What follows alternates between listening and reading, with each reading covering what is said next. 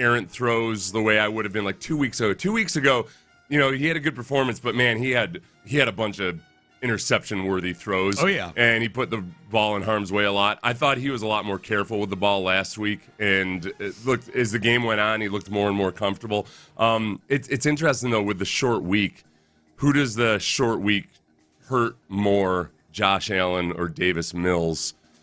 I feel like given the performance that Josh Allen just had, physically even, and then with them having to travel, and Josh Allen might have more to try to digest and try to get ready for this week on a short week than Davis Mills does. I'll always in a weird way, like obviously Josh Allen is the much better quarterback, but I feel like short week might benefit Davis Mills in that there's not as much time for Josh Allen to gain an advantage through study and all of the other especially things. Traveling. Like you said, I'll always give the advantage to the home team on the short week, or even the home quarterback on a short week like that. I feel like how some teams. How did I tell you there was a restaurant at a hotel that a lot of the teams used to stay at here, and he would, when guys ordered room service, he wouldn't poison their food. No, but he would load it up with like extra fat and everything, like extra grease. He would try to that's make a little it as nefarious greasy as possible. too. Yeah, I like this guy. Yeah. I feel like with Josh Allen, you would tempt him with a golf course. Like anybody out there? We definitely have golf pros that listen to the show. Yeah, can you somehow just send a gift card for a round of 18 at Lochinvar or River Oaks? Yeah, and then have his golf cart break down. Yeah, somewhere far out on the course. Yes, so he has to walk it. Got to walk. Yeah, get him tire him out. People used to send things to distract Lawrence Taylor too. Oh yeah, and if anything, it fueled a better performance or something. Yeah, yeah, that didn't work. Yeah, Josh Allen, I think it's golf. Golf is his hooker. The evidence. Yeah, that's his blow. Yeah. So Davis Mills starting his third consecutive start. On the other side, it's the Texans, as Seth mentioned, going against the reigning MVP. D'Amico Ryans was asked yesterday about Josh Allen using his legs, and we had a caller to the postgame show screaming this past Sunday about why aren't the Texans using a spy, and he rattled off practically every quarterback they played this year. Yeah, like, why aren't they using a like Matt Stafford? Like, no. But Josh Allen is a guy where using a spy on him on defense might make sense. D'Amico was asked on deciding when do you decide to do that. Yeah, each scheme has their own philosophy of how they use a spy, and I know it's easy for everybody to just say, "Oh, spy the quarterback," but what are you doing? You're standing there watching him throw the ball, or what do you player? But I won't get into specifics of what we're doing. But some teams use it; it works well. Some teams use it doesn't. It's just what's your personnel? How do you attack, their scheme, and what are you looking to accomplish by using a spy? Yeah, a spy. If you were to say, okay, we're going to go in and use a spy every single time, that's a great strategy versus a quarterback who can't actually throw the football. Yeah. Because the problem is when you use a spy, and especially if the offense knows when you're using a spy, then what you're doing is you're taking a guy who's not a pass rusher, and he's also not really in coverage, and you're giving a quarterback who can throw the ball a big advantage if he knows when you're going to use a spy. So it becomes a matter of, it's never as simple as like, just use a spy. You got to use it selectively, and you got to take a lot of measures to be sure the quarterback, it's not easy for him to know when you're using a spy. Yeah, you and I were talking yesterday, like, what does the box score look like for Josh Allen with his legs in an optimal, like a reasonably optimal situation? When they played last season, Josh Allen had 4 rushes for 54 yards. When they played in that playoff game here a few years ago, he had 9 rushes for 92 yards. Yeah. That would be problematic. The frequency of him rushing would mean that Josh Allen drops back, isn't thrilled with what he sees, but the guys have cleared out the line of scrimmage and beyond, and he's got 5 easy yards. Yep. So if he runs, I would rather see him run twice for 100 yards than see him run 10 times for 50 yards. Because 10 times for 50 yards might be like 7 third down easy and took it. Or a touchdown. We've seen him in the games versus the Chiefs especially like that. Mm-hmm. Some of the games where he played well enough to win in the playoffs but the team lost, it was when they would get to 3rd and 4 and going against that Chiefs defense, it was awesome. He'd just get those easy 4.5 yards for the first down. Yep. Last storyline for me, we're kind of going through the storylines for tonight's game. Texans got to run the football. This is a bad run defense. They've given up a couple hundred yards each of the last 2 weeks. Here was D'Amico Ryans yesterday or on Tuesday, on the Texans' need to run the football. Yeah, running the ball, for me, it's always a key. No matter who you're playing, who's your opponent, you got to run it well. That just, when you can dictate and control the line of scrimmage, it just opens up your playbook a lot more. So the run game is vital. Of course, it's going to take all 11 guys blocking really well, being detailed in what we're doing, and our backs just finishing. And do we know Ed Ingram's going to be back? He's healthy again. Do we know what the shuffle's going to look like? No, we don't know if they have Titus playing left guard with Trent Brown still at right tackle. Yep. I think I still like Titus at right tackle because Titus fills in and does a good job at guard and might be better than Jarrett Patterson if he plays guard theoretically. The problem is, though, that I think Titus has been playing really well at right tackle, and Woody Marks is best if you can get him on the perimeter. Titus Howard can do some things athletically that Trent Brown simply can't. Yep. So Jarrett Patterson's played well enough that I like the idea of just having Titus Howard at right tackle. Maybe they're going to keep using Blake Fisher, but maybe there's some scenario where you bring Trent Brown in also because he's just got so much extra mass and heft in short yardage situations or down on the goal line. But Titus at right tackle, I feel, gives you the most bang for your buck.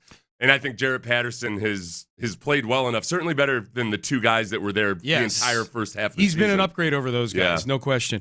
All right, Payne and Pendergast, we are with you on a game day Thursday. Texans tonight, 4:15 Texans countdown. You got me and Seth, 7:15 kickoff. Clint Stoerner and I have you after the game for what is hopefully a victorious Texans postgame. We'll keep hammering away on the Texans today, the Texans defense through the eyes of the Bills. Before we get to that, though, in the next segment, we were at dinner last night, and one of the people we were at dinner with, Steve, was like, hey, did you guys hear this guy got traded?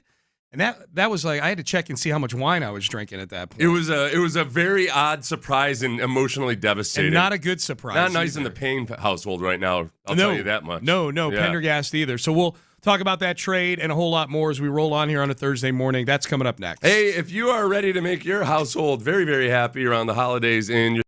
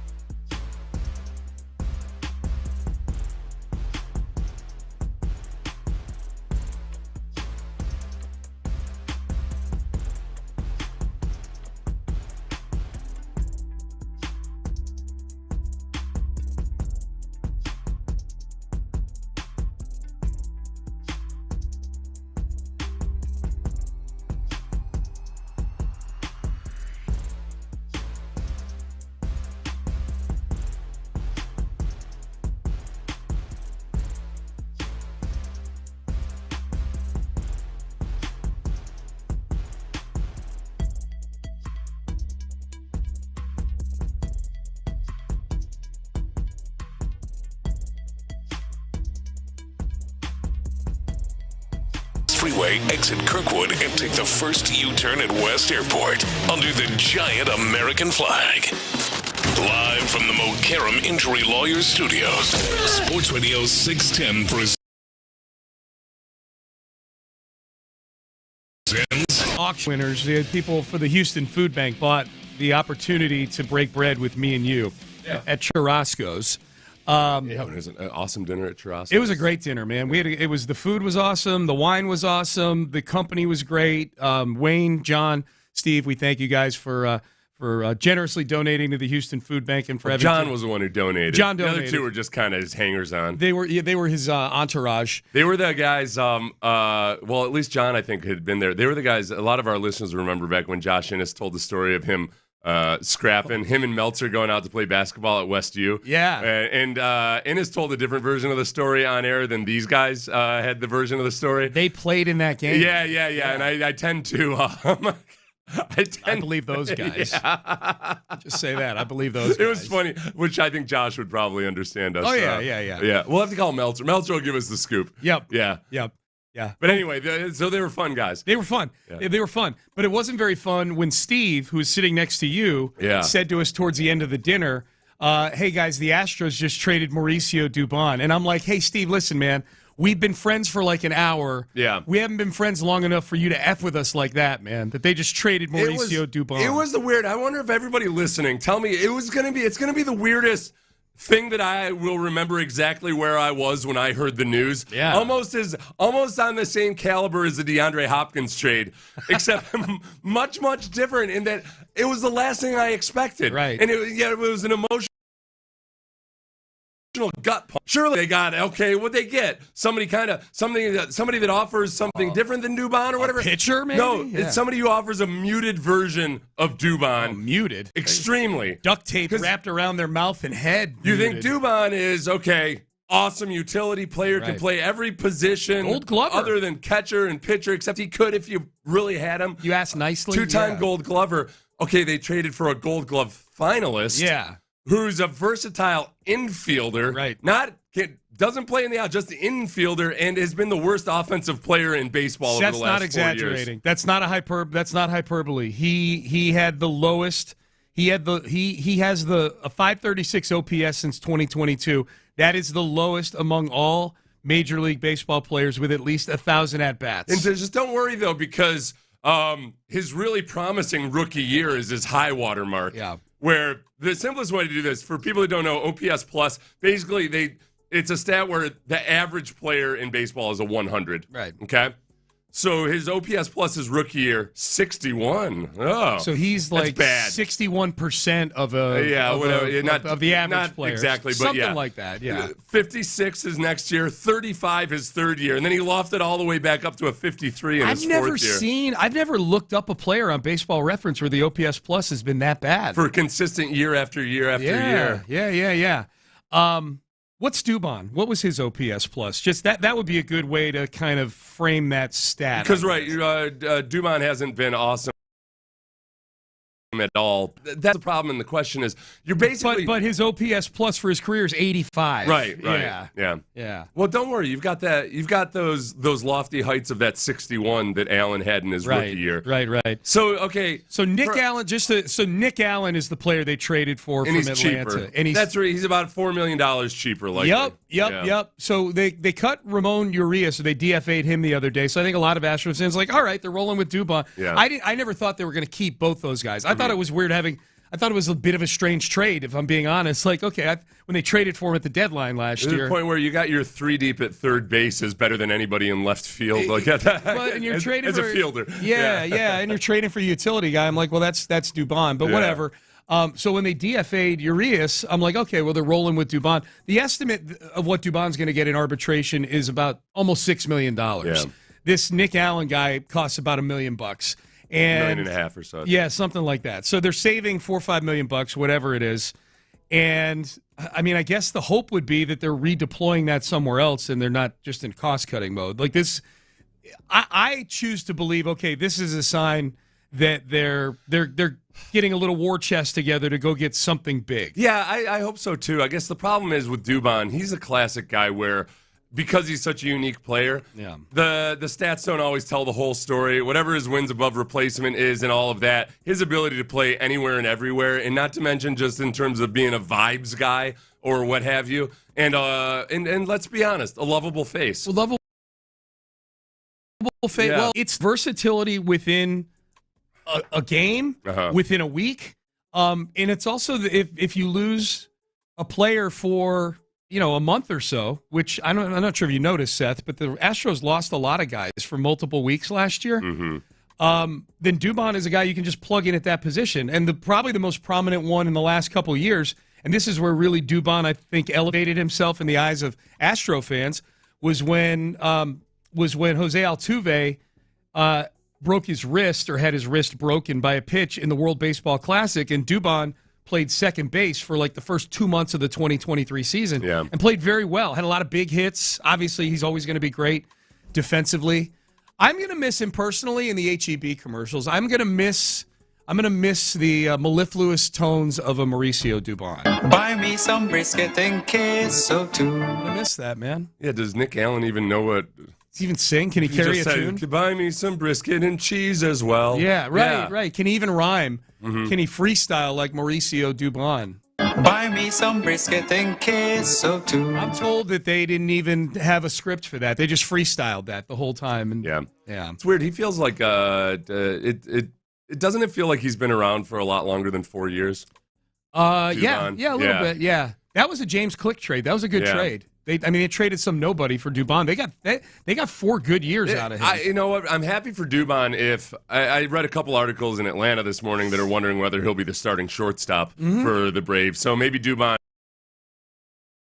actually gets like if he actually got to just play the same position every week, or every night, and maybe for Dubon it ends up being a good thing. Bad look again. Bad look retroactively for last year's hitting coaches if Dubon all of a sudden has some judgment at the plate. 300. I mean, Dubon was amongst the most aggressive of the all too aggressive Astros at the plate. So if they can figure out a way to rein him in a little bit and get the best version of him offensively, that'll be real annoying. Allen played 136 games last year for them. So there are games to be had now. He had that stability and still offensively couldn't do squat. They dumped him. They dumped him. It is, I guess he's estimated salary of $800,000 this year. So let's call it a $5 million savings. Yeah, whatever the number is. I mean, that's the spirit of the deal. It feels like a small enough amount that remember our listener that said he had a girlfriend who gave away her dog because she wanted to live in this fancy apartment complex that had a no pets policy. Yes, it feels like she made a cold-hearted decision for a little bit of status or a little bit of cash or whatever it might be. Yeah, that's what it feels like the Astros have done. You don't understand the emotional toll this has taken on our households. They dumped our puppy Dubon. Yeah. So that we can take some of that money and allocate it to Dylan Cease. I think a lot of the men listening right now have wives whose favorite player might have been Mauricio Dubon. He's got a very boyish look about him. Yeah. It's very endearing, I would say. What's Brandy's take on the trade? I don't know. I haven't actually talked to her. Diehard Astro fan Brandy. I was going to text her this morning, and I just didn't. Does she know? I was trying to ruin her whole morning, Was Dubon pretty high up her power rankings of players she liked? Oh yeah. Well, he's got a Springer feel to him in a lot of ways. Definitely. I'll miss the HEB commercials for sure. Yeah. Buy me some brisket and queso too. I'll miss the little thing he had going with Yordan Alvarez, where they clowned each other all the time. Yeah, they'd roll their eyes at the camera at each other. They'd fourth wall. Who's Yordan gonna kiss on the lips after big plays? And Not all Nick that? Allen. I tell you that right now. Doesn't look like Yordan's type. There was Brandy used to get really pissed off when Brandon what's-his-face there was playing second. Brendan Roberts. Rogers. Brendan Rogers. When Brendan Rogers was at second, Brandy would get pissed. He's like at the point where it was uncomfortable in the household. He's like Nick Allen. Remember, he was like a Gold Glover 3 years ago, but he sucks at hitting. Yeah, you're like, why don't you just stick Dubon there? Like, what the hell? Yeah. Just stick Dubon there and let him get some playing time. Yep. All right, so Mauricio Dubon, no longer a Houston Astro. All right, we'll circle back to the Texans and the Bills at the top of the hour. We'll do some headlines coming up next. Rockets win last night. We'll hit that. A former Houston Texan is back out on the market again. We'll tell you who that was coming up next. But first,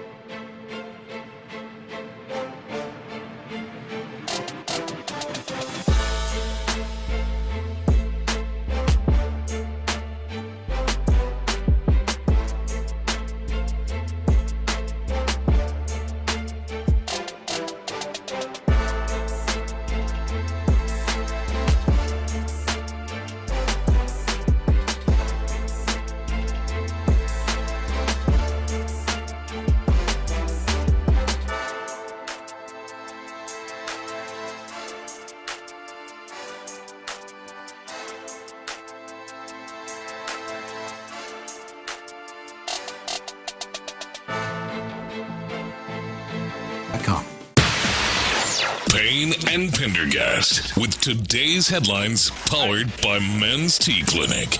It's all right, Sean. Can gotta you work hear me, through this Seth? adversity, yeah. Can you hear me? Yes. All right.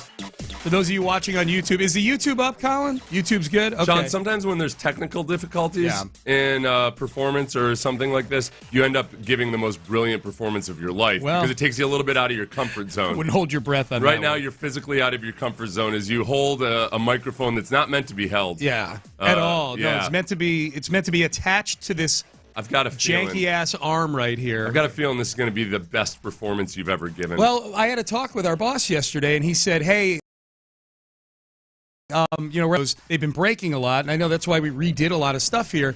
And he said, if you could, if you're going to adjust the mic stand, loosen the joints Loosen the right elbow here. there, Yeah, the yeah. elbow and the wrist right here of the arm that holds the mic, which I did before the show and I wasn't even adjusting it. I was just moving it to jump in on your Trajan Wealth live read. Yeah. And just have some witty banter with you. Witty banter. And the thing just snaps right off. Disrupted the witty banter. And I'm told the real by victims here are the folks at Trajan Wealth. Texters, I know this isn't the big headline, the microphone breaking, but the texter said that's happened a few times this week. 3 times in the last 2 days. Okay. So thank you, by the way, for somebody who listens all day long. Yeah, that's really Because it was cool. Clint and Lopez.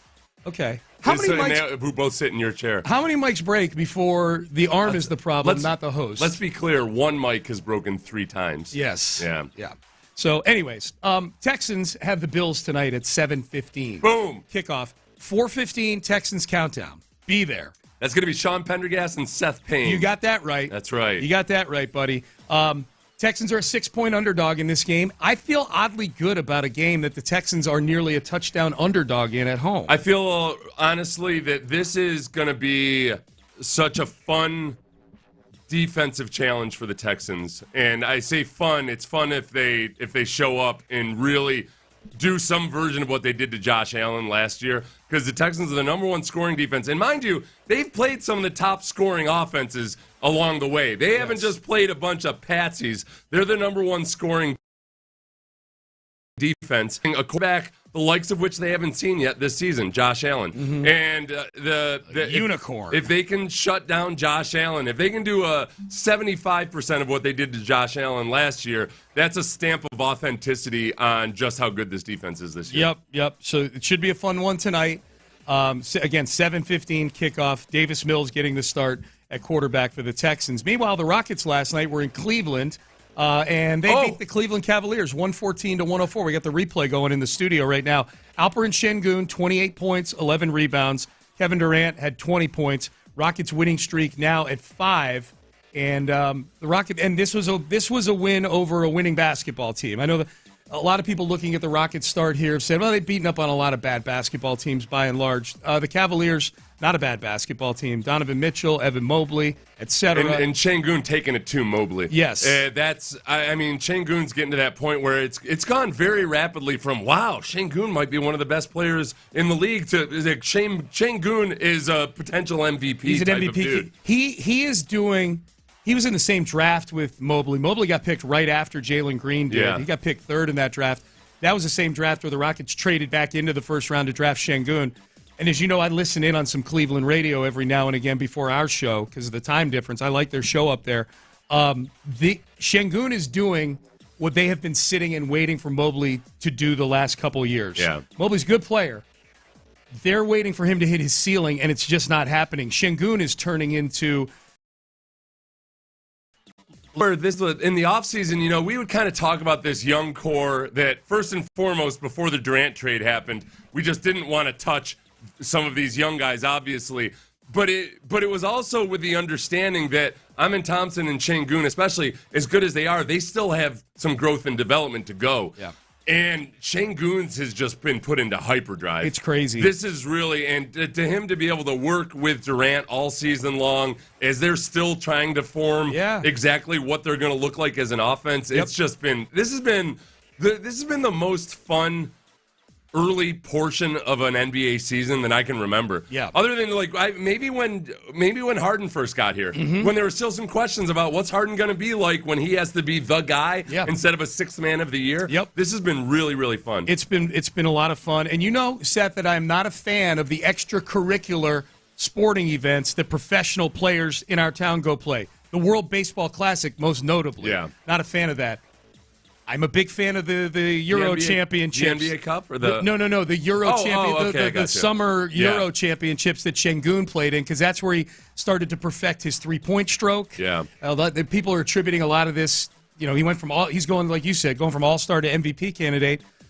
A lot of people, including Alpi himself, are attributing that extracurricular basketball. I'll allow it for another couple of years, but then the Yao Ming dynamic is always lingering in the back of my brain. He had the Chinese government kind of forcing him to play. Forcing him to do it. At least Şengün has a choice in the matter. I don't know if the Turkish are saying, hey, man, you better play. I always felt like Yao had being trailed back in China.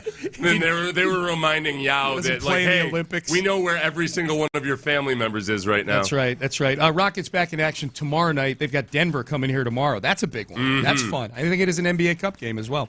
Brandon Cooks got his request. He's not going to be around for a rebuild, Seth. You know that. Yeah. He was with the New Orleans Saints. Brandon Cooks, former Texan wide receiver, who biatched his way out of here back in 2023. He had a mutual parting of the ways with the Saints. Yeah, it always seemed like he just did not like the way they treated Jack Easterby. That's what it seemed like. Despite his denials that there was any kind of a connection to Jack Easterby. Boycotted practice the week after they fired him, remember? Right, yeah, that's right. He lost his C. He lost his captaincy. Yeah, they stripped it from him. I like to think that, who became the captain? Was that when they made Tunsil the captain? I think Tunsil became a captain then. Pretty sure. That's a crackerjack operation. I like to think that they actually went in and ripped the C off of his jersey, like in a military movie. He had movie. like a shamed look on his face. This is some bogus BS that they granted him his release, because if he had gotten traded, would that have been? I think that would have set him as the most traded player in NFL history. I think right now he's tied with a few players. He definitely was tied with Eric Dickerson at one point. Yeah. I think this would make him the most traded player if he had been traded. Now, the funny thing is... He does have to go through waivers. Got to go through waivers. It would be hilarious if the Tennessee Titans picked him up on waivers. Yeah, because he doesn't want to be part of a rebuild. Don't want to be part of a rebuild. I think the Titans are smart enough to know that that's just a headache that they're picking up off of waivers. They could use a receiver, though. No, they could. Ridley and DK in that. But they know. No team's going to pick him up off of waivers unless there's a good conversation beforehand. I wonder if a team picks him up. Anybody at all? Yeah. I could see Sean Payton, for instance. Yeah, that's right. A little history in New Orleans with him back when he was drafted by New Orleans. I doubt that. And now the Texans are right around in the middle part of that waiver wire right now. Yeah, I'm good. Yeah. I'm good. Now, I don't need Jalen. There's a segment of the Texans fan base, the people who really pay attention, that live and die by the Jalen Noel snap count. Because there's times where, hey, Jalen Noel has a good game. The next week he gets 12 snaps. Yep. They don't want anybody coming in that's going to steal Jalen Noel's snap counts. All right, those are your headlines. Josh Allen has not had good luck in NRG Stadium at all. In fact, it's been a house of horrors for him. We will relive the Josh Allen history at NRG Stadium coming up next. But first, let's get you guys.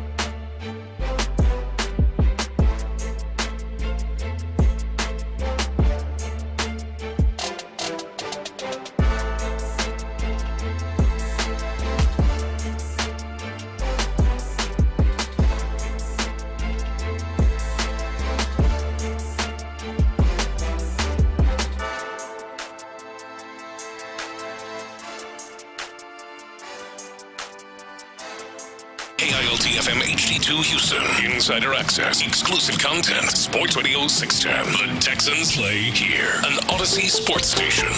Sports Radio 610 presents Payne and Pendergast. All right, Payne and Pendergast, game day Thursday. Bills, Texans tonight, 7:15, 4:15 for Texans Countdown with me and Seth C. Payne. So NRG Stadium has not been nice to Josh Allen. No. It has not been kind to him. Given the first time he ever came here was in the wild card game, right? No, or was it before? It wasn't even his that. rookie year. That's right. We'll hit all three games. Okay, yeah, gotcha. It was his rookie year. He came here in 2018.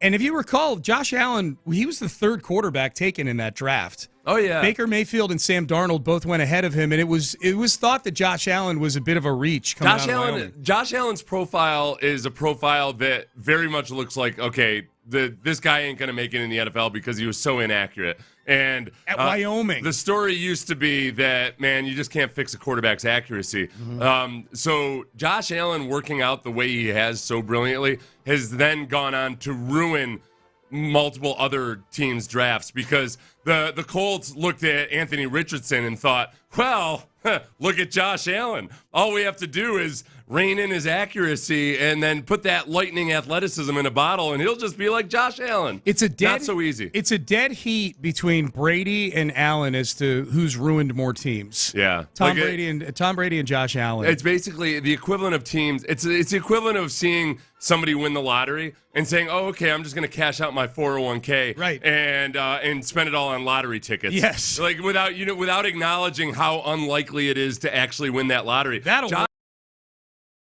Josh Allen, his profile generally are flaming busts in the NFL. Yep. And he's been exactly the opposite. He's been the opposite of that. So, but he's not had good luck at NRG Stadium. He has yet to win a game at NRG Stadium. Here was Deion Dawkins, Josh Allen's left tackle, in his media session earlier this week on the history between the Bills and the Texans. He's been around for a lot of it as well. You're talking about going to Houston? Specifically in that Specifically in Houston. Yeah.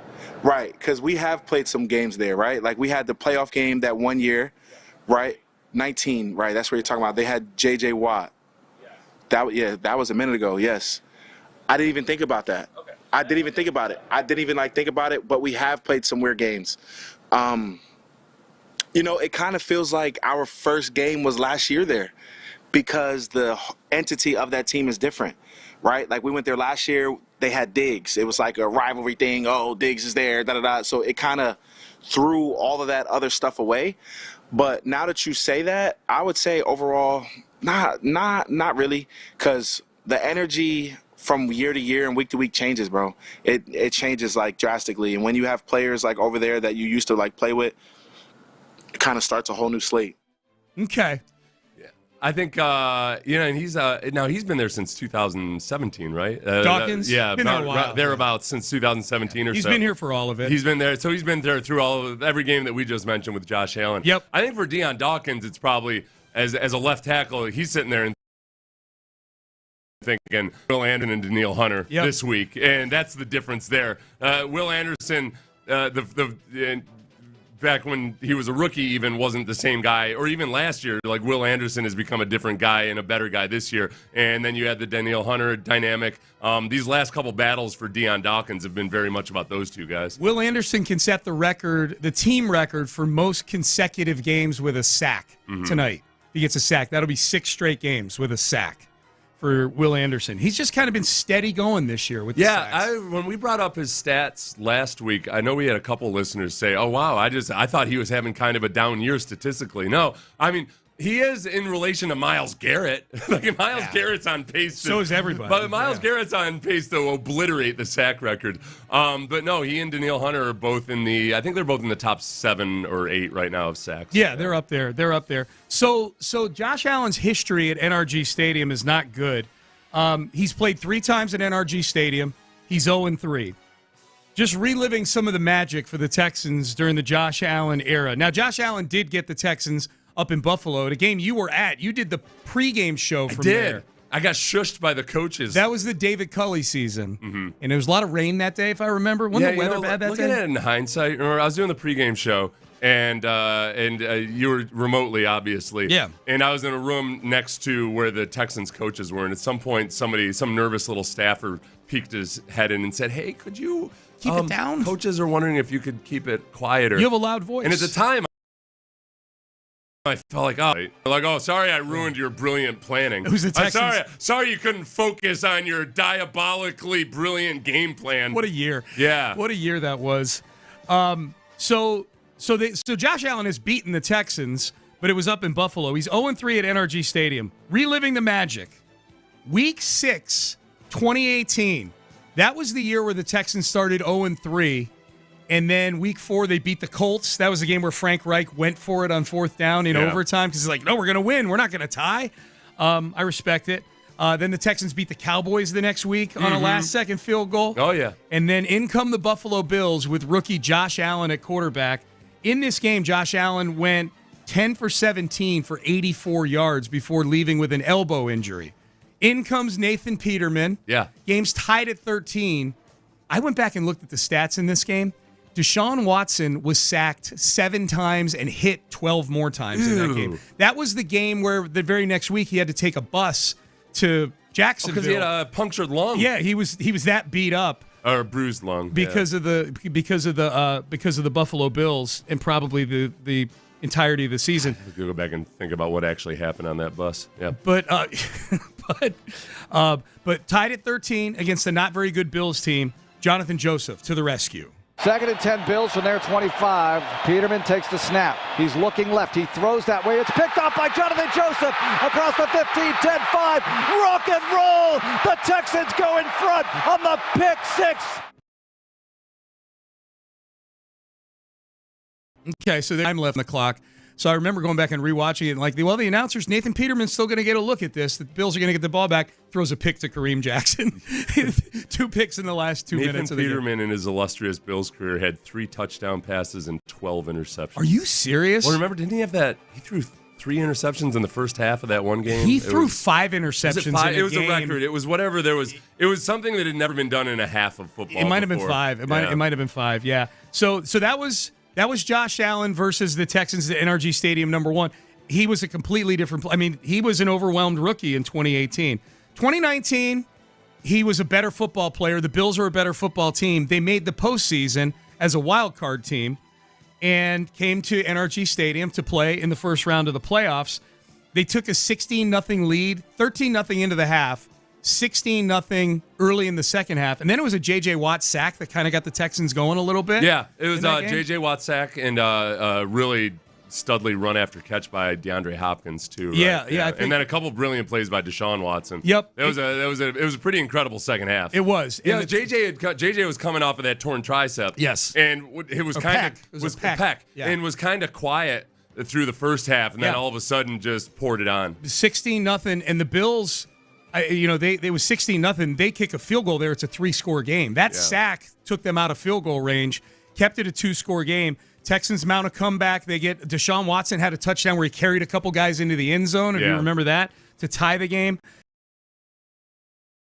So the game, Texans have the ball, and Deshaun Watson pulls this great escape. 2nd and 6 at the Bills 44. Here's the snap. Here's a blitz. Watson in trouble. Watson escapes to the right side, and Watson throws it to Jones. Cutting inside 40, 35, 30, the 25, 20, 15, and down to the 10-yard line. What a play! The magician does it again. Man, Deshaun was so good back then. It was, we were talking to our guys at Churrasco's last night about Deshaun Watson and what the hell happened to him. Yeah. Because obviously he had that in him. And in 2020, he was operating at a really high level mentally. Like he was executing that really tough to execute offense really, really well. And then obviously a lot of stuff happened, but for him to have fallen off as far as he did, that Bills game was just that was one of the peak games I would point to as, man, there aren't a lot of human beings like this at the quarterback position. He won that game. Yeah. He won that game. Yeah. He did. And that play and if you were to look at Deshaun Watson and Josh Allen at that moment in their careers, Josh Allen was still very much the erratic guy that would make bad decisions, and you just didn't know what was going to happen with him. That game itself kind of sparked a lot of things, I think, that turned Josh Allen into what he is. For one, the Bills went out and got Stephon Diggs. They did that offseason. Josh Allen in the offseason was working with Carson Palmer's brother to fix his mechanics and everything. Yep. So that game, as bad as it was for the Bills, I think it was a big part of sparking a lot of change that helped turn. Kick a field goal after that play to win the game right there. At that point, both teams had gotten the ball in overtime. So that play, it was to Tywan Jones. If you're looking for an answer to a trivia question for the Texans, who caught that great escape play from Deshaun Watson, who was on the receiving end? Tywan Jones, catch and run, sets up the game-winning field goal. That was Josh Allen versus the Texans at NRG Stadium, number 2. So, excuse me. So 0-2 at that point. Then they come here last year in Week 5. Texans were off to a 3-1 start that last year at that point. I think the Bills might have been as well. And the Texans put on a defensive performance of a lifetime against Josh Allen. 9 for 30 for 131 yards. And still the game was very close. Yeah, C.J. Stroud had a really good game, but the offense went silent in the second half of that game. The Texans couldn't muster any offense towards the end of the game. The Bills get the ball back and don't burn any time off the clock, have to punt the ball back to the Texans with less than 30 seconds to go in the game. C.J. Stroud's able to work the Texans into field goal range for a 59-yard field goal from Kaimi Fairbairn. I mean, there's not a butt in a seat in this stadium. 59-yard attempt for the win. Weeks with the snap, Tommy Townsend with the hold, and Kaimi Fairbairn with a chance to give the Texans the victory. Here's the snap by Weeks, the spot. Here's the kick by Fairbairn. Has the distance, and it's good! Fairbairn wins it up. The Texans beat the Bills. Kaimi, man, and I think Kaimi was Player of the Week again that week, and kicking all those field goals. Kaimi Fairbairn healthy again, and you'll have him back. That is a big in a game like this, where as Sean and I have been talking about in this short week, we've kind of come to the conclusion that this is, if the Texans are going to win this game, it's probably going to be a lower scoring game. It's got to be with the Texans able to run the ball versus a porous run defense for the Bills, and with the defense really showing up and bring out the version of Josh Allen that Josh Allen has typically shown when he's at NRG Stadium. Yep. Yeah, I mean, you put the stats down. Combined in those 3 games that we just listened to, 43 for 93 for 379 yards, 1 touchdown in those games, in those 3 games, 0 interceptions. So good for you on that. 61 passer rating to go alongside Nick Allen's 61 OPS plus. 61's a big number today. He's as Nick good Allen. as your brand new Astros utility infielder, Nick Allen. Yep. That's been about as good as Josh Allen has been. That's right. They're brothers, basically. If your last name is Allen. That's true. Nick Allen and Josh Allen. They're related. Yeah, they're related. Pathetic. Statistically. Would you trade Mauricio Dubon for Josh Allen? I think not. No. I'm so sad Dubon's not here anymore, man. I don't want to. For those of you who are just waking up and you didn't see it last night, Mauricio Dubon Good morning. traded for the worst offensive player in football. Mauricio in Dubon, baseball, or whatever his name is. You found it. Yeah, Captain Mickey, immortalized. Yeah. Track record here at NRG Stadium. That must continue tonight, Seth. That must continue tonight. And that is, again, I mean, so much of it. For the Texans, really, the challenge tonight is that they're facing a quarterback in Josh Allen who's obviously very good with his legs and can kind of give you a death blow with a big run, but I'm more worried about him consistently converting third downs. If it gets to 3rd and 5 or what have you, or really on a lot of the 3rd and longs, that's where the Texans get in trouble because teams just send everybody downfield. The Texans convert to man. Their backs are turned to the quarterback, and then boom, Kyle Allen takes off. So when they decide to use a spy, how disciplined are they in their pass rush? You don't want to get sack fever tonight. No. You want guys that are compressing the pocket and being ready to disengage and tackle Josh Allen. More so, that's more important than getting him on the ground as a passer necessarily. I thought your take was really interesting yesterday. I think it was yesterday when I said he had 4 carries for 54 yards in last year's game, 4 rushes for 54 yards. Josh Allen did, and the long was like 18 or 19 yards, something like that. So that tells me there was 4 times in the game at some point where it's 3rd and 8, and he goes and moves the chains. And I thought your take was interesting, which is it would probably be worse if he had 10 carries for 54 yards instead of 4 carries for 54 yards. Because if he's running the ball that much and it's for those types of distances, it probably means a lot of third and shorts. Yeah. It probably means a lot of stuff down D-line, maybe even, where they're tush pushing him, or he's just having to go get 2 or 3 yards, a lot of QB sneaks, things like that. I thought that was really interesting. Like, statistically, 4 carries for 54 yards obviously is way better than 10. But 10 tells you something about the game flow. Yeah. Right? Like a lot of short yardage stuff, and they're in second and third and short. I know people, for whatever reason, it's that old dynamic sometimes, Sean, where if you say the exact same thing that a coach or a player says when they critique themselves, when you or I say it, people get pissed off at us. Yeah. But like I'll say the same thing D'Amico has been saying.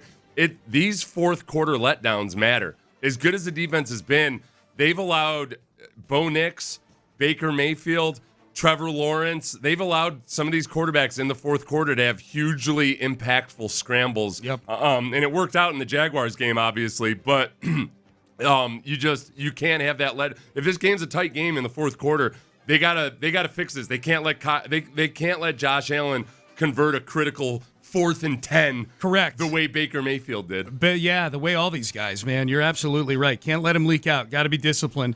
We'll get to the Circle of Swarm in just a second. We usually do it on a Friday, but with the game tonight, we're going to do it today. We'll do 5 Reasons I Hate You also today. So it's a bit of a sort of a hybrid Friday, Thursday show going on today. Do you follow, by any chance, NFL ref stats on Twitter? I do not. Okay. I do not. Has it ever popped up on your I've seen it every timeline? now and then, yeah, somebody pointing out. I know a lot of times, especially, the time I take note is when you get a crew that's known for a lot of something like that. Yeah. So but I don't follow it. I started following it yesterday because it popped up on my timeline. Mm-hmm. Just some interesting things here. How does this make Texan fans feel? This is the officiating crew cheat sheet for tonight's nationally televised primetime game.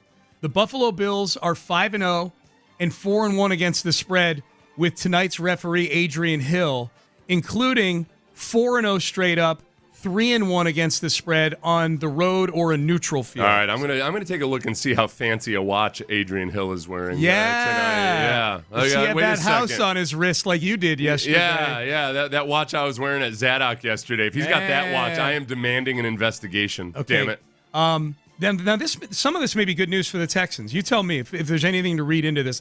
The Texans have had limited exposure to Hill's crew, is what it says. Mm-hmm. Hill is an NFL leading 8-2 to the under in 2025. Okay. So when he officiates a game, his crew, the game goes under. I think 8 that's out a of good 10 sign times. for the Texans. I think if the Texans win this game, I think it's going to be a lower scoring game. I think there's a definite correlation in this game with the point total that if it goes over.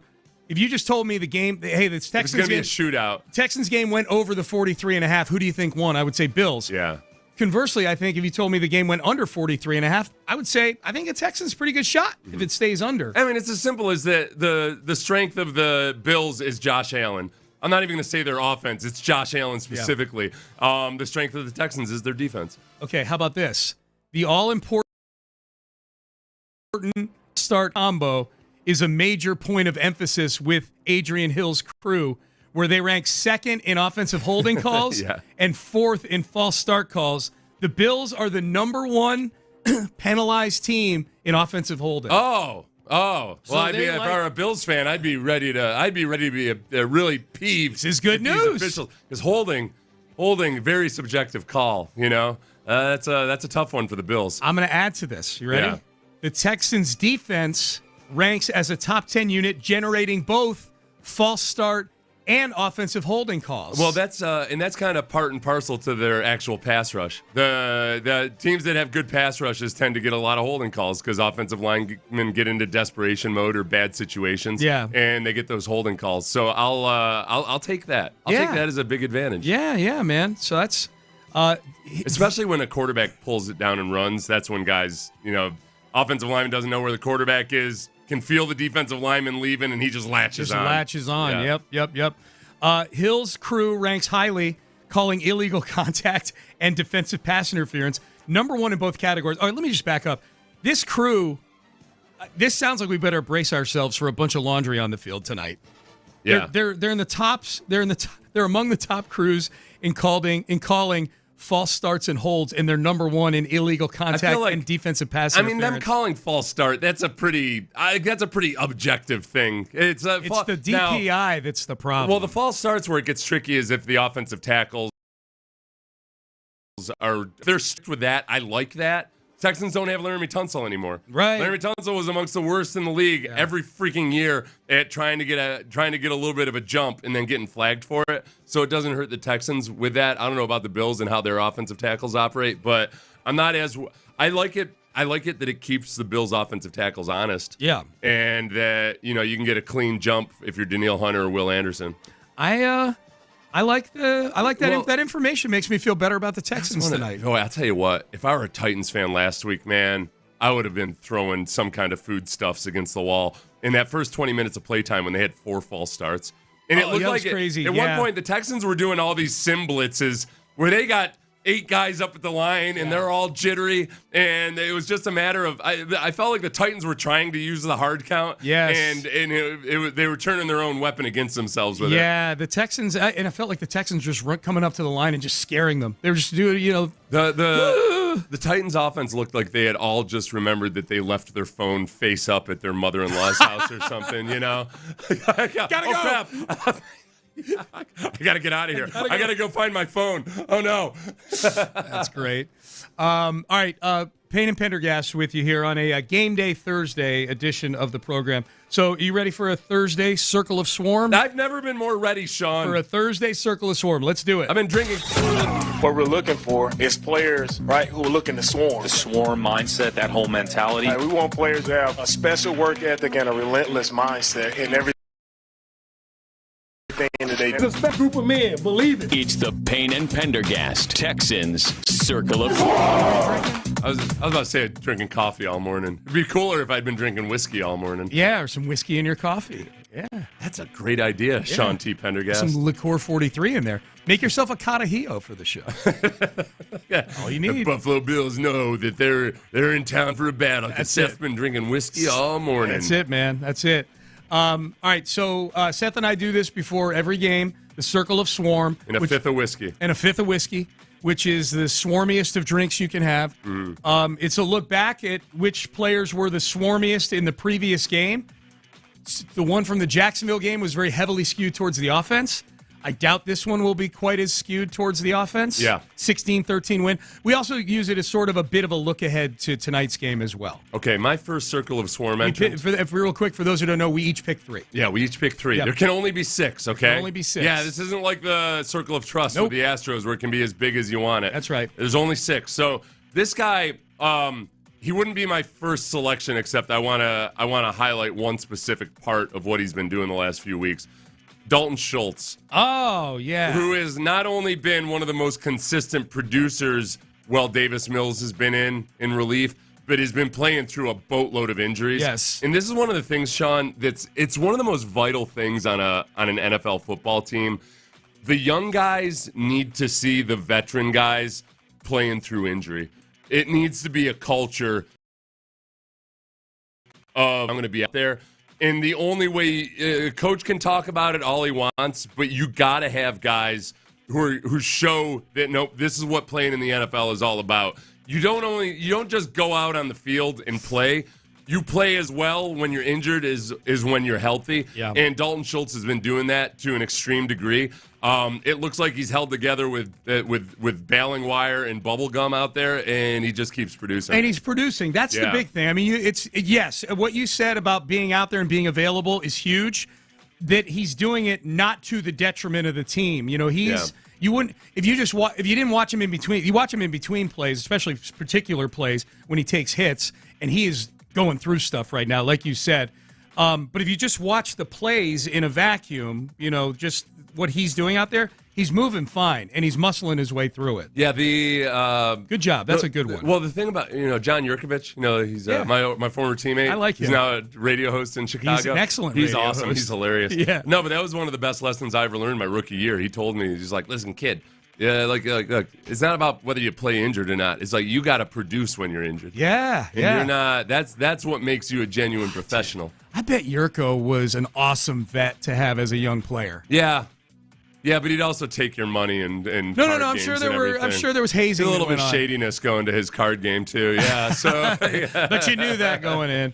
All right, my turn here. So Dalton Schultz first in the circle of swarm. Text in, guys. Weigh in. By the way, someone is asking.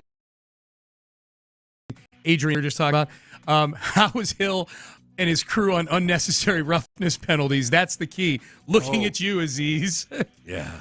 Boy, Aziz, you got to dial back the swarm a little bit, man. A little bit. I'll tell you what, that Jaguars game, Aziz, he came too close to just having a really illegal hit versus Trevor Lawrence. Yeah. Yep. He got lucky. He did. He got lucky that except that Trevor Lawrence, I think, knew who was coming at him. He got down. Got down. Yep, he got down. All right, my first one, I'm going Tommy Togiai. Tommy Togiai, man. He combined on that sack with Danielle Hunter.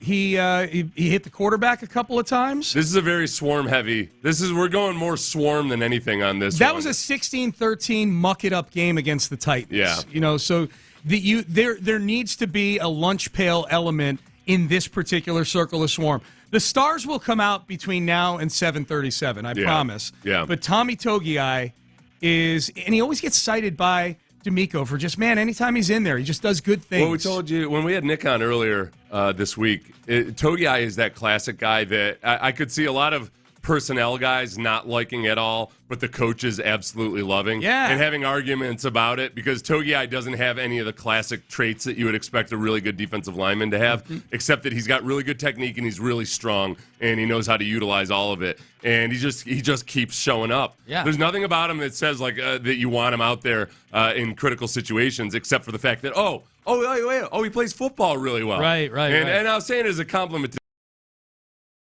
Nick. I feel like coaches more with guys like that than a lot of personnel guys are. Yep. All right, who's your second swarmer? Okay, this is an easy one. It would probably be my first choice if I weren't factoring in the injury stuff with Dalton Schultz. Nico Collins. Yeah. I mean, Nico Collins, especially going into this game, where Nico has shown time and time again that in the playoffs or in primetime games or in critical games, that play-in game versus the Colts a couple years ago, he really shows up. And he brings the most physical version of himself in those games. So I think we see a big game tonight out of Nico Collins. I hope so. He was on his way to a big game when these two teams played last year, and then he pulled his hamstring on that 78-yard touchdown. Not very swarm-like. Not his hamstring wasn't swarmy at all. The rest of him very swarmy, but hamstring not so much. 9 catches, 92 yards last week. They need a big game from Nico tonight. And Davis seems very comfortable just targeting the hell out of Nico Collins. But he also, the first week, we were kind of nervous that he was forcing the ball to Nico Collins. Last week, it was not forcing it at all. 9 receptions on 10 targets. Yes. And I think there's an element of, because Davis is very, very comfortable throwing it to Jaden Higgins, spreading the ball around, that it loosens things up for Nico Collins a little bit. No doubt. All right, I'm going to go. This was an obvious one, too. He forced the only turnover of the game. Will Anderson Jr. He hit the trifecta, Seth, of the strip sack, forcing the fumble, recovering the fumble. Yeah. Tried like hell to get up and run with it, but they called him down on the spot right there. So how bogus was that? That was bogus. That was nobody a had touched him. horrible call. Which, of course, didn't catch because he missed everything in that broadcast. No. I think there was nobody close to him. Yeah. There was not a Titan close to him, and they blew it dead. Yeah, Chris Myers probably called him Will Clark or something like that. Yeah. So Will Anderson, 4 tackles, a sack. That sack we just talked about. 2 TFLs, a couple big TFLs in the game. Will Anderson Jr. is in the circle of swarm. All right. Did I just call Chris Myers Dan Myers? No, you called him Chris. I did? Okay. Yeah, you're good. All right, we each have one more for the circle of swarm. This is a tough one now. Yeah. Boy. All right, I want to go to the offensive line because I feel like they deserve some credit, except that they just could not run the ball, and at times the interior offensive line looked like toddlers pushing against a giant husky dog or something, trying to move him out of the way. I'm gonna go with Davis Mills. Davis Mills. Yeah. Okay, yeah. We got a text message. Davis Mills drops his nuts on the Bills tonight. Boom! Take that. Jeez, kids are in the car right now. That's okay. Walnuts. Yeah. He's taking a can of peanuts from Kroger and just dumping it all over the Bills. He's giving them a bad Christmas. Here's your Christmas present. Here's your candy and nuts. Right. Yeah. The Bills are like, what are you doing? He's like, I'm dropping these nuts on you right now. Yeah. All right, so Davis Mills, that's a good one. All right, final circle of swarm. I'm not gonna get cute here. Danielle Hunter was great again for the second straight week. He had a sack and a half in that game. He had a TFL in the game. Danielle Hunter has been a beast the last couple weeks. After going wise for nearly a month, Danielle Hunter is showing up in a big way. The defense, one of the weird things about the defense this year is that they are top 3 to 5 in just about every important category, except red zone defense. Yeah, where they were 31st in the league. They weren't good last year in the red zone either. Yeah, and there are a couple things that factor into that. One is just the coverages they're playing. That there's some room to work underneath, and when you get down into the red zone, the pass rush becomes less of an element. So the Texans, one of the strengths of their team is those edge rushers. Down in the red zone, everything happens a little bit faster. You don't have as much time for the pass rush to get home, and it becomes less of an advantage. But it's deep enough into the season now that it's not flukish, I don't think. Early on, it was like, okay, teams just don't get down into the red zone that much. Yeah. In that deal, the best strategy for the Texans defense is they force so many 3-and-outs that they don't have to worry about teams getting into the red zone. I don't know how much they'll be able to fix the red zone versus Josh Allen, who has the most rushing touchdowns in the league. More so than anything, get a bunch of 3-and-outs today, and let's continue to work on the red zone issues, but let's not have this be the week that it gets tested. Yes. Did we leave anybody out, do you think? I think we did a pretty good circle of swarm right there. Did both Will Anderson and Danielle Hunter They both got in. Yeah. I put each of them in there. So Jaden Higgins might have been a good one to put in there. That was a big catch and near touchdown he had. So he's probably an honorable mention, I would say. We had brought this up earlier. Danielle Hunter, 4th in sacks, and is tied for 7th in sacks right now. There you go. That's a combo, man. That's a duo. Danielle's got 9, and then Myles Garrett's got 15. All you need, Danielle, is a 5-sack performance. And not to like nitpick. I mean, Myles, he had a 5-sack game and a 4-sack game, which count obviously towards the stats. But he had 2 monster games that get him way up there. The other thing too is Myles Garrett has 22 tackles for a loss. That's crazy. He is really going to test the voters on this Defensive Player of the Year. You know, it's hard to win an individual award when you're on a team that bad. JJ won it in a year where they weren't this bad though. They weren't they were the 3 years he won Defensive Player of the Year, they were 12-4, 9-7, and 9-7. Yeah. So they were on a mediocre team, but not a bad team. Right. That is a horrible team, the Cleveland Browns. But it's to have those kinds of sack numbers when your opponent has no need to pass the ball a bunch. That's a really impressive thing. Yes. Like there's teams, most of the times, the entire second half, teams are just trying to close the game out versus the Browns. A lot of, so it's not like he's got a bunch of heavy passing situations where he can rack up sacks. EJ Speed's getting some love on the text page. Yeah, that's a good one, especially if they end up using him as a spy a fair amount tonight. That's been a nice signing, that EJ Speed signing. Like some of the like the 1 year prove it guys have been pretty good for the Texans. Yeah, Ed Ingram, EJ Speed. You know, Togi has been on the team for over a year now, in the season. The defensive line are all guys like that. Yeah. You know, Sheldon Rankins came back on a 1 year deal, and Sheldon Rankins has been really good for Danielle Hunter is kind of on a rolling 2 year deal. That's true. You know, he's cool just to be like, give me another year guaranteed. I'm cool. I'm on a $36 million prove it deal. Yeah, but it is. Yeah. It's not prove it for him. It's him. I like guys that sign short term deals like that are guaranteed because they understand the ephemeral nature of an NFL career, and that it's nice to just have control over your future. Yeah, you don't want to be tied down for too long. You know, and you want to be able to retire when you want without having to pay back a big chunk of money. Yeah, there's a lot. Look, I know he's not going to be hurting for cash one way or the other, but when all of a sudden you gotta write a check pre-tax on a pre-tax basis for money that you've already been guaranteed or given in a signing bonus. You have to give back the prorated amount. If it's a signing bonus, it's a prorated amount. Oh, fuck. And pre-tax. Yeah, pre-tax. Which you got, you get that back on that year's return, but still. Oh, man. The only player, real quick, should we have put Matthew Wright in the circle of swarm for the game-winning field goal, or because he got cut yesterday, he's just... he's dead to us. He's dead to us. Okay, just checking. No, he doesn't get credit for the game-winning field goal, which was a relatively easy distance because he had one of the loudest clanging misses that we've ever seen. He did. It didn't count because of the penalty, but you're right. Just the optics of it. Yeah. Okay, good point. I'm just workshopping. Ask you. All right. So the visual of something that happened earlier this week on the internet yesterday was hilarious and begs the question, what are the worst sacrifices you've had to sit through to accommodate a loved one? Looking at you, Bill Belichick. We'll talk about that coming up next. But first, one really great way to take some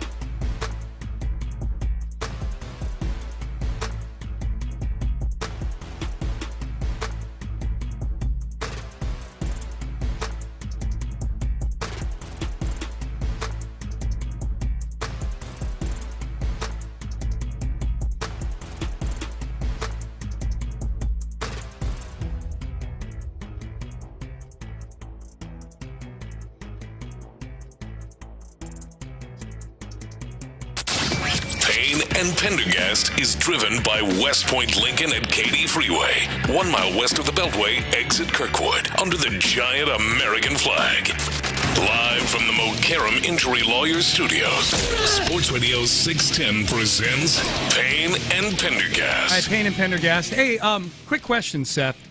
So our neighbors across the hall in my building, we got home last night. My son and I got home last night. My son's in town, and we got back at like 11:30 last night. And my neighbors across the hall had 3 big bags of Olive Garden in front of their door. Mm-hmm.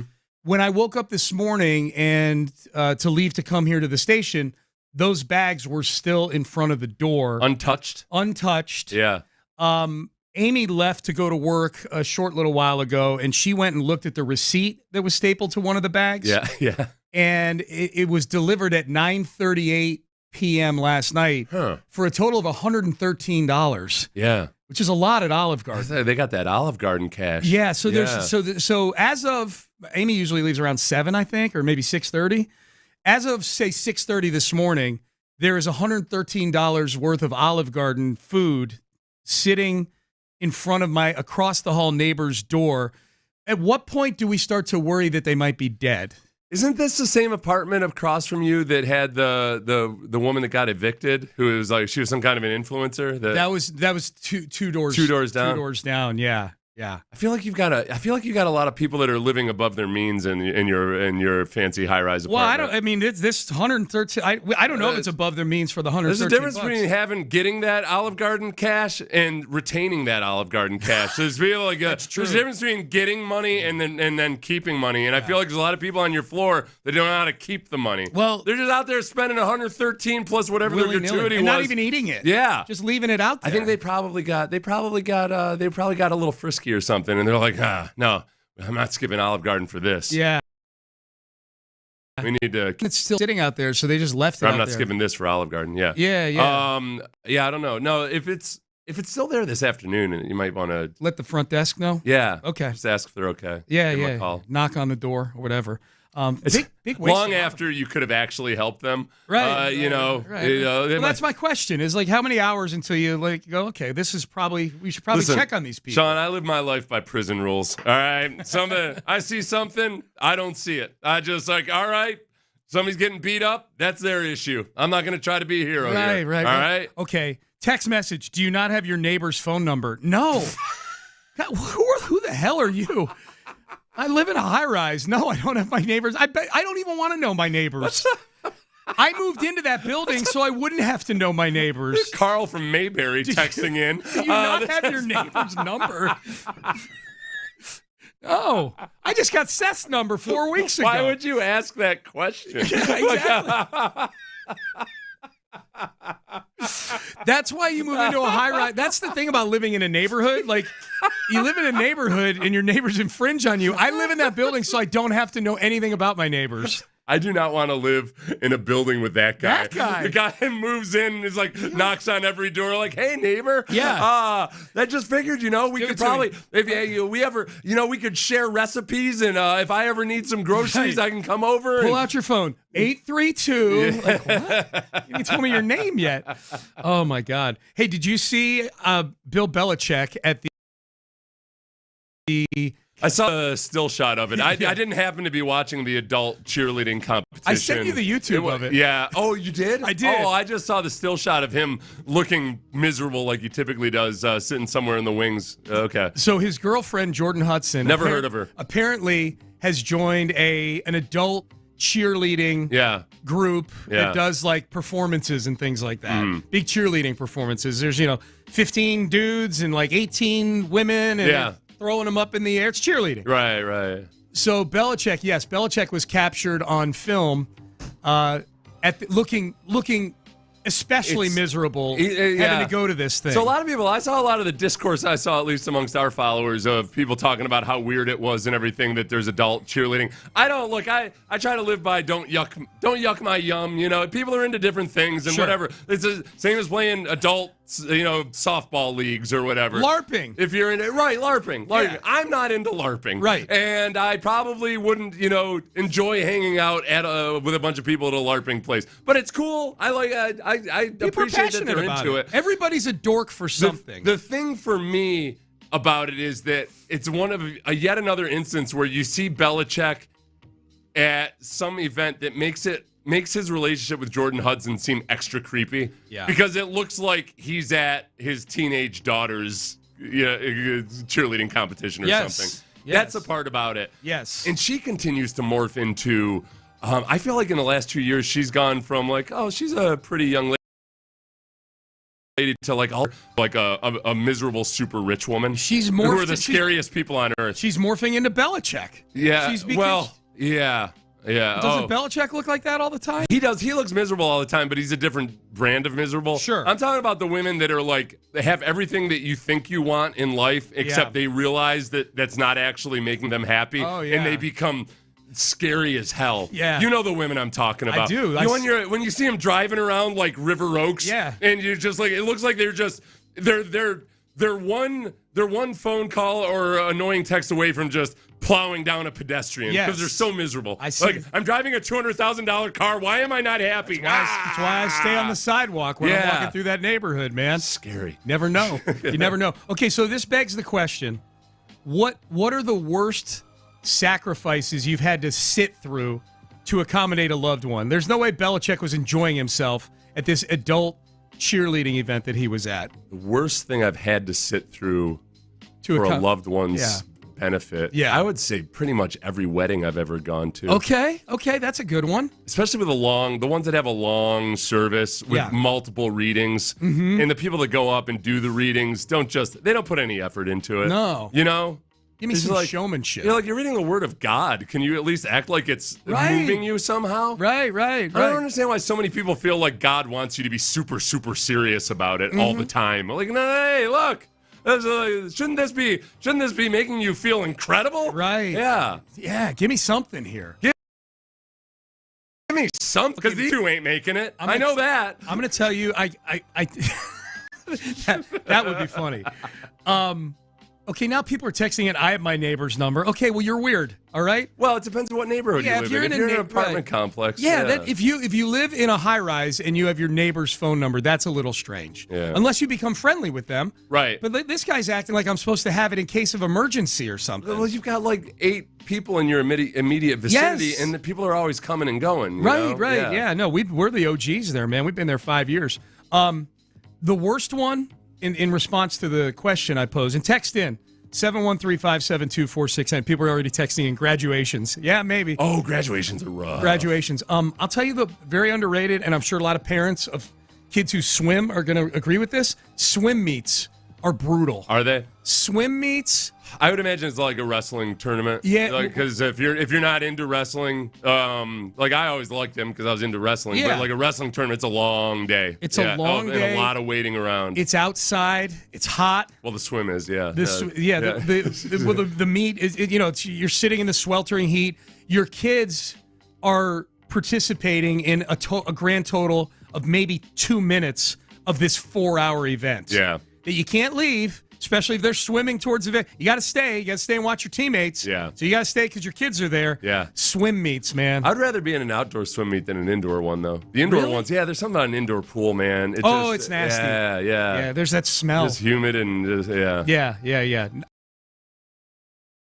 Neither. Funerals, someone's saying?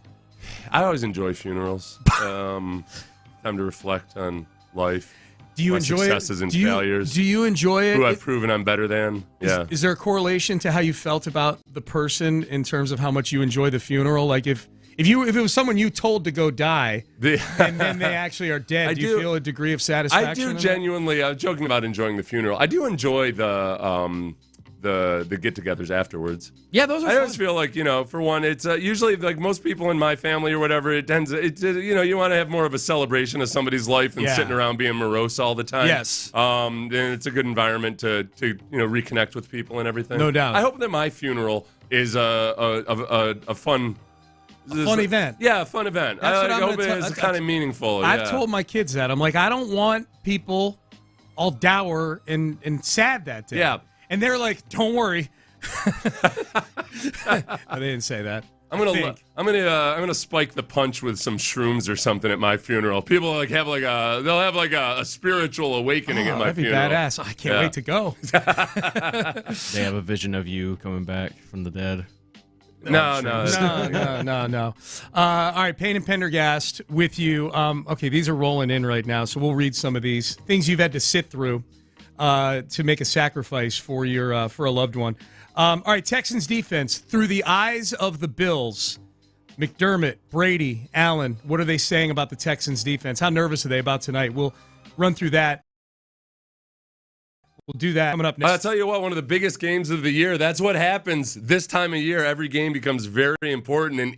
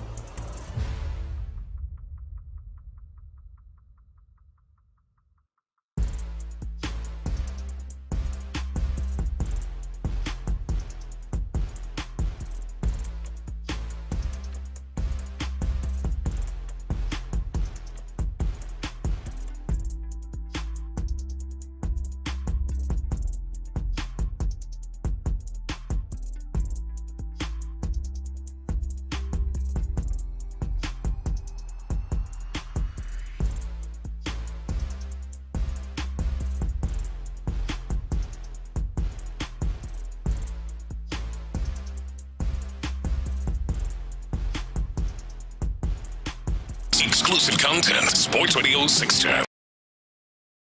The Texas Sports Station. Sports Radio 610 presents Payne and Pendergast. Sean and I decided to move to the Woodlands. Where everybody has their neighbors' phone numbers and everything. Right. Every time I drive through the Woodlands, I'm like, this is like a fantasy land. Oh, it's a Shangri-La, man. Yeah, but it's so far away from all the other things I need to do. Very far away. Very far away. We'll get to some of the answers that you guys have to the question. In the spirit of Bill Belichick, what are the worst sacrifices you've had to sit through to accommodate a loved one? Bill Belichick had to go to his girlfriend's adult cheerleading recital. Yeah, or competition earlier this week, whatever it was. I'll tell you one thing that actually you got to watch the YouTube of it. It's the crazy thing though about those, because the Ravens do kind of like a college cheerleading type of vibe. Yeah, and what they do is though, because you've got full-grown men, like tossing people with no rules or restrictions on what they can do. It's kind of cool to watch because they're throwing those women. It looks like 4 stories up in the air. Yes. So I bet Belichick actually enjoyed the athletic part of watching that adult cheerleading competition. Mm-hmm. It wouldn't be as bad as watching various youth theater groups try to muddle their way through James and the Giant Peach or what have you. No, that's true. Yeah, that's true. You know, they were, from what I watched on the YouTube, I'm like, oh, there's a lot of skill going on right there. I'm just not interested in any of it. I respect the gymnastic aspect of the whole thing. All right, the Buffalo Bills are in town tonight to take on the Houston Texans. The Texans' defense is the best in football this year. What is Sean McDermott, the coach of the Bills, seeing from the Texans' defense? Yeah, that's big. That are big in stature and yet have twitch to them, and really at all 3 levels of their defense. So it's both corners are really good, and their safety play is excellent as well. And so the front and the back end are working together. I think with Josh Allen, there's always a question of, okay, are you going to see hero ball out of Josh Allen, or is he going to play more within the scheme? And versus the Chiefs, Josh Allen was getting rid of the ball real quickly, doing a lot of things that, frankly, Cam Ward was doing some of those things effectively last week. He was getting the ball out of his hands really fast, but then he was just missing on some of the big chunk plays. Yeah. And the Texans, with 2 replacement players in the secondary, there were some opportunities there for the Titans that Cam Ward and that cadre of receivers couldn't capitalize on. I mean, all their best receivers who aren't all that great to begin with were injured.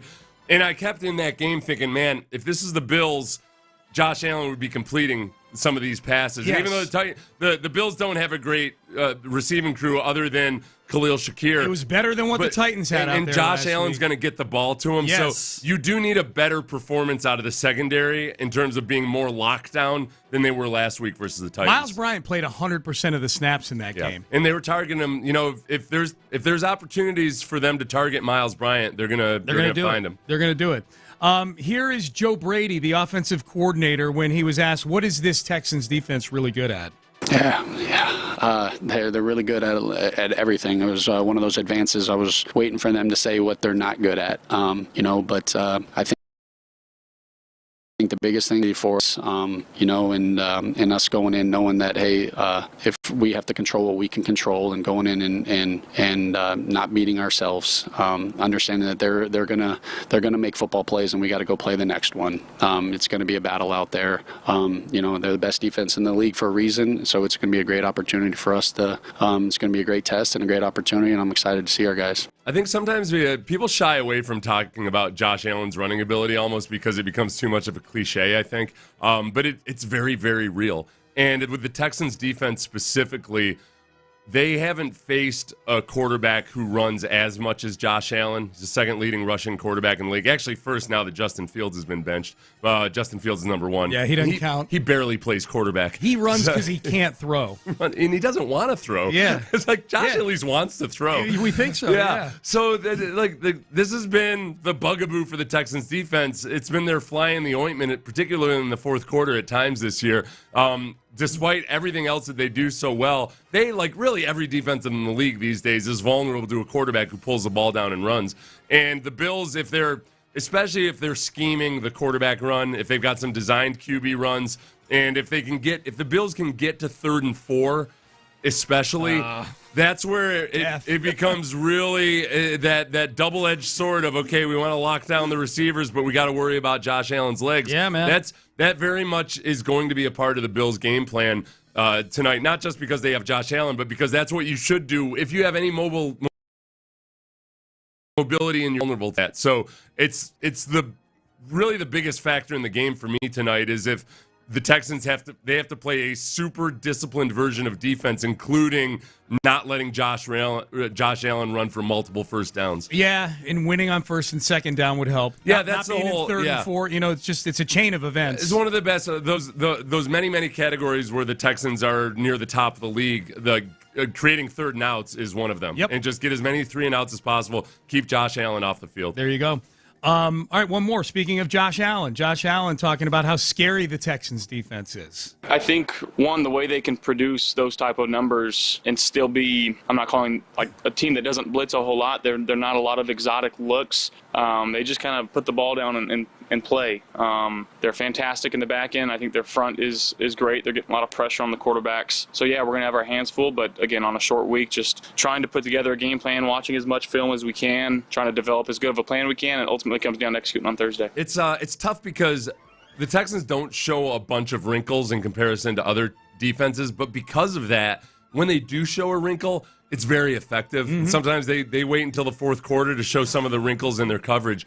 It's harder to do that when you've got 2 replacements in the secondary and guys are playing out of position at times. It makes it harder when you've got 2 replacements in the secondary to have Derek Stingley track the best receiver or to have Kamari Lassiter come down and play in the slot. It makes it harder to do some of the more exotic stuff. So it really does become this defense can they be at their best and not try to outsmart them or anything. Just do it with your actual ability. Yeah. The MJ Stewart injury is a underrated one. He had played, he was steadying back there. Yeah. Especially replacing C.J. Gardner-Johnson, who was going into business for himself, it sounded like, at least once or twice every right, game. Yeah. C.J. Gardner-Johnson was, in some of those fourth quarter letdowns, it was him specifically who was having huge blown That's assignments. Right. Yep. With when they're targeting Miles Bryant, it's not about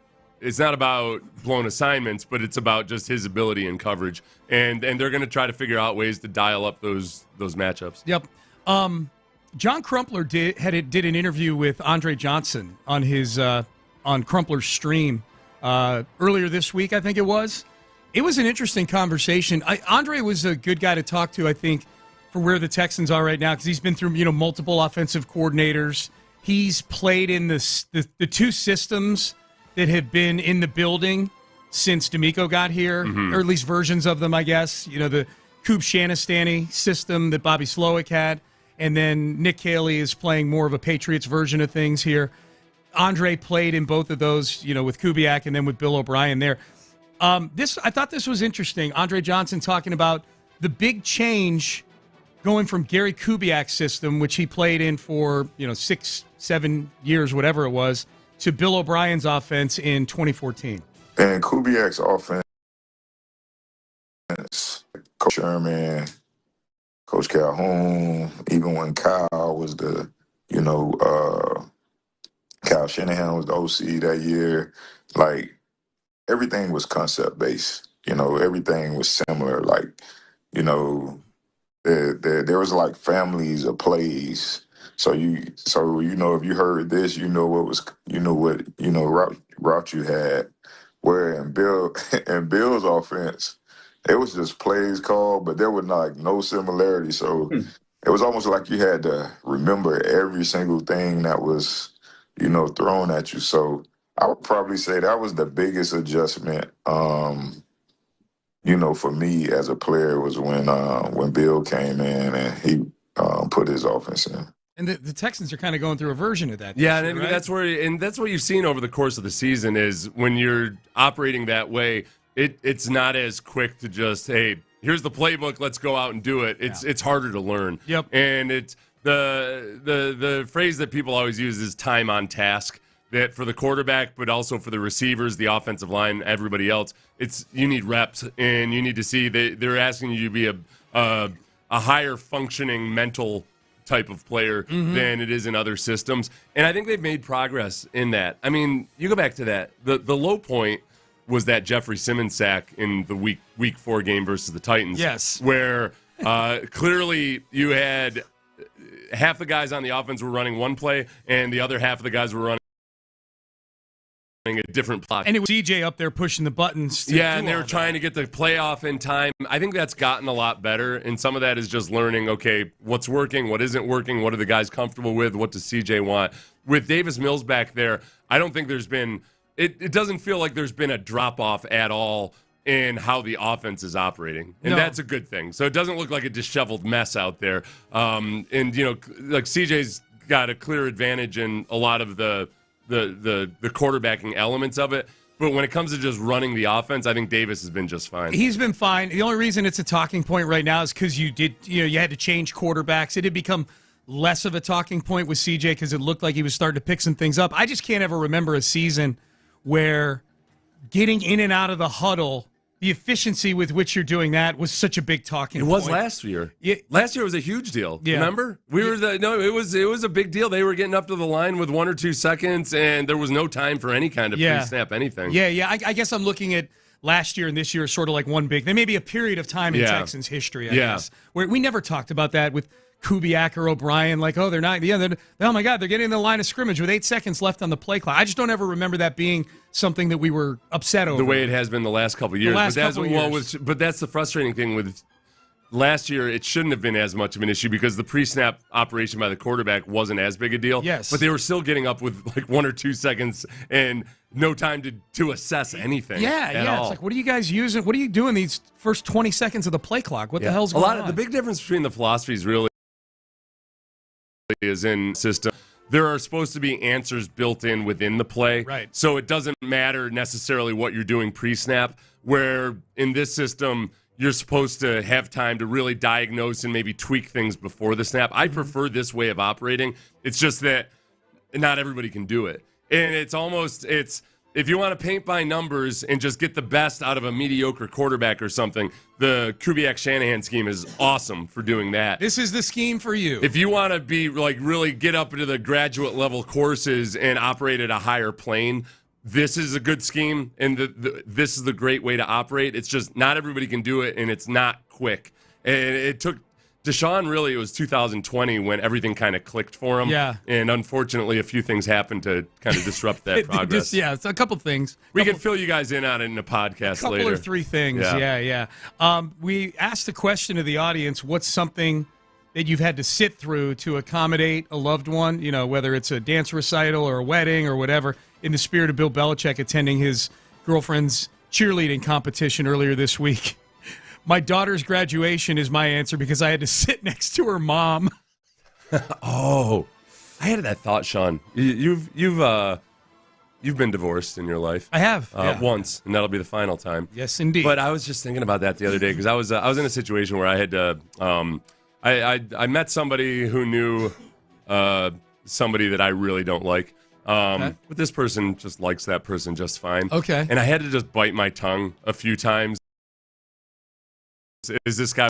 And I was just like, I'm not gonna be a jerk about this. I was just like, oh yeah. Do I know any of these people? You know some of the dynamics. You don't know him personally, but you know the person I'm talking about. Yeah. I've told you stories about this person who has every reason in the world for me to despise this person. Got you. And I'm just thinking as I'm doing this is really, really hard to do right now, to bite my tongue. I can't imagine what it's like when you're with an ex-spouse that you despise, but you have to grit through it for the kids. For 3 hours or more, and that person is face to face with you and saying all the things that trigger you, and you just gotta give it the old college try.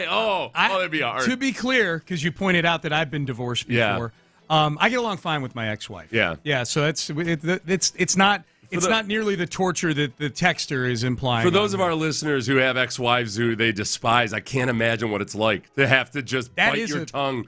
And when that person's right there. That is accommodating a loved one right there. Like whoever's event you're at, that really is a sacrifice. You got to have a mantra or something, right? Like for the kids, for the kids, for the kids, for the kids. Yeah, you got to keep. Meanwhile, sometimes that ex-spouse is talking all kinds of trash about you to the kids. Right. Where you're trying to be the good person and not talk trash about your kid's mother to them. We're pretty good. We were always good about it. My kids are pretty well adjusted. So they fortunately, we had our issues in the marriage, but parenting we did a pretty good job of, I think. So so there's that. ballet recitals are on the list here on the text page. Yeah, any kind of the performing arts, I think, is really tough. It's really tough with the performing arts because it's hard to call them performing arts when some of those kids are up there doing it. If you're not related to them, there's just no appeal whatsoever. Someone says, I've had to sit through 3 births. That's a tough one. Yeah. I've told the story like before. being there in person and seeing it. Yeah. I've told the story before. I'll make it quick. When my twins were born, they were very premature, 9 weeks premature. So my ex-wife had to have a C-section and everything, and I'm in the delivery room. I choose to say they were ambitious. Yeah. Yes. They were ahead of the curve. Trying to get ahead. Yeah. They were very, these kids are so precocious. Yeah, they just couldn't wait to get out and get at it. That's what I was telling Catherine as they were slicing her open. I'm like, these kids are precocious. It's a great sign. Yeah. They handed me my 2 kids who were 2 pounds 4 ounces and 2 pounds 8 ounces. You could hold them like chipmunks in your hands. Mm-hmm. And I said, you could have juggled them if it were triplets. I handed them back to the nurse and I said, I need a chair. I need to sit down. I got queasy. Yeah. I got queasy. I almost passed out.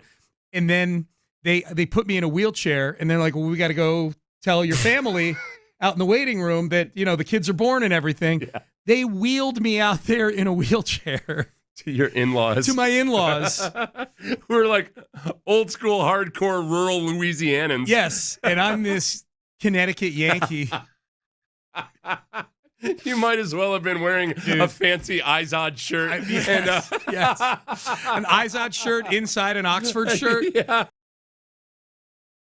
With your chinos, penny loafers. Fainting as your wife is in there on an operating table. It's a miracle it didn't work out. Yep. You're a good storyteller, Sean, because last night when we were having dinner with our auction winners there at Churrasco's, you were telling some story that I've heard like 29 times. And Wayne, one of the guys, he was like, I gave a genuine laugh at one part of the story. He was like, you've heard that story like 29 times. And I'm like, I don't pay attention all the time. So like every time it's new, I pay attention to a part of the story put or a little something. spice on it. Yeah. It was a genuine laugh. I was like, I have heard that story a bunch, but it's always funny. Thank you. I appreciate that. All right, well, you didn't soil yourself or anything though, right? You didn't go through like a big wet spot on your... We're back to the delivery of the kids. Yeah, like a wet spot on your khakis. No, I didn't. I never have. Good for you. Good for you. Thanks, man. Appreciate that. You're a manly man, you are. No poop. All right. Hey, 5 reasons I hate you. Normally a Friday staple at about this time. We're doing it today because the Buffalo Bills are in town. 5 reasons I hate you. Bills edition. Text in 713-572-4610. But first, we got the Mokaram Injury Lawyers injury report. The injury report. No big surprises here. The players who are out for the Texans are linebacker Jamal Hill. That's not the marquee headliner. Jalen Petrie and C.J. Stroud both remain out because Thursday Night Football is stupid and it's really hard to come back from a concussion in a short week like this. I know those guys have been out for multiple weeks. They probably would have played if this was a Sunday game. But the guy who's out is Dalton Kincaid, the tight end. Curtis Samuel, the wide receiver, is also out. Khalil Shakir did not participate in practice yesterday, but it was for personal reasons, so you should fully expect him to play today. Brought to you by MokaramInjuryLawyers.com. That was the Mokaram Injury Lawyers injury report. If you've been injured in an accident, call 281-222-2222 or visit MokaramInjuryLawyers.com. According to D'Amico, the Texans' turnaround from an 0-3 start has come down to one thing in particular. It's just about being laser focused, like focus on the task in front of you. Can't do anything about how we started. It's all about how you finish. And if you finish the right way, you're going to be in a good spot. But it's just remaining focused on the task and the target in front of you. Insider access, exclusive content. Sports Radio 610. The Texans play here. Texas Sinus and Snoring. That would be Dr. Ben Salento with Texas Sinus and Snoring, there you go. That was me, I don't know, about 10 years ago, getting horrible sleep. And it reached a breaking point in February of 2018. I think I was coming back from the Super Bowl. I had a bad sinus infection coming back from Minnesota. And at that point, I went in and just said, I'm going to kill 2 birds with one stone. I'm going to get the sinus infection fixed, but I'm also going to talk to Dr. Ben Salento about my sleep. Did a sleep test, found out I had horrible sleep apnea and a deviated septum. Got all that fixed thanks to Dr. Ben Salento, including the deviated septum, which was huge. Breathing through 2 nostrils instead of just one makes a big difference, I found out. If you suffer from any sleep issues or sleep apnea or snoring, sinus issues, allergy issues, Salento is the guy to go see. He can do the Inspire sleep apnea implant. Nobody's done more of those procedures in the state of Texas. Learn more about that with Dr. Ben Salento. Pilots go to him to get their sleep fixed. First responders go to Dr. Ben Salento to get their sleep fixed. These are people where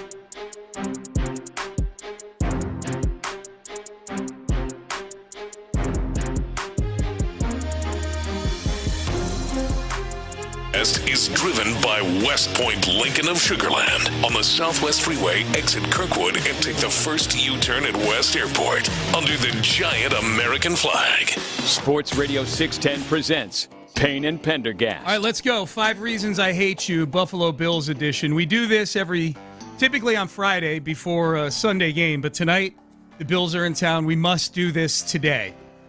So there will be no 5. Well, we might find 5 reasons to hate something tomorrow, too. We'll see. Let's do that. Yeah, we'll find something. Maybe the Colts. I'm always up for the Colts. Yeah, we could do 2 Colts. You're right. There's 100 reasons to hate the Colts. Mm-hmm. Maybe we'll do 5 of those tomorrow.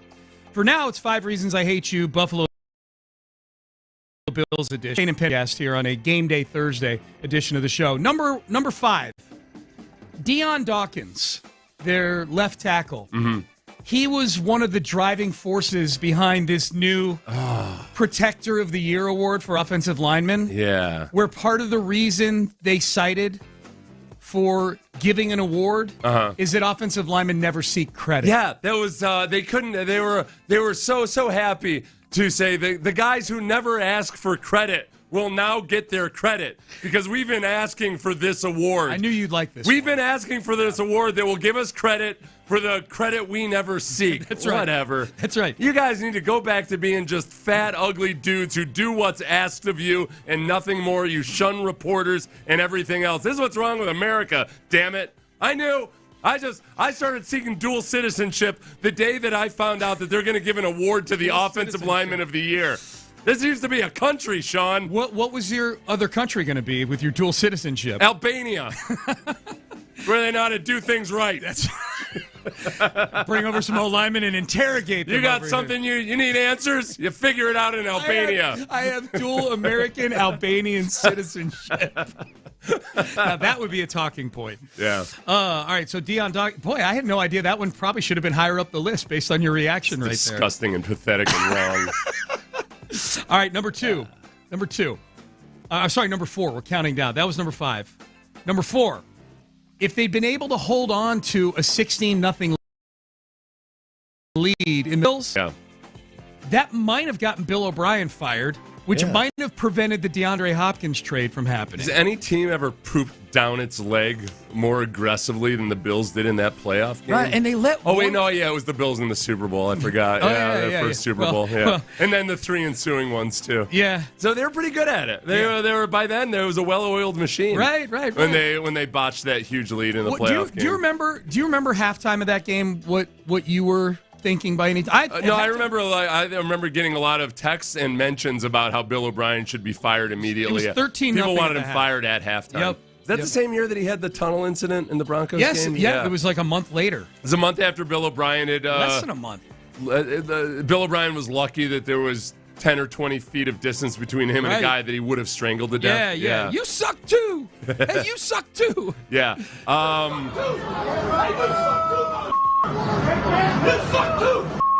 My favorite part about that is he's admitting that he sucks. You suck as well. You also suck. I might suck, but you, sir, equally suck. Yes. That's a good point, Sean. You suck too. You brought a new angle to that. I love that part of it. Oh, yeah? You suck. Yeah. So if they had just held on to that lead, as you point out, they had gotten good at pooping down their legs, DeAndre Hopkins might have finished his career as a Houston Texan. Instead, he's a journeyman now. Yeah, thanks a lot, Buffalo Bills. Yep. Well, they weren't the only ones to poop down their legs. The Oilers did that. This is reason number 3. Yeah. 35-3.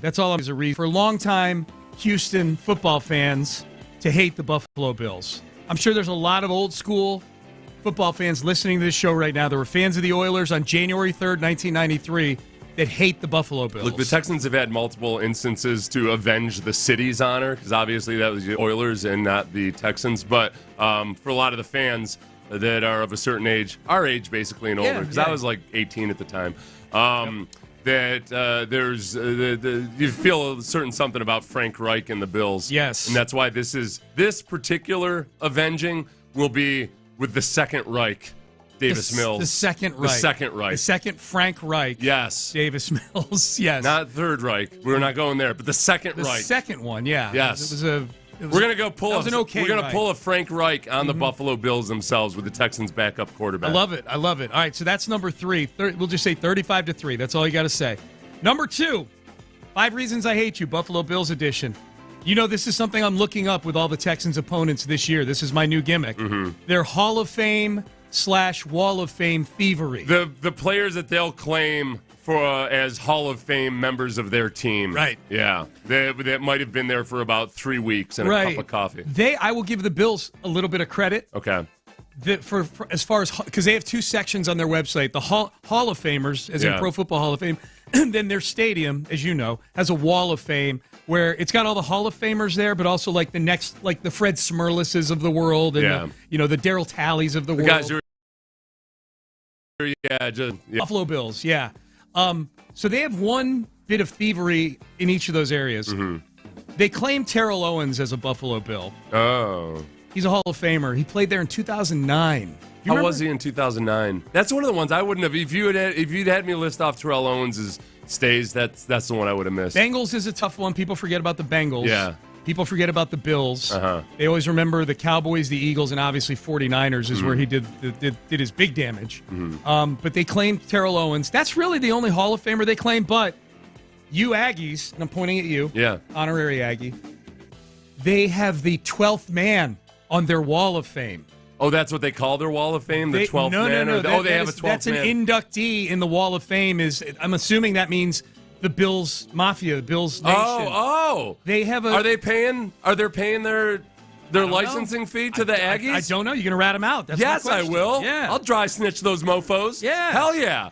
No, you That's don't. NIL You don't money. use 12th man without paying homage to the Aggies in the form of money. Yes. Yeah. They are treating the 12th man like it's one big multi-thousand-headed person and put it on their Wall of Fame. That's close enough in my experience as an intellectual property attorney. Yeah, hell yeah. Yeah, I feel like that's close enough. They're stealing the gimmick. Yep. They got to pay. Do we know how much the Seahawks pay for that? Like per year? I don't. What do you think? It's got to be a public record. So what do you think the chances are that AI gets it right if we ask it during the break?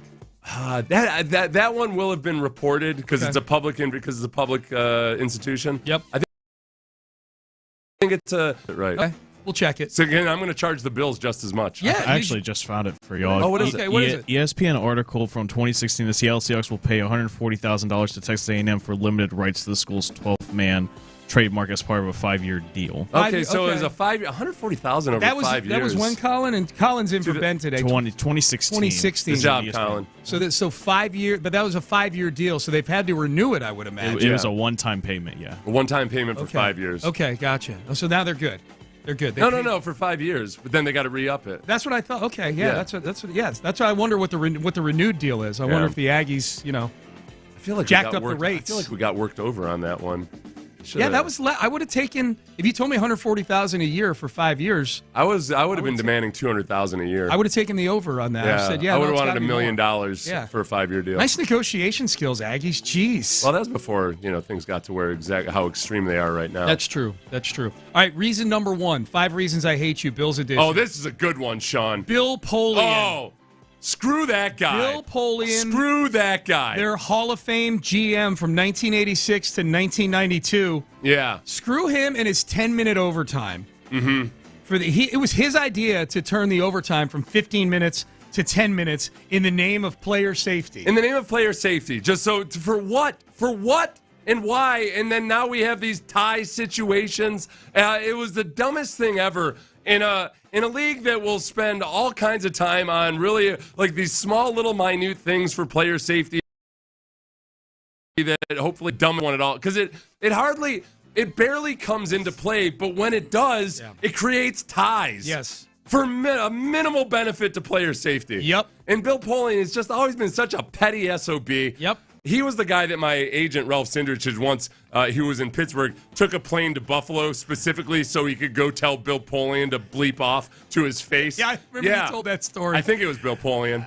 In this version of the story, it is. That made me love He Ralph was also, Sindrich. because remember, Bill Polian and Dom Capers were together at Carolina. Yeah. And then Dom Capers ends up here in Houston as Bill Polian is up in Indianapolis. And Bill Polian always found an opportunity to take these little digs and shots at at Dom Capers. Who's a very likable guy. Dom Capers is just a solid human being. Salt of the earth. Doesn't play that game. Meanwhile, he's got little squirrely-eyed Bill Polian taking little jabs at him through the media. I hated how all the little sycophants at ESPN thought the 10-minute thing was so awesome because Bill Polian thought of it. Right. They're like, oh, this is, you know what? This is, in the name of player safety, these are things we need to be doing. Like, no, reducing an overtime that doesn't get to 15 minutes that often. You should instead of lionizing Bill Polian, you should be putting him in an iceberg to float away off into the distance. Yeah. Yes. Okay. A lot of people texting in. Don Beebe stepped out of bounds. Oh, in that 35-3 game, they're saying he stepped out of bounds on one of the touchdowns that he scored. Don Beebe's kid played at Cornell. Oh, yeah? So, no, well, Steve Tasker's kid did. Sorry. Okay. I'm getting confused. Get your little white guys mixed up. Yeah. All right. Payne and Pendergast. Those are 5 reasons I hate you. Feel free to text in with any that you have, reasons you hate the Buffalo Bills. Up next, Tom Pelissero each year about this time does his hot list of head coaching candidates. So he's got the hot list of guys that will get jobs this year. Then he's got a long list of guys that should be looked at in future years. Should the Texans be nervous about losing any of these coaches currently on the staff? We will tell you who's on the list. We tell you who just made the list coming up.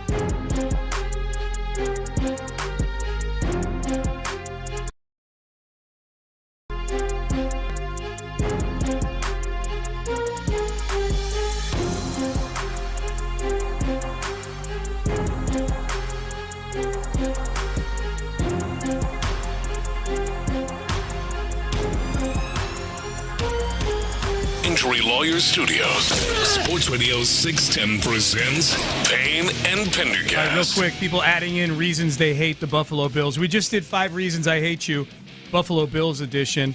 Number one reason I hate the Buffalo Bills, Josh Allen is so damn likable, it makes it hard to hate him, and for that, I hate him. Yeah, we'll go with that. He is likable. Do you like Josh Allen? I do, yeah. I think there's a lot of quarterbacks I don't like. There's kind of an understated style to him where he doesn't seem like he's really all about the stardom or anything. And he does, you know what it is for him? He has some funny commercials.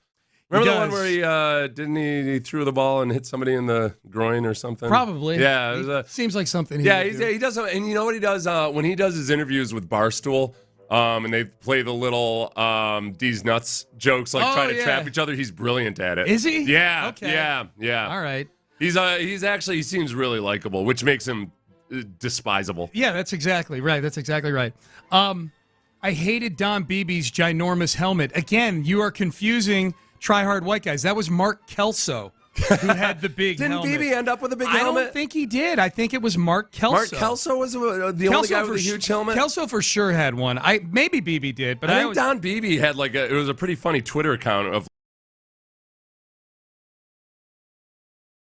like Don Beebe. I know Kelso did for sure. Yeah, Don Beebe wore it too, that cap over the, That was he wore it first, supposedly. Did he? Okay, yeah. And Kelso was like, hey, man, that's a pretty good look. It was like a hard-shelled Guardian cap. Yeah. Which is a better look in terms of, at least it looked like it kind of belonged on a football field versus the Guardian caps with the team logo on it. It just looks kind of ratchety, you know? Yeah, it looks like you pulled a piece of cloth over, like a shower cap on top of your helmet. It looks like you're wearing those pennies, the helmet pennies that they wear. That the special teamers wear. All right, so Tom Pelissero of NFL.com. Well, wait, real quick, since we're talking about that. Yeah. Remember you and I watched that clip of earlier in the year, Titus Howard talking about how, it was something like a Guardian cap but different, and Titus was saying how he would never wear it because it's stupid looking, or something. Yeah. And and then he misses time with a concussion. Now he's concussed. Oh. Yeah. You know what I think looks badass?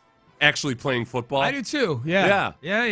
I'm going to start, you know what? I'm going to start shaming guys who are too selfish to wear the Guardian cap. Are you saying it's the football gods that gave Titus Howard a concussion because he mocked the Guardian cap? No, I think it's maybe hubris. I'll call it hubris. Hubris. Yeah. Got him. Yeah. Titus still has a little bit of that. That feels like something Laramie would say. Well, and again, in line with us hating the Offensive Lineman of the Year award, it's like, all right, listen, man, don't worry so much about how you look. Exactly. Worry about being out there and playing football. Exactly. I like Titus. Hot list of head coaching candidates. Tom Pelissero. Now, Tex fans are not going to have to look at this list to go shopping like they did 3 years in a row back in the early part of this decade. DeMeco Ryans is going to be the coach here.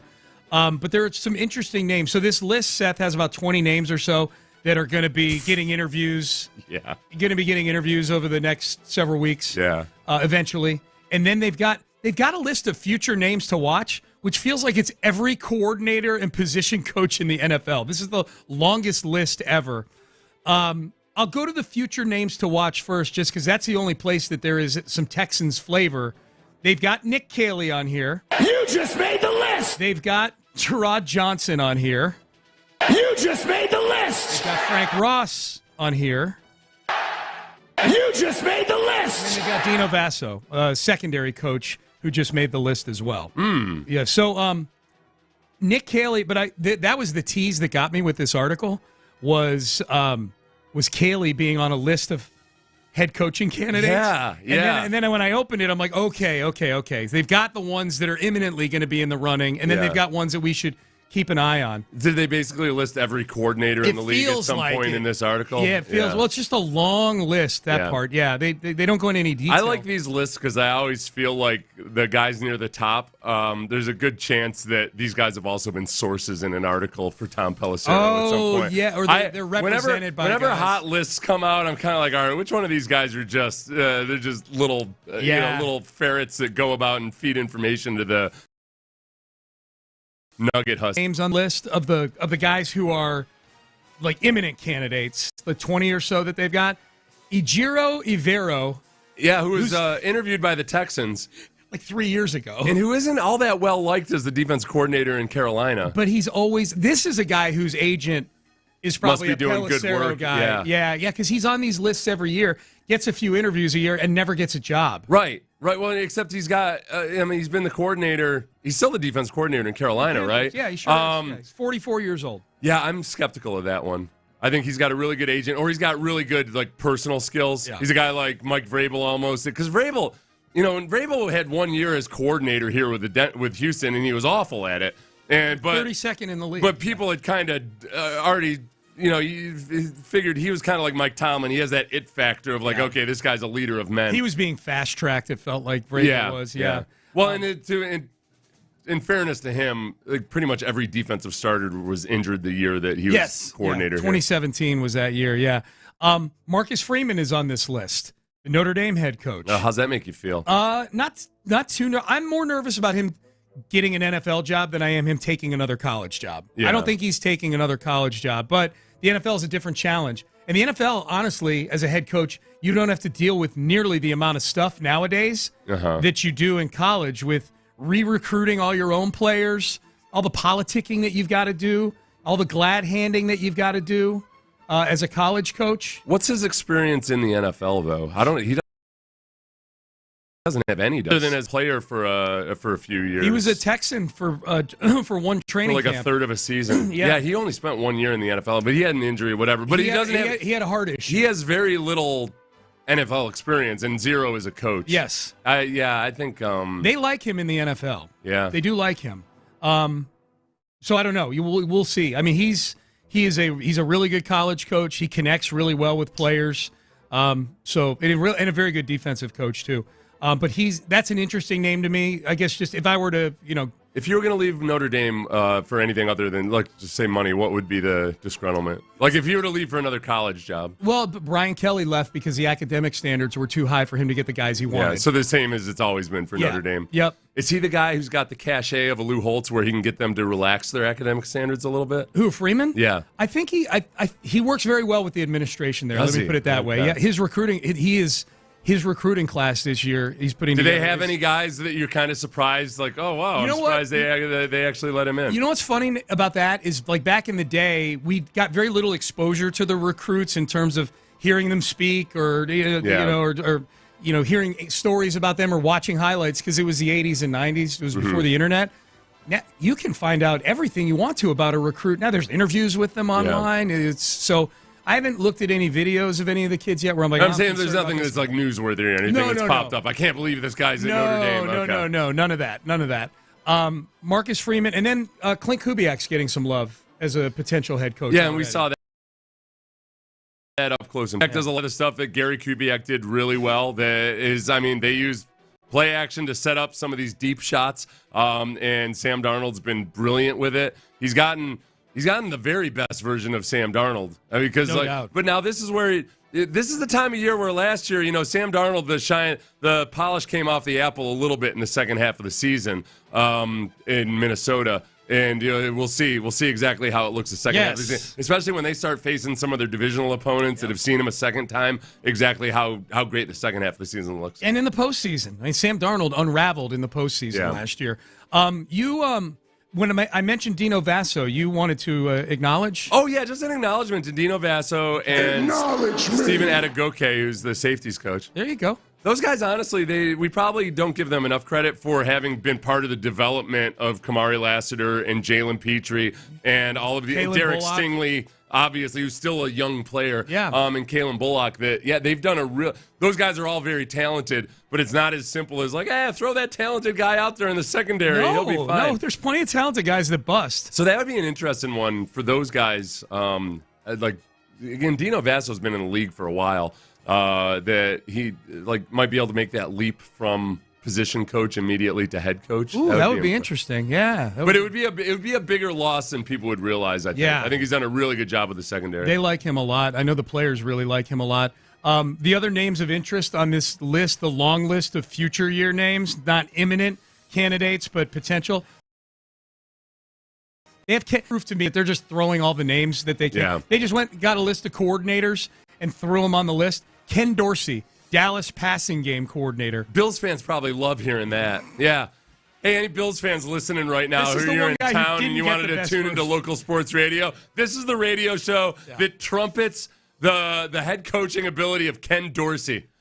Who is best known for mangling an iPad. Or flipping out in the booth. Yeah.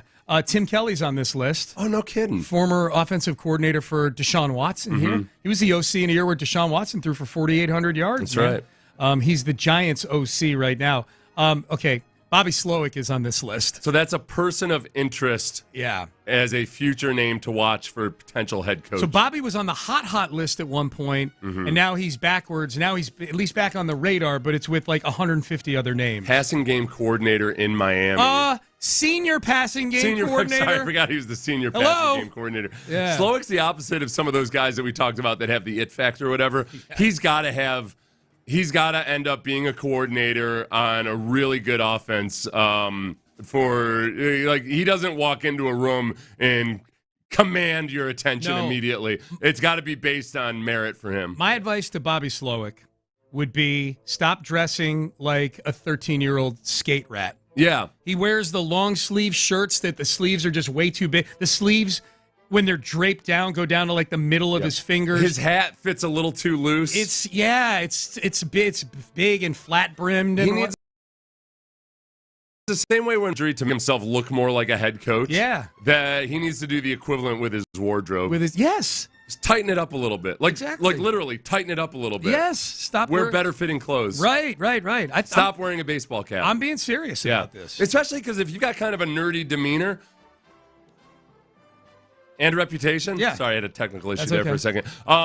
You can't also look like you're the president of the chess club in your junior high. Which he does. Yeah. It's sorry, Bobby. We're just trying to help you out here, all right? TJ Yates made the list. TJ. TJ Yates. Now, TJ, I think, has a little bit of that it factor, leader of men feel to him. He does. Always a very popular guy in the locker room as a backup quarterback. Came in and didn't look like a rookie, didn't look like a backup when he came in. He had the utmost confidence. Yeah. I could see him, and he's been a quarterbacks coach now in the league for a good amount of time. He's the Atlanta passing game coordinator. He's the passing game coordinator. Yep.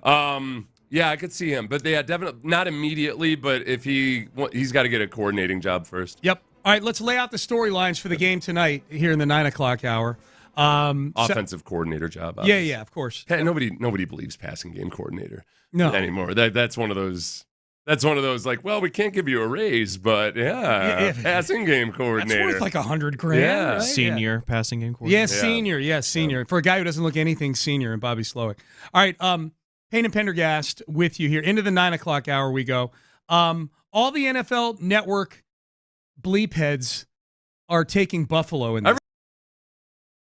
Every single one of them, I guess, polo shirt wearers. Taking Buffalo. What are the big storylines for this game? What is the biggest thing that's going to lead to a Texans victory tonight? We'll discuss that coming up next. But first, hey, let's get you guys out to TDCU Stadium on, thank you, there it is, on Saturday. TCU is coming to town to play the Cougs at TDECU Stadium, and you need to be there. It's senior night. Let's send the seniors off in style, man, and head out to that game. Tickets starting at just $25 for this game on Saturday at TDECU Stadium. The weather is good. We're going to get great football weather. Get out there early, tailgate, do your thing, and the Cougs right now, top 25 in the AP. They're 25th. They're 23rd in the playoff committee's top 25. So they're having a hell of a year. 8-2 to start the year. Let's watch them go to 9-2 this Saturday and honor those seniors. Tickets starting at just $25. Go to uhcougars.com/tickets. That's uhcougars.com/tickets or call 713-GO-COUGS. That's 713-GO-COUGS. Get your tickets today. Come early, be loud, wear red. The Texans have a quick turnaround with Buffalo coming to town for Thursday.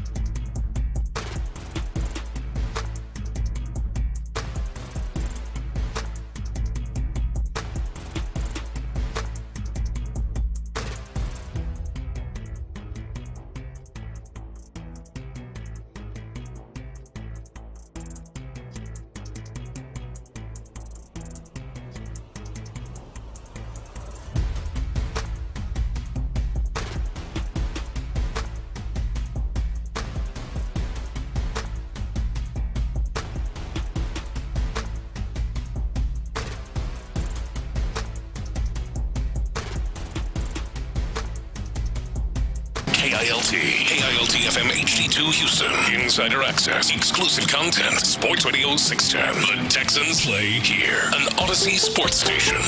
Sports Radio 610 presents Payne and Pendergast. All right, let's get to it here. 9 o'clock hour. Okay. How did this happen? The clock in here says 6 o'clock. That messed with me for a second. Oh, yeah. It's not, Sean. You didn't dream the last 3 hours. I know, but I'm looking up. I'm like, oh, my God. Okay, the mic broke earlier today. I had to do 2 hours of the show sitting across from Seth, not next to him. It's when you're an athlete, really testing me today. When you're an athlete and you're stressed out, you have these dreams that, you showed up to a game and forgot your helmet. Like anybody listening right now that played sports probably had dreams about showing up without their uniform or things like that. Mm-hmm. As a radio host, I've had nightmares about just making these incredibly stupid mistakes on air. Like I talked the whole show about how the Texans are facing the Rockets this evening or something. That's happened to me. Yeah, like really, really like an extreme version of some of the actually stupid mistakes I do make. How relieved are you when you wake up? Oh, so relieved. It's so relieving, right? But it takes. I'm glad I'm not the only one because I have dreams exactly where I make stupid mistakes on doing and producing stuff. Yeah. So I'm glad I'm not the only one. Yeah, you're not the only one. You're not the only one. Mine is that I oversleep the show. Yeah. That's mine. I oversleep the show. That's the worst is when that happens at like 2:30 a.m. Yes. Because it's late enough in the morning that you might actually just, all right, I'm just going to stay awake the whole time. Yep. All right, let's get into Texans and Bills here. The storylines, 4 storylines for the Texans and the Bills. First of all these NFL Network people, the graphic from the NFL Network, the videos that they do where they have the really funny dude that makes a lot of jokes. Yeah. And he gives a lot of, that's why it resonates with me and you. And then they do, here's what our experts are saying, and they put a graphic up with what team they're picking, and then the score. All 10 of the NFL Network people, everybody from Adam Rank to Bucky Brooks to Eric Edholm to Maurice Jones-Drew. Yeah. They're all picking the Bills. Mm-hmm. Every single one of them, you cowards. All of you. They are giving the Texans no chance. This is what happens on Thursday Night Football. Yeah. I'm reminded of this every time. It's that, okay, people don't put a whole lot of thought into it. No. I'm not going to give them a pass for it because supposedly they're professionals, Sean. Right. These are the guys at NFL Network who have managed to avoid sexual harassment charges and have kept their jobs. Yes.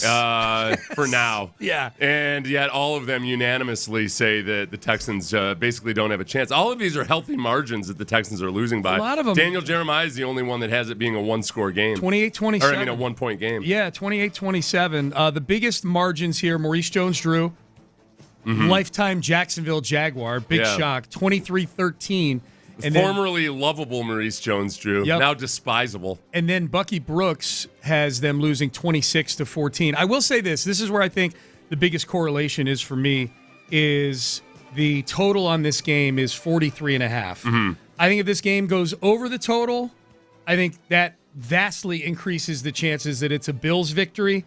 I think if this thing goes under the total, I feel like the Texans turn this into their kind of street fight. Yeah, it really is. I mean, even though it is a Thursday night game and it's easy to just kind of throw a day, this game comes down to the fact that you've got the best scoring defense in the league going up against Josh Allen. Meanwhile, the Texans have Davis Mills, who's performed admirably, I think, by backup quarterback standards in the last couple of weeks. He's facing a Bills defense that is a very weakened Bills defense in comparison to some previous years.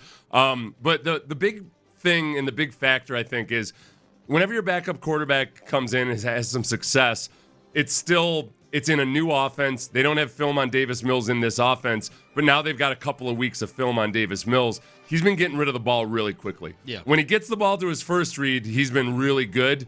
When he has to work into a second or third read, he hasn't been nearly as good. Is there enough film now for Sean McDermott and the Bills to see, all right, we're going to take away what he wants and what's been easy for him and make him really have to work for this? And is this Bills defense good enough to execute that? Their passing defense is much better than their rushing defense. Yeah, so let's hear from Davis. Let's skip down to Davis, Colin. Mills 4 challenges from the Buffalo defense. Yeah, I mean, they have a great defense.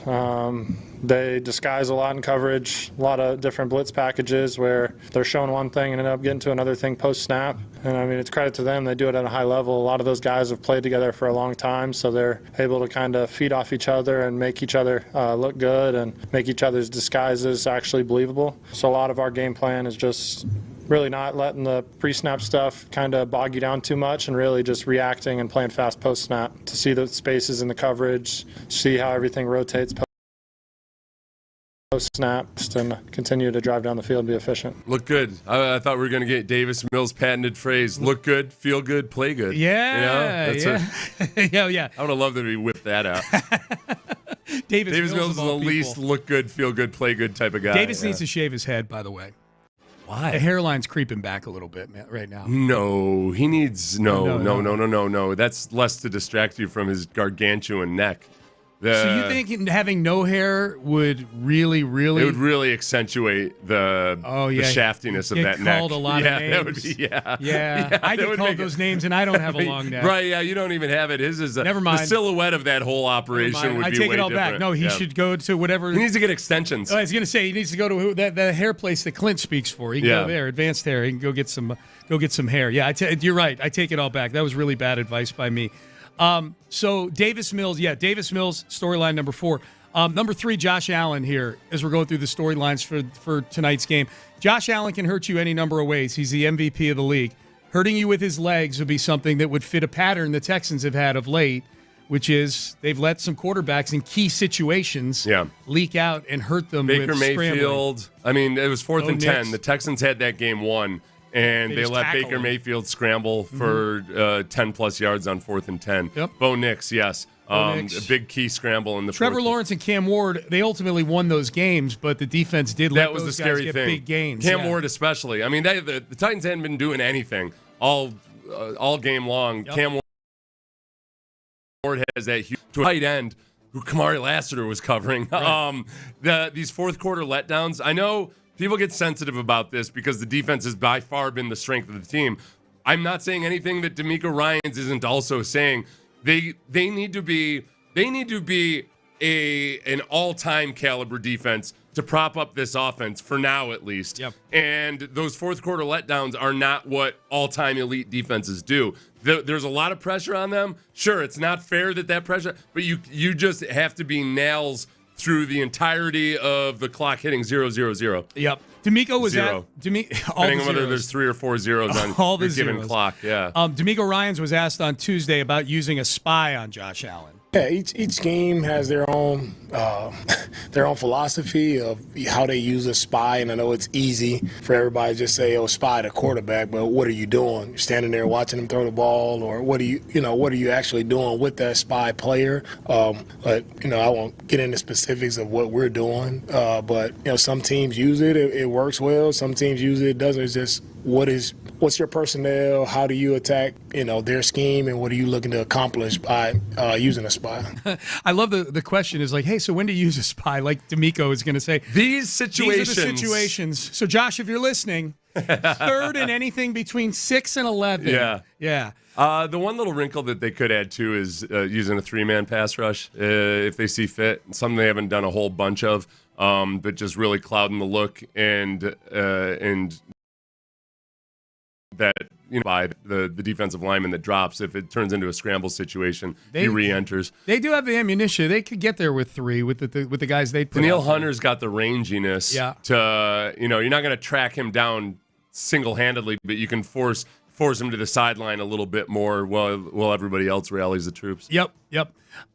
So that's Josh Allen. Yeah, what it is, like, for people get angry and say, well, they just put a spy on him. It's just really not that. It's just not that simple. It's that easy. Every team would have a spy on the quarterback all the time. When you take somebody and make him a spy, you take a player on your defense, and there's only 11 of them out there. You take one of those players, and he's not a pass rusher, and he's not really in coverage either. Mm-hmm. And versus good quarterbacks, of which Josh Allen is one, it can make it easier for that quarterback, especially if he realizes it's a spy situation. Josh Allen 0-3 at NRG Stadium with a 61.18 passer rating. It's really in those disappointing. 3 starts. Really disappointing that he's going to come in and do that for a 4th time. Yep, it's very, very sad. It's weird that he's got 1 touchdown, 0 interceptions. Yeah.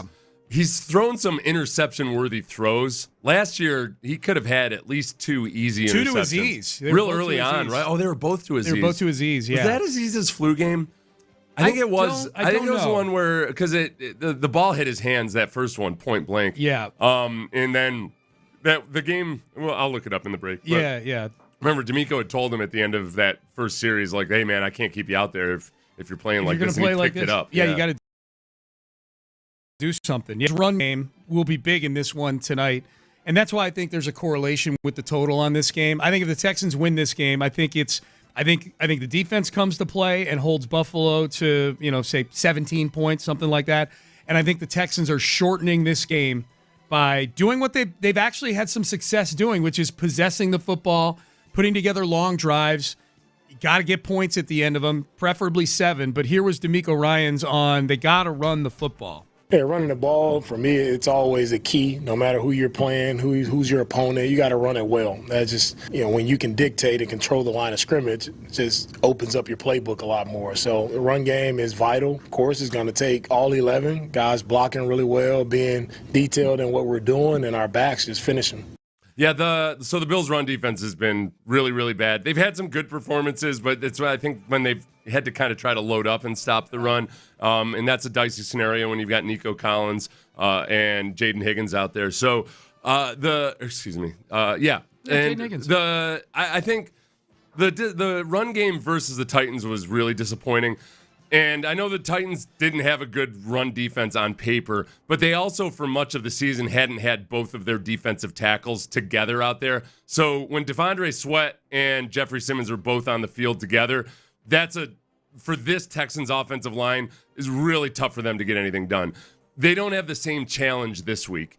And I think that the physical matchups aren't as drastically different. I think the Texans will be able to run the ball. So I don't think that all of a sudden the Texans are going to show up and run for 250 yards at will. Right. So it's just got to be back to what our meager hopes for the Texans rushing offense are. Hey, can you get 4 yards a clip steadily? Yeah. Not getting tackled for a loss, not getting stuffed at the line of scrimmage. I think they will be able to run effectively, enough to keep it in third and manageable. Yeah, I think so too.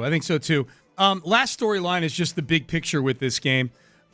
This is the beginning of a 3-game gauntlet that's going to decide the season, I think. I think this game at Indianapolis, at Kansas City, this is going to decide the season, and I think it's imperative that the Texans win 2 out of these 3. If you only go 1-2 in these 3 games, you have to be perfect the rest of the year. Yeah. You give yourself 0 margin. 9-8 is not going to get it done in the AFC this year, I don't think. No, and I like that this challenge came at this portion of the season. It would be preferable to have C.J. Stroud out there for all 3 games and then really, really see what you have at this point. But they have made improvements from the beginning of the year. Yeah. They've made some definite improvements offensively since the beginning of the year. This next 3 weeks, you can't just rely on the defense to go out and pitch shutout efforts all 3 weeks in a row versus these 3 quarterbacks and at least the way Daniel Jones is playing this year. Mm-hmm. So, we need to see continued growth, and hopefully with C.J. Stroud over the next couple weeks after this one. Yep. You can text in. Oh, okay, so this is why people were texting in, Boomer! Yeah. They were on the text page. I thought they were yelling at us, like that we had some Boomer take or something. Yeah. Like that. Hey, Boomer. This Boomer. Boomer that picked Boomer. the Texans? He picked the Texans tonight. Did he? All right. Yeah, he's not like those turds from the NFL Network that all think the plus, Bills isn't Boomer wasn't Boomer the one that, or is it Phil Simms that was roommates with Frank Reich, or was that Boomer? I think it was. No, it was Boomer. They both Boomer, went to Maryland. Every time they played and it was on CBS, they would have some nice little 5-minute segment about Boomer and Frank Reich being buddies, and it was really annoying. And they would go back and show highlights of the '93 game and all that. Yeah, they're both Terps. Yeah, they're Maryland Terrapins. So yeah. Oh, so good job, Boomer. Yeah, Boomer picked the Texans. Yeah. He realized finally that Frank Reich is no longer the quarterback of the Buffalo Bills. Right, yeah. 23-20, which was the score when they played last year, too. What's the over-under on this game? 43.5. See? See, he did the okay. If the Texans win, it's going to be the under. It's under. Now we had somebody else say Sean over 43.5 means the Bills vastly got their asses whooped. It means we ran the ball effectively and won 27-17. Oh, okay. That's 44 points there. Yeah, I don't know. I don't know if I think if they run the ball effectively, you got to remember they still have to punch the ball into the end zone. Correct. And they're so good between the 20s. Mm-hmm. If my proposal to shorten the field to 60 yards had gone through in the offseason, the Texans would be one of the best offenses in the league. Yeah. But the actual getting into the end zone is what's eluded them so far. It's a small detail. Yeah. It's a small detail. They can get it worked out. All right. There was a trade made last night. Normally, this level of player, I don't think has people feeling the kind of way they're feeling this morning. But is this trade concerning that the Astros made last night? We will talk about that coming up next. But first, I made this suggestion to Seth earlier today because he's walking around with his mug of coffee over there. And I said, hey, you know what? You know, they'll pick me up there. You can put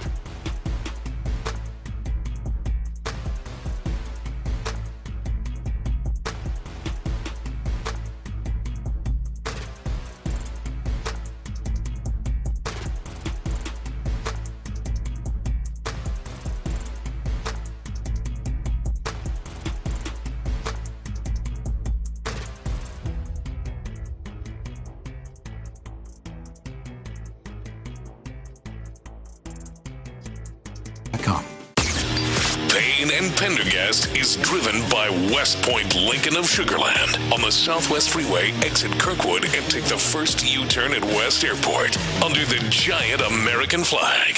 Sports Radio 610 presents Payne and Pendergast. All right, before we get to the trade that rocked our world last night, Seth, this was Boomer Esiason earlier this hour on the Infinity Sports Network Sports Minute, picking the Houston Texans. This is Boomer Esiason with an Odyssey Sports Minute. As Buffalo visits Houston tonight, the question is, can the Texans' #1 defense corral Josh Allen, who's coming off of a 6-touchdown performance? Texans team into contention by winning 2 straight, but this could be the season's ultimate test for the 5-5 Texans. I do sense a Houston upset, folks. Let's say 23-20. Enjoy the game on Boomer Esiason. Yeah, take that, NFL Network experts. Yeah, take that. Boomer Esiason, a man who I've never disagreed with aggressively. Yeah. Yes. Be more like Boomer. Boomer's know where it's at. Yep. Yeah. That's right. That's right. You want to know how the world needs to be set right? Ask a Boomer. Ask a Boomer. Yep. Yeah. 23-20. That's what that Boomer says right there. So that was cool. People very happy with Boomer. Dear Boomer, I take back my comments comparing you to Andy Rooney for now. Hey, kids, Andy Rooney. What a gig Andy Rooney had. Oh, just making. It's like 90 seconds a week. I think he was probably, that was back when they were paying all kinds of ungodly money. For TV? He just got, for 90 seconds, he was a grumpy old man. Yeah. On 60 the deal Minutes. with blah, blah, blah. Yeah. Yeah, he was, you know what? He was basically, he was like doing a Jerry Seinfeld comedy act without the comedy. Without the delivery. Yeah. It was a delivery, but it wasn't a comedic delivery. It was Andy Rooney, man. So last night, you and I are out to dinner with the auction winners. We had people pay a nice tidy sum to the Houston Food Bank to break bread with us at Churrasco's last night. Yeah. And it was a very pleasant dinner. We had a great time, a lot of laughs. Big kudos to John, who bought the dinner, and his friends Wayne and Steve that came along. The 5 of us had a great time until Steve pulled out his phone and said, "Hey, guys." And I don't blame you, Steve. I don't shoot the messenger. No, but it was weird. It was kind of it was a kick in the gut. It was a little bit. It was like the last thing I expected was to hear that Mauricio Dubon had been traded. Right. I did a literal double take. Yeah. And I kind of it took a little time for it to process. Like why did you trade a guy that's beloved, can do everything for you? I think his contribution to the team is above and beyond whatever any of the analytics show, because he's not. You can't fit him into a little pigeonhole. The value of having a guy that can play anywhere in the field at any given time can offer you some things at the plate. Yep. But still, defensively and his ability to play anywhere and everywhere he just felt like the ultimate, all right, this is a guy, this is still part of the old guard. Even though he got here in 2022, still part of the old guard of the lovable Astros who did things a certain way. It's on a World Series Everything team. about him felt like a Houston Astro from the golden era. Yeah. And now he's gone. Mauricio Dubon or whatever his name is. That's right. Yeah, you tell him, Captain Put some Mickey. respect on mispronouncing his name. You tell him, Captain Mickey. So the big reason behind, and so he's traded to Atlanta for Nick Allen. Am I right? It's Nick Allen. Nick Allen, who played 136 games for the Braves last year and has the lowest OPS of any Major League Baseball player over the last 4 seasons with at least 1,000 at-bats. He's got a 536 OPS. Now, he is only going to make about 800 Gs this year, whereas Mauricio Dubon is slated to make, the estimate is that he's going to make about 5 in arbitration when this is all said and done. So it is a clear cost-cutting move. Hopefully it's a cost-cutting move to then redeploy that money somewhere else. Right. That would be very depressing if the Astros all of a sudden are a team that's going, well, we need to cut a corner here and cut a corner. And they've done that a little bit. I mean, they traded Presley away last year to dump his salary. They've done some salary dumps, but generally speaking, it's been with guys that have kind of outlived their usefulness. You know, Presley was no longer Presley when they dumped his salary, and I didn't have any problem with that. Mauricio Dubon, for what he is, to me, is very much worth $5.7 million to a good baseball team. Because you're not even taking a guy that, okay, maybe what is his upside or whatever. I don't know. His best year offensively was his rookie year 4 years ago, and that was horrendous. Yeah. He's a versatile infielder. Just the infield? Right. Wait, whoa, wait a second. Yep. My versatile infielder plays every position except pitcher and catcher. And he could have totally played catcher. I'm just, if you asked nicely, and he definitely could have pitched because Chaz pitched at the end of the year. Oh, no, yeah. This is my feeling on this. This is, again, it's a lower level move. It's not like they just traded Yordan Alvarez or something like that. But Yordan plays into this. I am a little surprised that a team that experienced so much in the way of injury last year, that experienced so many injuries last year, would move on from a guy who can play literally every position but catch. Or if a guy goes down for a week or a month, you can plug Mauricio Dubon in, and you've got a capable, not only capable major league, he's a capable hitter. He is what he is. He's like an 85 OPS plus. He's a Gold Glove level player, utility guy.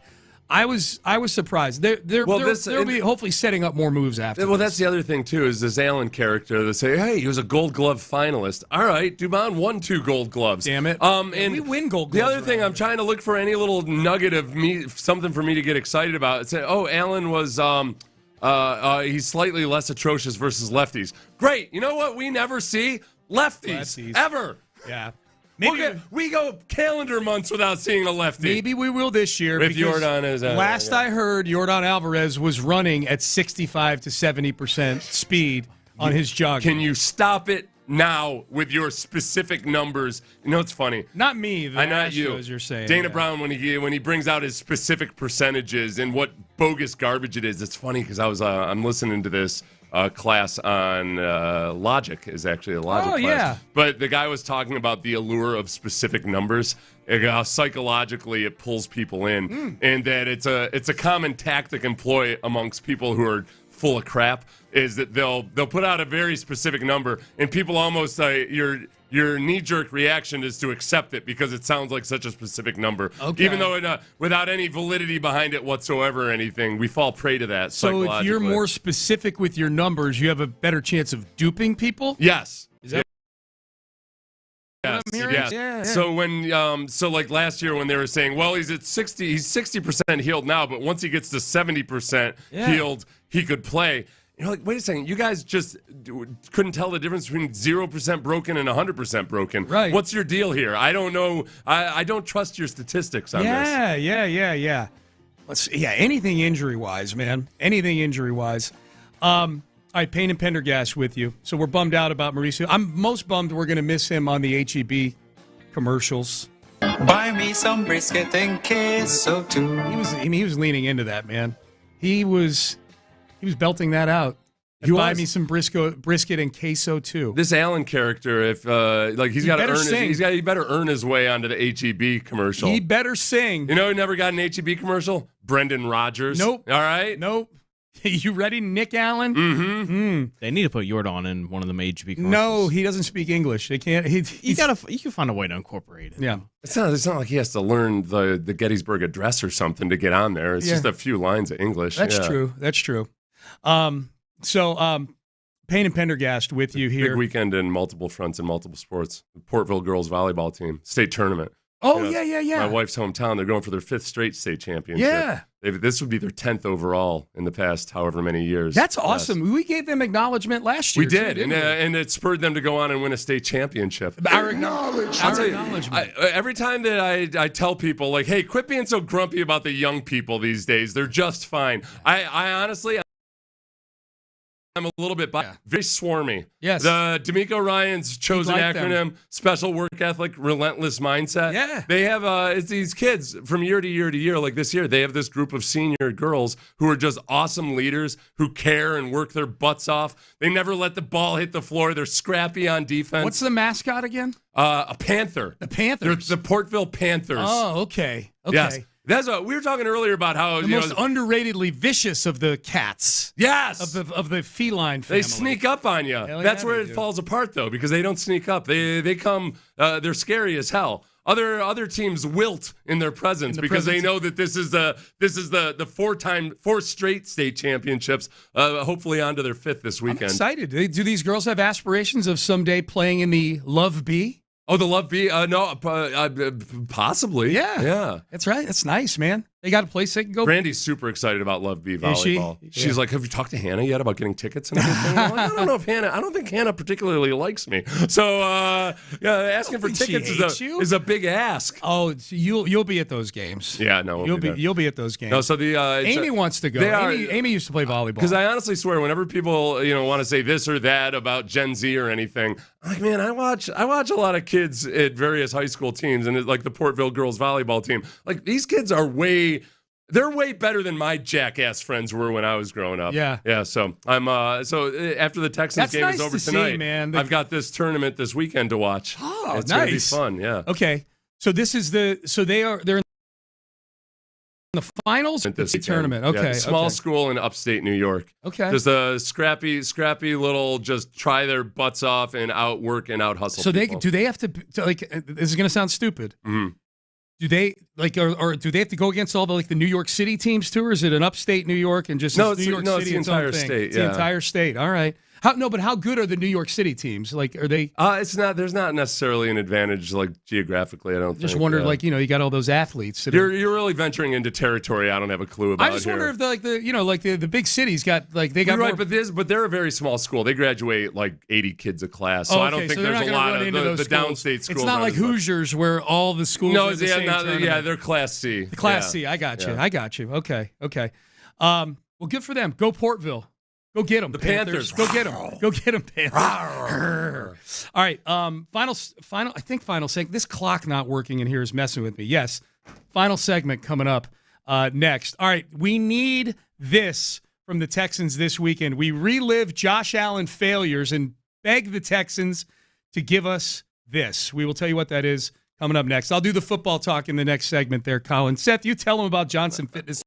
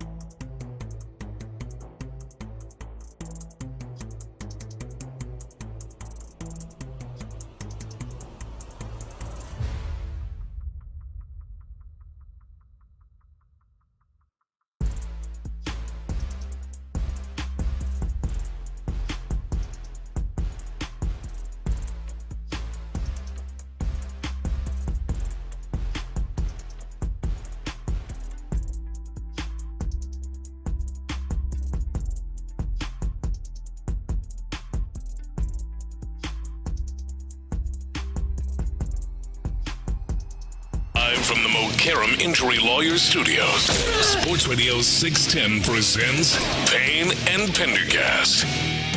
All right, Payne and Pendergast with you. Final segment. NRG Stadium has been a kind of kryptonite for Josh Allen and the Bills the last few times. The House of Horrors. We need more of that tonight. Mm-hmm. We need that tonight. Deion Dawkins talked about this in his media availability. He's the left tackle for the Buffalo Bills. He's been at all these games that we're about to hear highlights from. He's been in the building. It's tough to at NRG Stadium sometimes. You're talking about going to Houston? Specifically in that Specifically in Houston. Yeah. Right, because we have played some games there, right? Like we had the playoff game that one year, right? 19, right? That's what you're talking about. They had J.J. Watt. That was a minute ago, yes. I didn't even think about that. Okay. I didn't even think about it. I didn't even think about it, but we have played some weird games. It kind of feels like our first game was last year there because the entity of that team is different. Right? Like we went there last year, they had Diggs. It was like a rivalry thing. Oh, Diggs is there, da-da-da. So it kind of threw all of that other stuff away. But now that you say that, I would say overall, not really, because the energy from year to year and week to week changes, bro. It changes like drastically. And when you have players like over there that you used to like play with, it kind of starts a whole new slate. You can say that, Deion Dawkins. But last I checked, it's been a long-ass time since you guys won a game at NRG Stadium. The Texans have had the Bills number for a while now. Indeed. Yeah. It's that stadium. I know, look, there's going to be a lot of Bills fans there tonight. This might be the heaviest presence of fans. More than Denver? I don't know. I mean, Bills fans travel. Plus, they're always wearing they're wearing the Zubaz and everything, so they really stand out. I could see that happening. I just remember, Denver was crazy. It's just so weird that there's a fan base that's known for wearing the Zubaz. They're really comfy, though. I know. But it's like the Bills are the only. And it makes sense because those when Zubaz were a thing. Yes. And so, or Zubaz, I don't know how you pronounce it, but the fact that they've held on to them these many years, it's impressive. It is. It's impressive. Can you still buy them? I'm guessing you can still buy them, right? Obviously. I don't think they're making them at home. Yeah, okay. Well, I didn't know they're, like you said, they've kept them that long. These aren't 30-year-old Zubaz they're wearing. I might buy them. That's why I'm asking. Okay. They look comfy. All right, so reliving some of the magic. These games that Deion Dawkins is talking about have all come down to big plays at the end of games, at the very end. 2018, Josh Allen's rookie year. He's a month into his NFL career, and he's not very good at football at this point. Mm-hmm. Not NFL football, at least. And it was Josh Allen getting knocked out of that game, which necessitated Nathan Peterman coming in and throwing this pick six to Jonathan Joseph in a game that was tied at 13 late in the fourth quarter. 2nd and 10 Bills from their 25. Peterman takes the snap. He's looking left. He throws that way. It's picked off by Jonathan Joseph across the 15, 10, 5.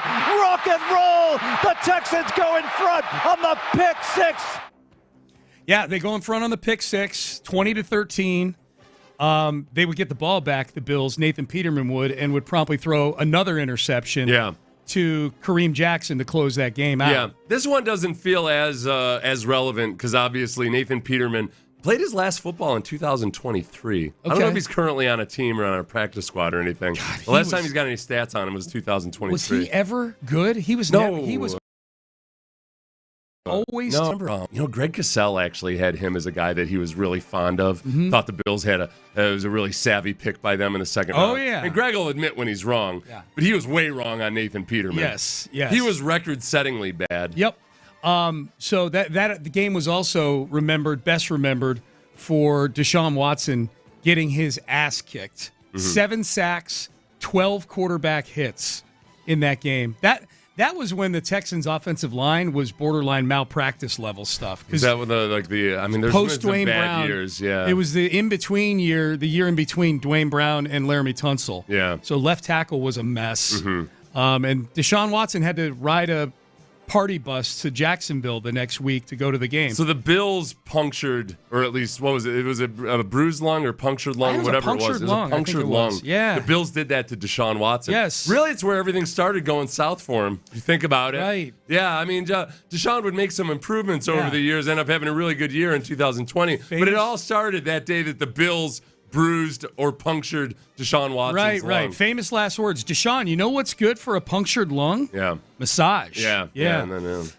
It was a bruised lung. Okay. So fact check there. Bruised lung. I thought it was punctured. It hurt, whatever it was. It was a combination of the bruised lung and ribs. Okay, gotcha. Thank you, Dr. Colin. 2019 playoffs, wild card round. Texans trail 16-0 at home in this game. Bill O'Brien's job is on the line at halftime of this game, possibly. And the way back, take a 19-16 lead. The Bills kick a late field goal to send the game to overtime. Both teams punt the ball to each other in overtime. So now a field goal wins the game. Mm-hmm. Texans have the ball about midfield or so. And Deshaun Watson is dead to rights. 2 Bills running right at him. And this happens. 2nd and 6 at the Bills 44. Here's the snap. Here's a blitz. Watson in trouble. Watson escapes to the right side. And Watson throws it to Jones. Cutting inside 40, 35, 30, the 25, 20, 15, and down to the 10-yard line. What a play!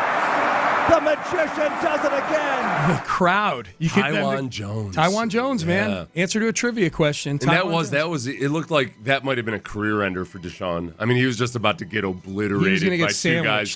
He was going to be like that middle silver ball and the clacking balls when you take both sides on the outside. And he was just yeah.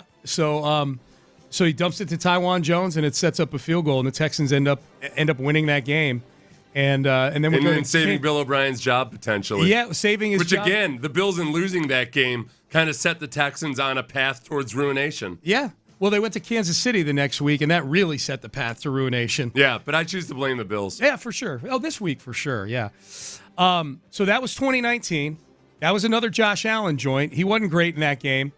And then there was last year, the game that was widely viewed as one of, if not the worst game Josh Allen's ever had. Mm-hmm. 9 of 30, 131 yards. That's pretty crazy. Like, he won the MVP in a year where he had a game. That was, for me, the deciding factor. Like, obviously, I was very biased by my personal experience of having watched that last year. I watched Lamar Jackson just completely eviscerate the Texans to a degree of which I've rarely seen a team eviscerated on Christmas Day. Yeah. But then also in person in that same stadium, I saw Josh Allen look very, very mortal. Yeah. And for me, that tipped the scales in favor of Lamar Jackson. That's what you're from what you saw there. That was and it was just like everything else. It was a pretty dead heat between those two. Yep. But for me personally, that was the difference. Look, the pass rush in that stadium is different than many other places. It's just those guys coming off the edge with the home field advantage on that surface. Mm-hmm. It's turned a lot of good quarterbacks into the worst version of themselves. And with Josh Allen, it's become a little bit of a theme with him at NRG Stadium. So I think that's very much if you're trying to handicap this game, I don't think that's just some sentimental thing. Like, that's a genuine factor, is just how effective this pass rush was last year versus Josh Allen. If the game gets put in the hands of the head coaches at the end of the game, if it turns into a chess game where there's game management going on. You've got defensive-minded coach versus defensive-minded coach, both of whom have taken a lot of slings and arrows for some of their game management decisions. D'Amico more recently than McDermott, but McDermott got killed last year when they got the ball back, Buffalo did, with they got the ball back with about 30-some-odd seconds to go, 40 seconds to go, and somehow found a way to only burn 25. They had to punt the ball back to the Texans. Yeah. They were running plays when the thing to do deep in their own territory was, after the first couple, like, let's just get out of here. What did they run? Okay, so they got the ball back 1st and 10 at the Buffalo 3 with 32 seconds left. Yeah. Josh Allen, incomplete deep pass to Keon Coleman. Yep. 2nd and 10 at the Buffalo 3. Josh Allen, incomplete deep ball to Mac Hollins. Yeah. This is even worse than the D'Amico one against Denver. They were on their own 3. I remember they botched it, but that was bad. On their own 3. I'm glad you asked. You could burn clock and create room to punt. Oh, my gosh. 3rd and 10 from the Buffalo 3. Josh Allen, incomplete deep middle to Curtis Samuel. My gosh. So they burned 20-some-odd seconds off the clock. No, they only burned like 10 seconds, 15 seconds, because the other 10 was the punt that they then executed. So they punt the ball back to the Texans. What an idiot. Yeah, punt the ball back. I think if I remember, the debate afterwards was whether Josh had checked into those plays or not, if I recall. on the Buffalo side of things. Yes, it was. Yeah. It was. That was a debate. The Texans only had one timeout. The Texans. No, wait. Timeout number one. The Texans had all three of their timeouts left. Mm-hmm. So they get the ball back at the Buffalo 46, and with less than 10 seconds left. And remember, CJ had that little dump pass to Dario Gumbawale. Mm-hmm. CJ had to kind of maneuver a little bit, and he dumps it, and Dario Gumbawale goes and gets 5 yards. Yeah. Which gets you to a 59-yard field goal. Yeah. And the Texans win. I mean, there's not a butt in a seat in this. 9-yard attempt for the win. Weeks with the snap. Tommy Townsend with the hold. And Kaimi Fairbairn with a chance to give the Texans the victory. Here's the snap by Weeks. The spot. Here's the kick by Fairbairn. Has the distance. And it's good! Fairbairn wins it at the buzzer! The Texans beat the Bills! Hey, you know what? One of the things I loved most about doing the pregame show is that they play the pregame show in the elevators and that we use to get to the press box, which is also the same elevators that the coaches use to get to their boxes up in the booth. And I always love thinking about the opposing coaches riding up in the elevator and if they happen to be listening at that moment. So I'm going to have to be sure to maybe like every 3 or 4 minutes during the pregame show mention how stupid the Bills coaching staff was at the end of that game. Like what idiots they were, because that's not going to be McDermott riding up in the elevators. That's going to be all the guys who worked for McDermott and some of the guys who were involved in the poor clock management decisions at the end. I'm going to remind them of how either stupid they were or how stupid their coworkers were. Yes. Yeah. I'm trying to remember what was going through my head as I'm watching 3 of the dumbest plays that I think I've ever read to myself ever. 1st and 10 with less than 30 seconds at your own 3, and they threw 3 deep incomplete passes. They may as well have had Anthony Richardson calling plays at that point. It was really, really dumb. You know who I would blame? Same way we blame teams trying to mirror what Tom Brady is, and like Brady sucks. Anyway, ironically, Josh Allen sucks teams into failure when they get a big quarterback who's inaccurate. Like, well, Josh Allen became accurate.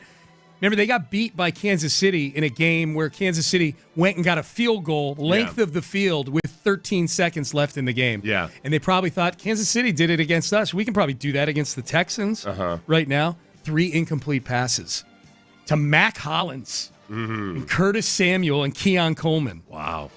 No Khalil Shakir in that game last year. Yeah, that was a big difference last year. No Khalil Shakir. And it's weird to say, like, well, of course he had a horrible game. No Khalil Shakir.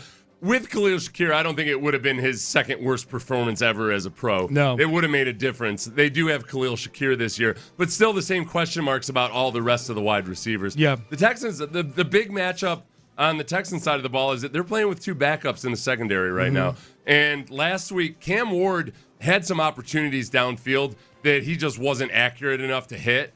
Josh Allen would have made a few of those throws, so they got to clean it up some, and hopefully with an extra week of experience that they can be a little bit cleaner on the back end. But they've got to be more of in a lockdown mode than, because remember the Titans didn't have their best receivers out there, and their best receivers aren't good either. No. So, like, those, you can't have those little blips on the radar the way the Texans did last week. You're wondering, why were they even throwing to Kinsey? Well, he was the only guy left. He was the go-to guy. He was the go-to guy. Yeah, they lost DK and Ridley. By the way, $34.20 if you want some Zubaz delivered by Saturday this week. Oh, okay. Yeah.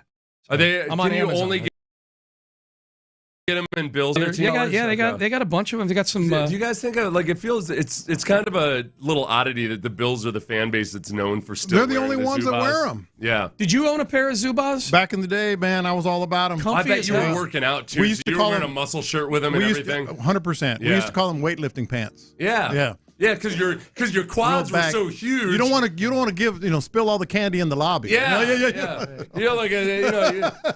Lopez with those thunderous quads of his. Right. He couldn't be. Was he going to be working out in denim jeans the way he usually does? You No. called them weightlifting pants. What exactly were you doing in them? I was lifting weights. You were? Yeah. And going to class and going out. It was a really regrettable time, Reginald, in male fashion history. Because the other thing that guys would do if they were bodybuilders is they would just wear the spandex with a fanny pack. Yeah. You'd walk around Disney World and everything, and you'd see bodybuilding type dudes walking around in public with bike shorts and a fanny pack. Well, yeah. And owning it. Yes. Owning it. You're looking Yeah. at The confidence is all the. You're is all- looking at one. The fanny That's really pack, a part of it. You go find any picture of wrestlers from the late 80s or early 90s, like out in a social situation. I'm talking wrestlers like WWE Sure, no, wrestlers. for sure. All fanny pack. The fanny pack was a big. You got to carry your creatine around, you know? Yeah, that's right. That's right. Amongst other things. Yeah, that's the classic image of Dwayne The Rock Johnson is in the turtleneck with the gold chain and the fanny pack right there up front. Indeed, The bike shorts was weird, though. It was really weird just to see grown men walking around in those little skimpy bike shorts. I mean, with their atrophied testicles barely poking through. The show not for you. Yeah, exactly. How you doing, guys? How Great. you feeling? How you doing? Well, mostly great. Why mostly?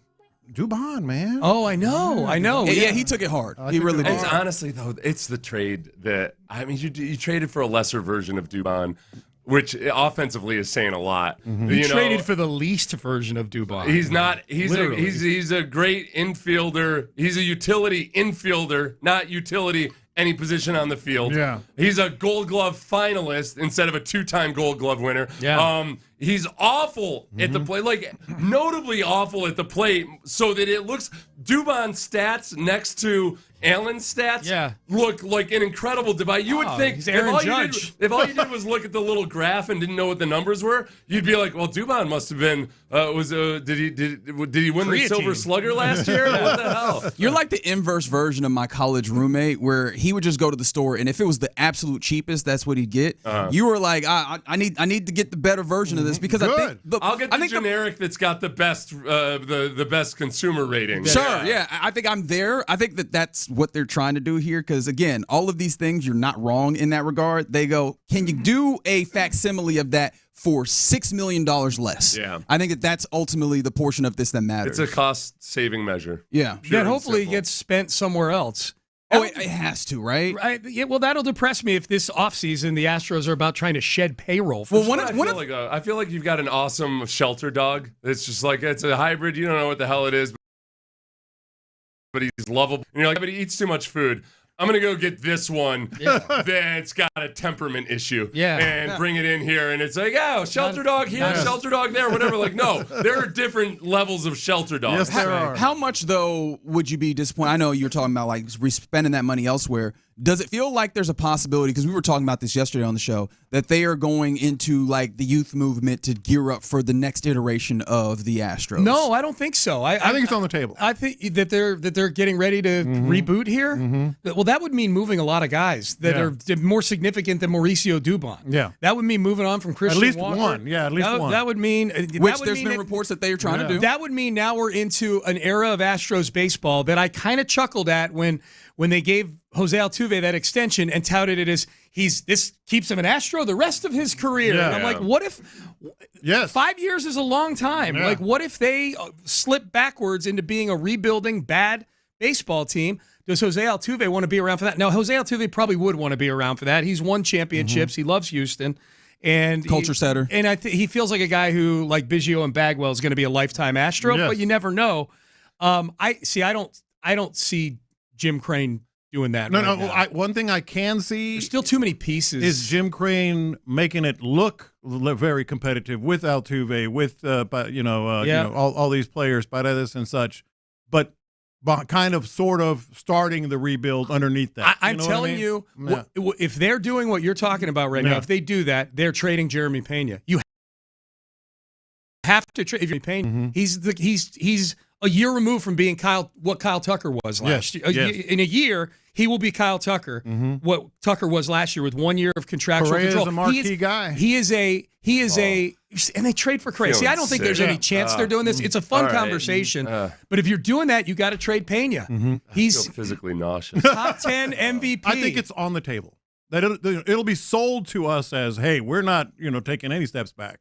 But there's going to be a big move like that. Now, the other option is the more plausible one. They're going to get a pitcher, but I think there's a better chance there's a big move coming because they made the Walker move last year. They made the Hader move the year before that. They made the Abreu move. It didn't work, but they've had a big signing each of the last 3 off seasons. So I do have a couple questions for you guys. Okay, yeah. Oh yeah, question of the day. Well, we'll get to that in a second. But my question: did you think about me in bed last night?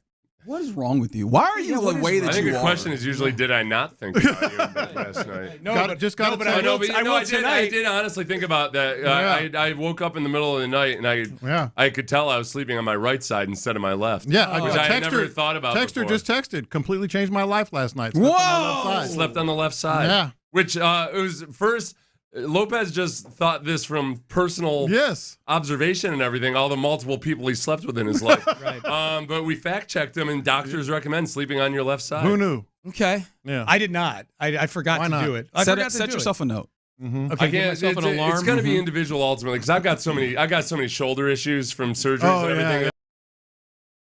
Yeah. I have a hard If you not play NFL football, then maybe sleep on your left I am side. not going to do it tonight because I'm only getting about 3 hours of sleep tonight. So I don't want it to be. I don't want your hypothesis or this theory to be poisoned by the lack of sleep I'm getting between the post-game show and Payne and Pendergast tomorrow. This is true. You're listening to KLTM, KLTM FM HD2, Houston and Odyssey Sports Station. Crosstalk brought to you by DNM Auto Leasing. Question of the day before we get out of here?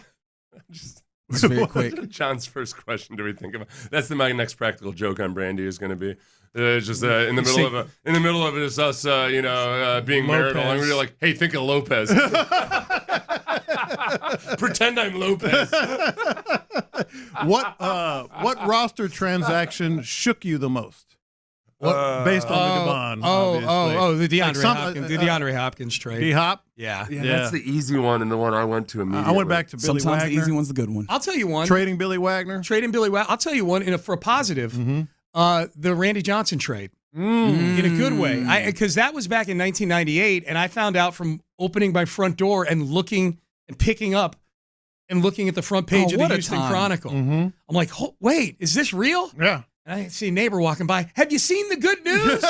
I'll tell you what. Extra, read all about it. You know what the one, okay, this was in a weird way because I don't think it shook me, but it was just so surreal and an indication of what we had come to was when the Texans released J.J. Watt.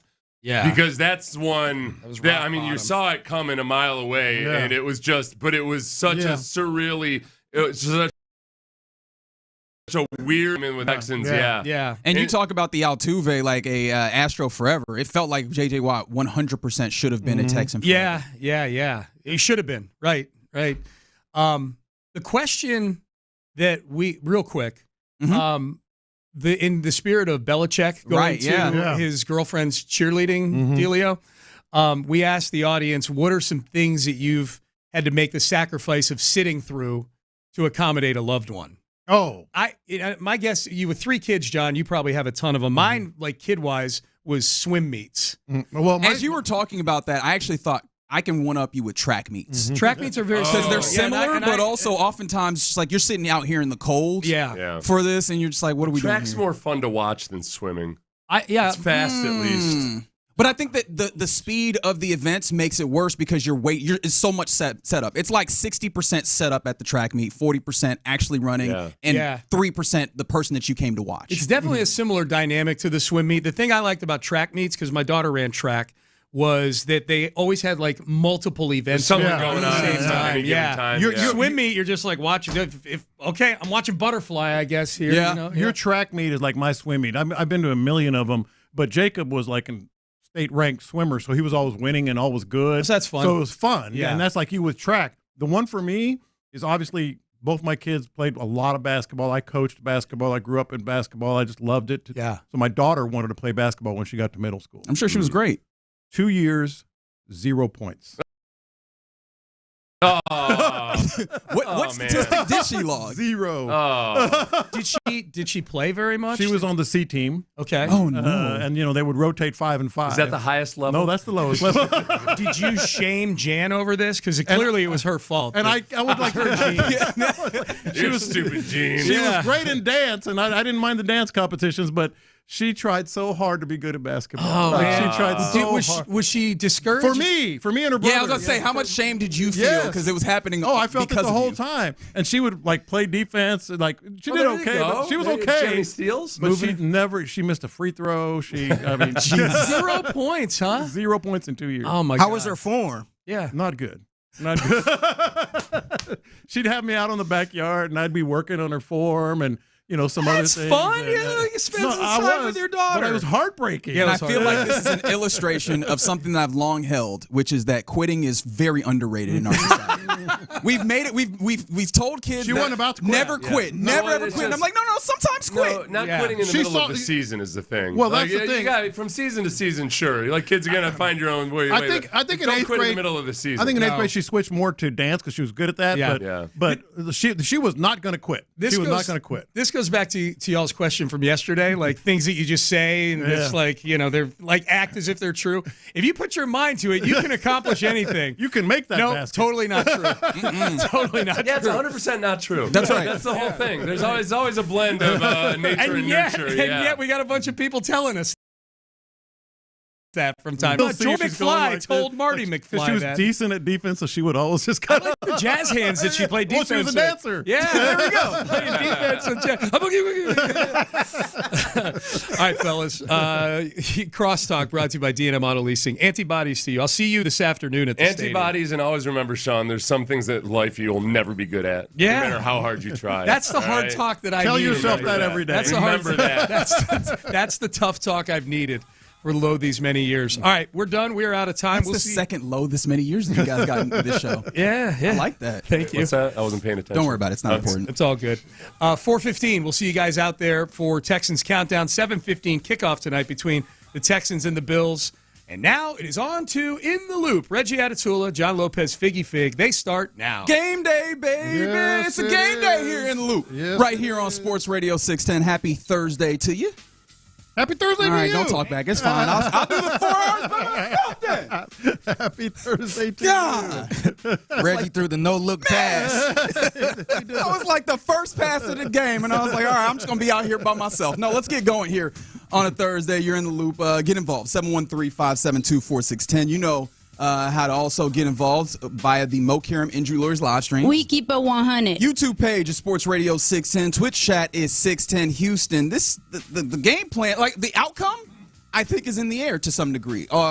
You can look at various different people calling this, and you will get different answers. But a lot of them are going one way. However, you could see certain ways that this game ultimately finishes out. But the way that the Texans play this can't be. It's not a complicated look. No, the formula for both teams, to be honest, is simple. We know it. They know it. Everyone knows it. Texans run the ball well against, I believe they're the second worst rush defense in the NFL. Oh, at least via DVOA. Yeah. Then they're probably going to win.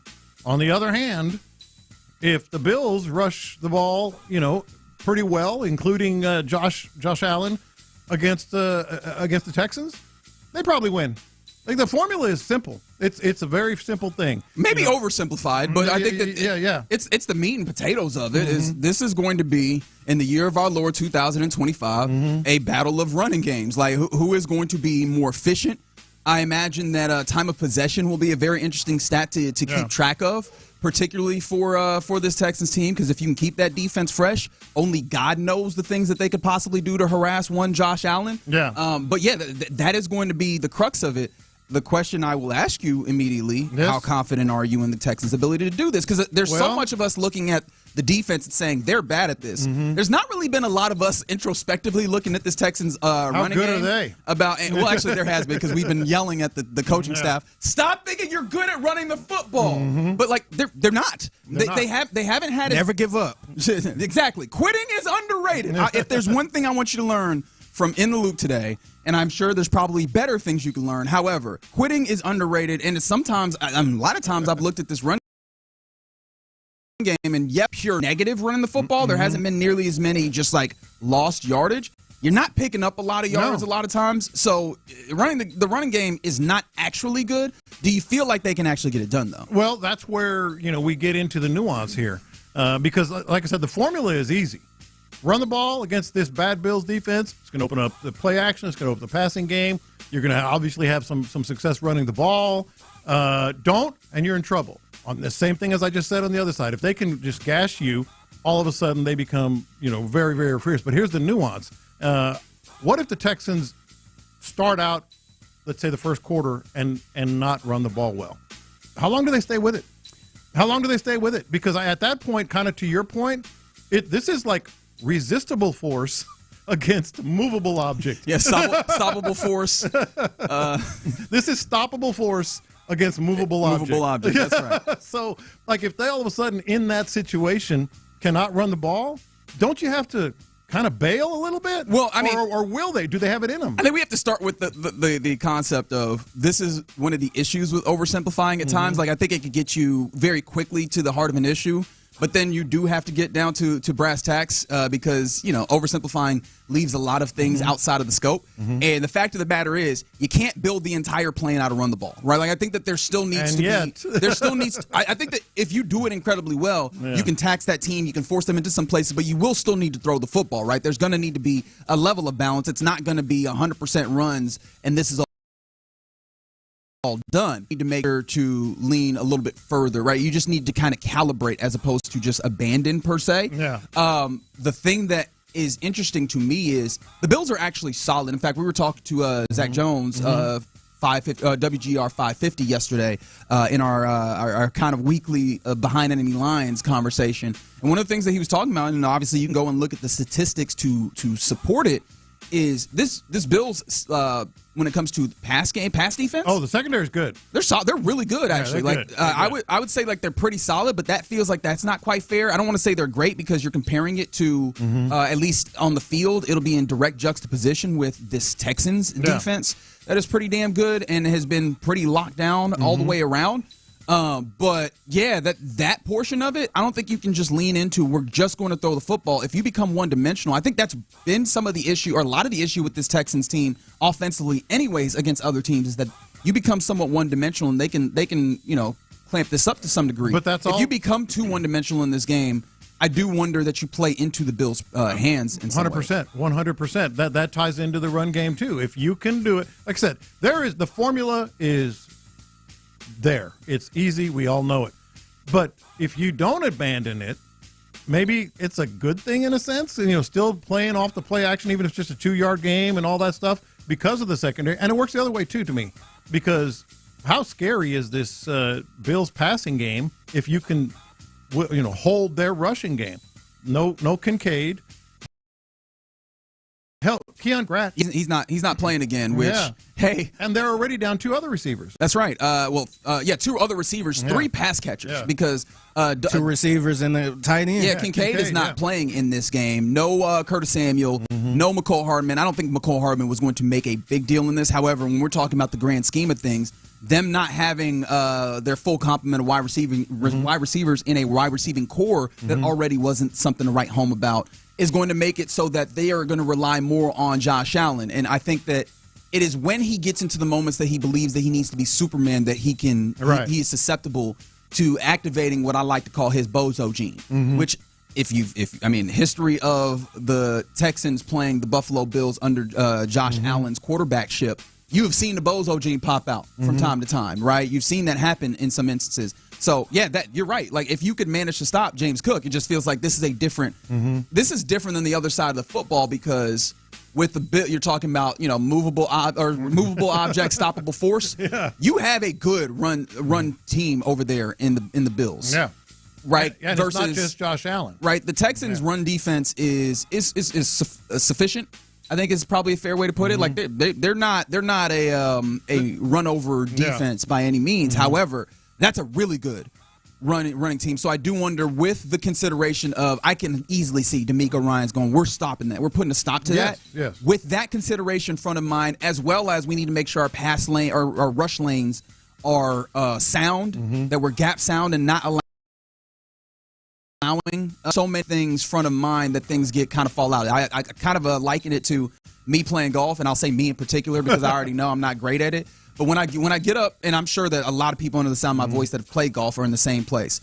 I know I'm not good enough in my swing, and so I'm trying to make it consistent. I also don't practice enough, so I get into a place where I'm like, all right, so you want to make sure that your weight is balanced, and you want to make sure that all these things, keep your hand back, and turn over, and all these. And when there's too many things in your head, that's where it can fall out. I do wonder if this defense, not wonder, because I think that they're capable of doing it.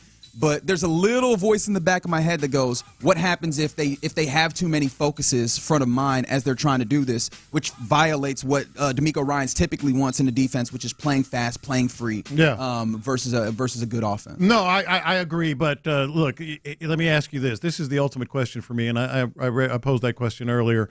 How long do you stay with it? How long will they stay with it? I think those are two different questions.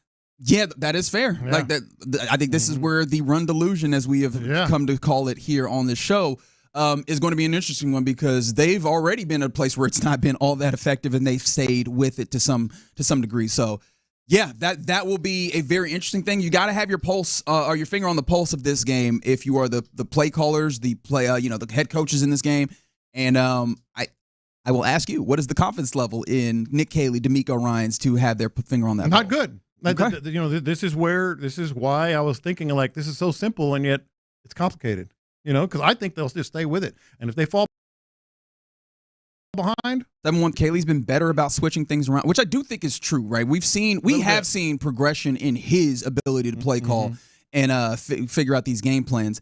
This is going to be a real test, though. This is going to be a real test, and that's going to be interesting to watch. A lot of things that are going to be fun to watch in this game, and we'll talk about them as we lead up to kickoff on Thursday Night Football, NRG Stadium. 7:15 is when the game kicks off. 4:15 is when Texans countdown starts with the fellas we just cross-talked with, Sean and Seth, right here on Houston Sports Leader and your home of the Houston Texans, Sports Radio 610. All right, coming up next, a trade that was heard all around Houston. You can't say all around the world, but it's very particular to us. What exactly are the Astros saying with this move that they made yesterday? Let's say goodbye to Mauricio Dubon. We do that next. According to D'Amico, the Texans.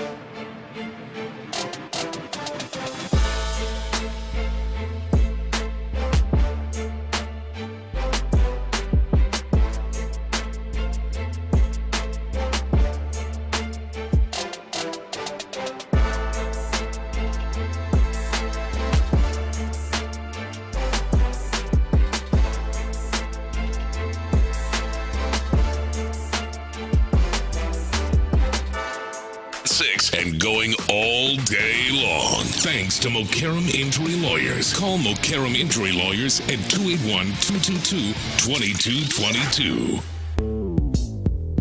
Houston, let's get in the loop. You better get ready because we're going to show up and show out. With John Lopez and Reggie Atatula. Always live, always local. So what do I do? Just take a nose hit? Just take a good whiff of that. It's my first. Whoa! God almighty. You're in the loop on Houston Sports Leader, Sports Radio 610. Yep, Texans game day here in the loop on Sports Radio 610. Are you okay? Can you hear me? Oh my God! Have your eardrum down and turn down the volume? Yeah, Sean can't hear anything. I didn't know this, brother. He is. You could tell deaf. he's been working in radio for a long time. He is deaf. First thing I do all the time, you've seen me. Yeah. Is turn down the volume before I even plug in my headphones. Yeah, for those that don't know what we're talking about, John Lopez sits in the same seat that Sean Pendergast does.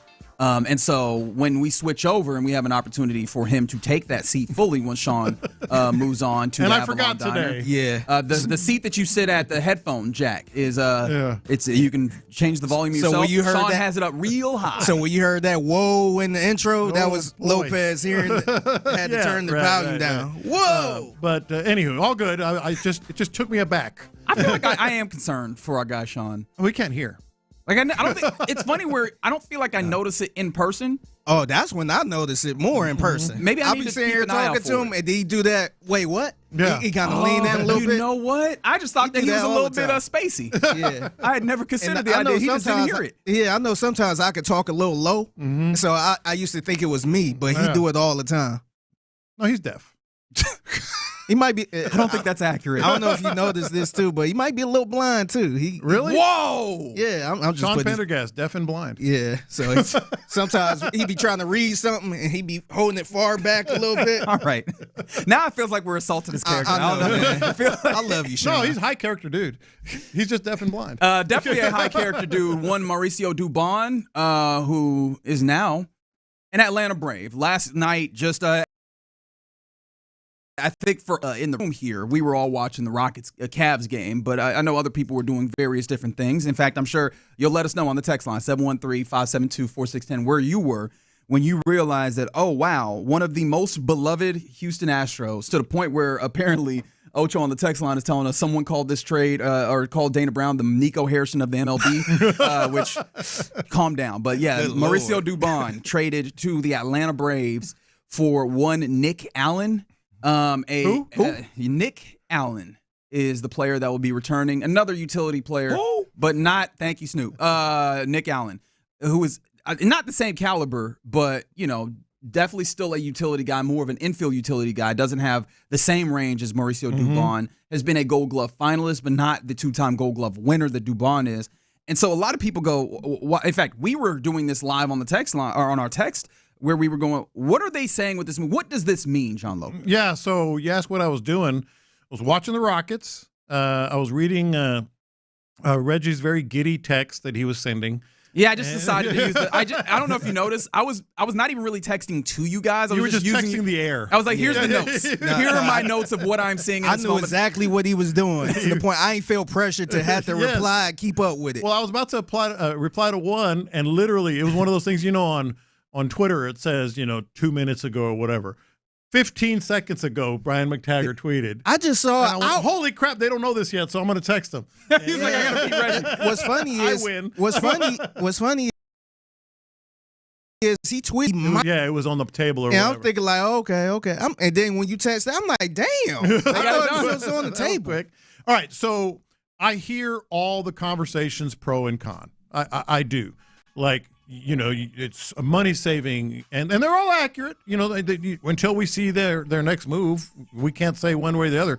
But there has been something just gnawing at me, and I'll get to that in a second. But I hear the arguments, guys. They're saving money. Yes, they definitely save money. What was it, like $5 million or something like that? They're definitely doing that. Almost damn near $6 million. Okay, I get that. I get utility player, albeit just an infield utility player that can't hit a lick. You want an interesting stat? The two lowest. You're not going to outstat me, John Lopez. The two lowest OPS last year in the entirety of Major League Baseball. Number 2, Martin Maldonado. Number 1, Nick Allen. Yes. Numbers are hot. Thank you.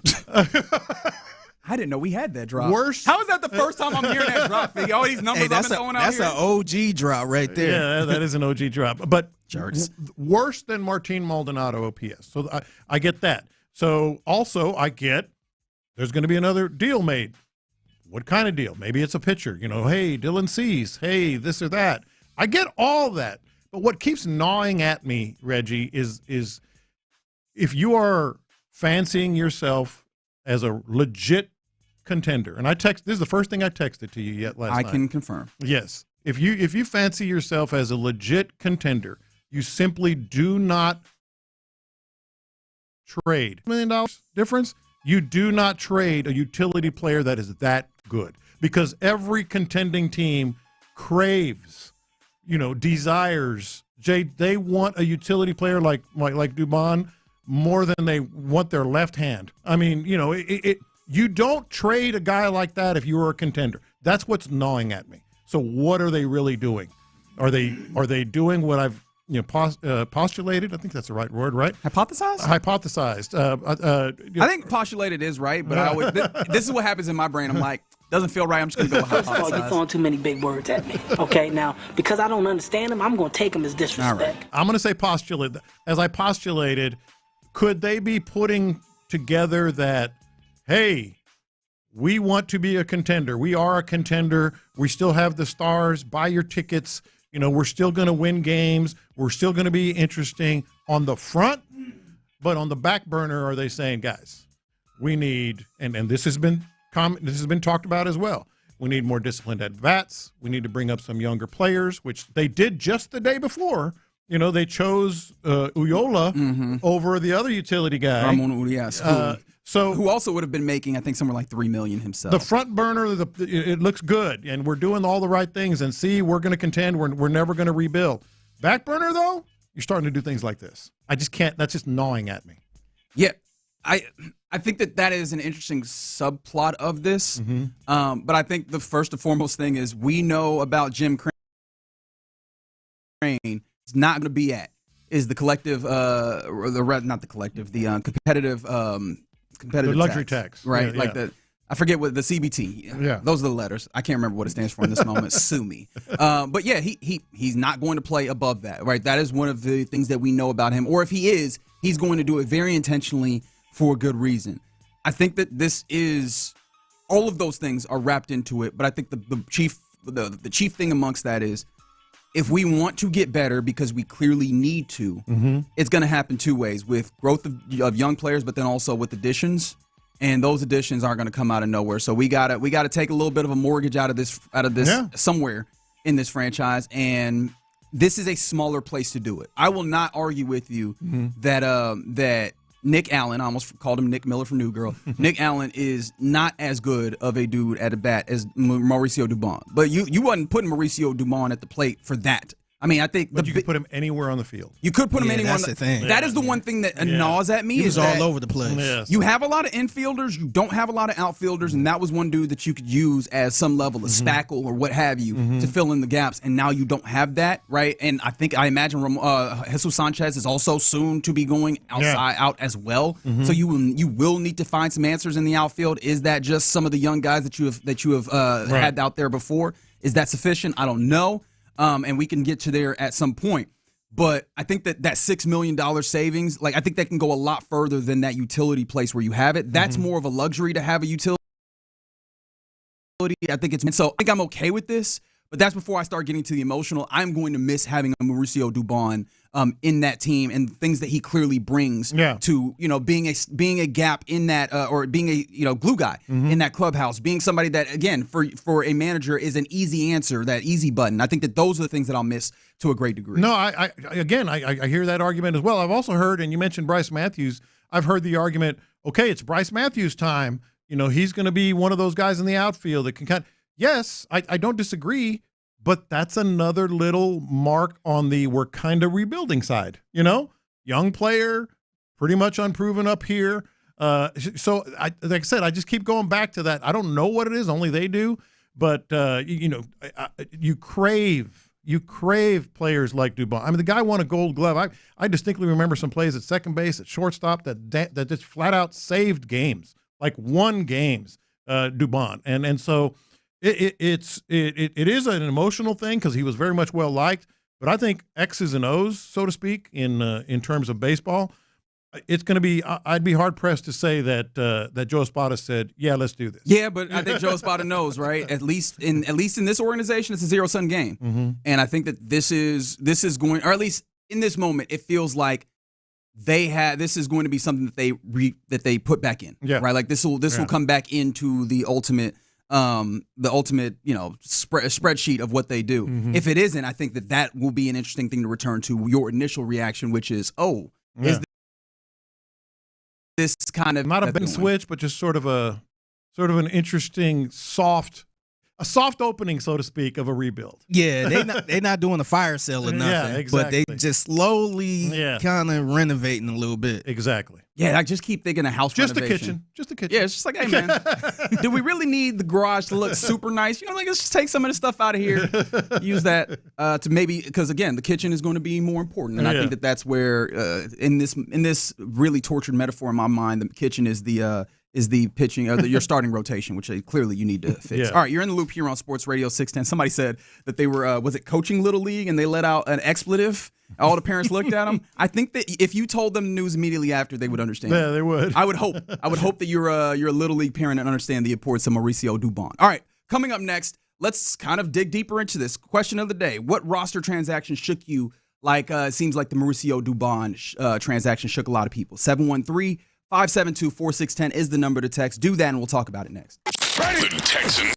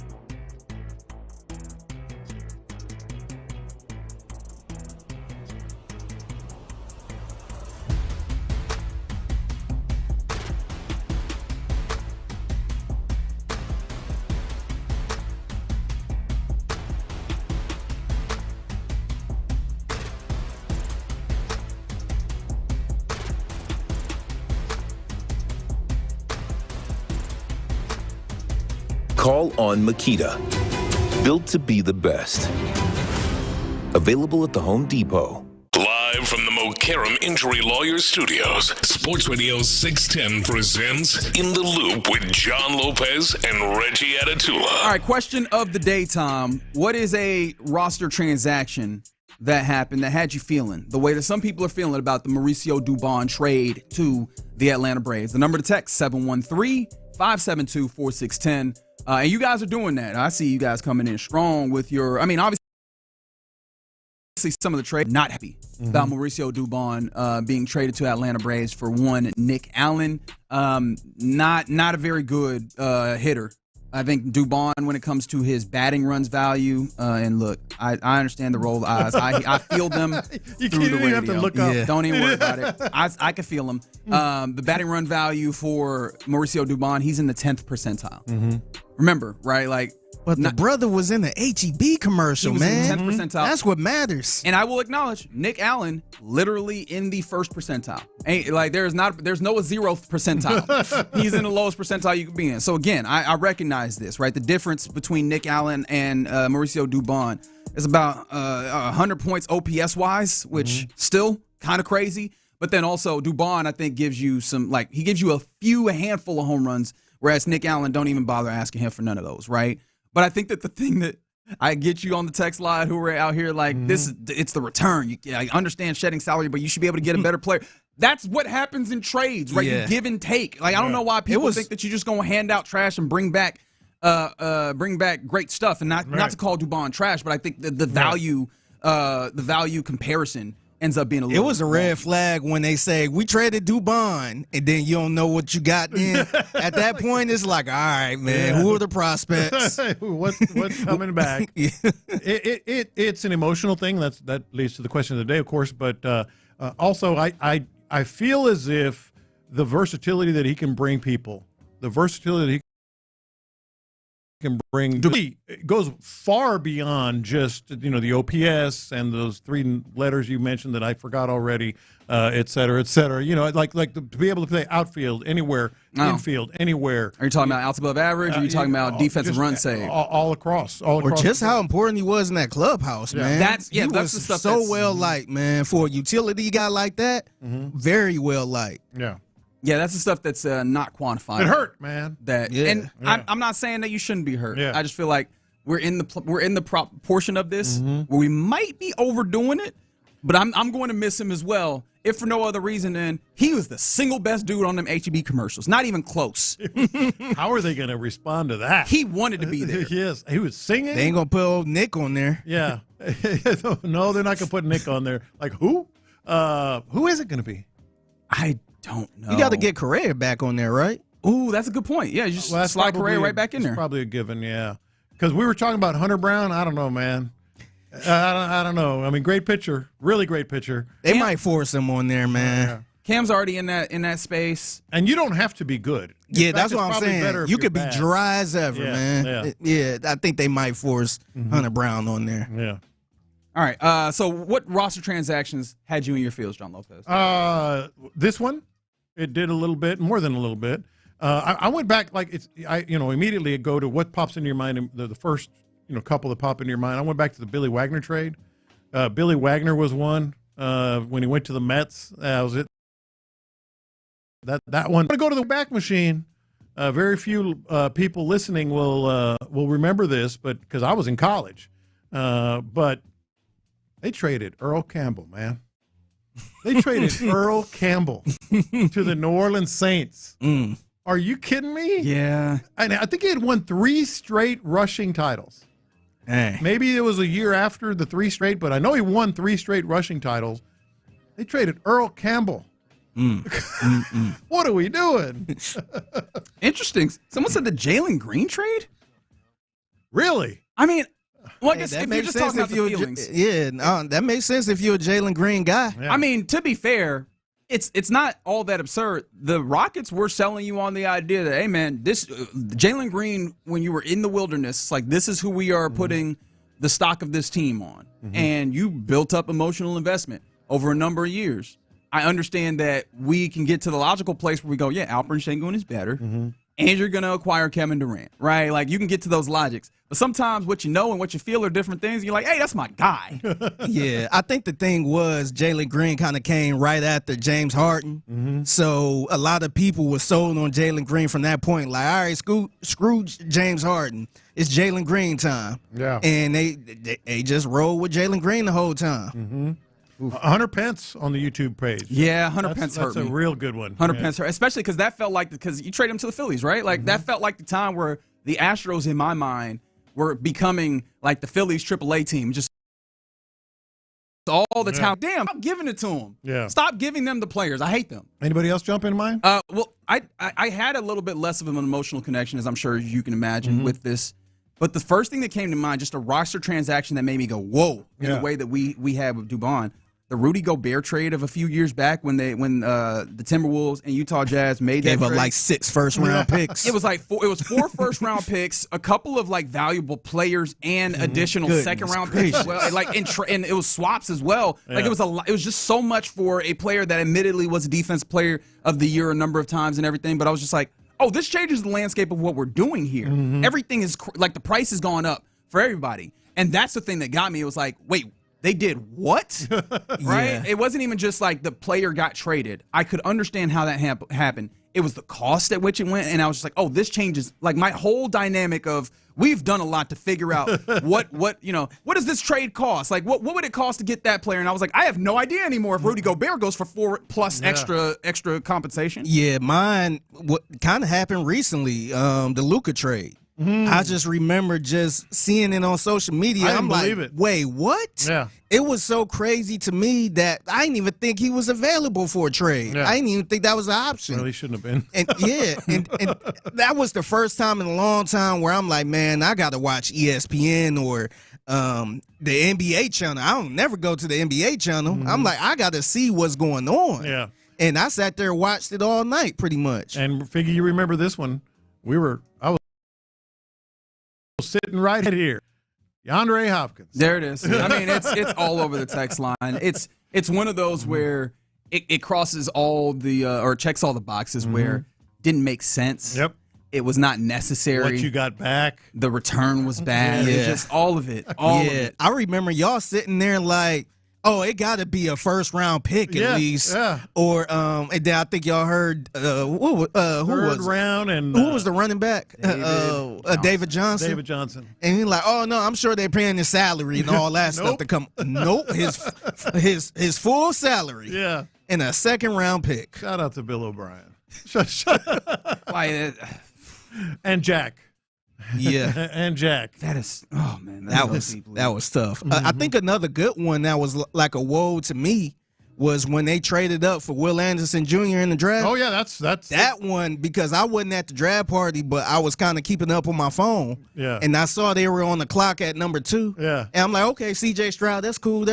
Yeah. And then I looked up and they had the third pick, and I'm like, is something wrong? Dude, I was at the draft party. I'm like, wait, they traded up to 3? I was at the draft party, and they had just drafted Stroud.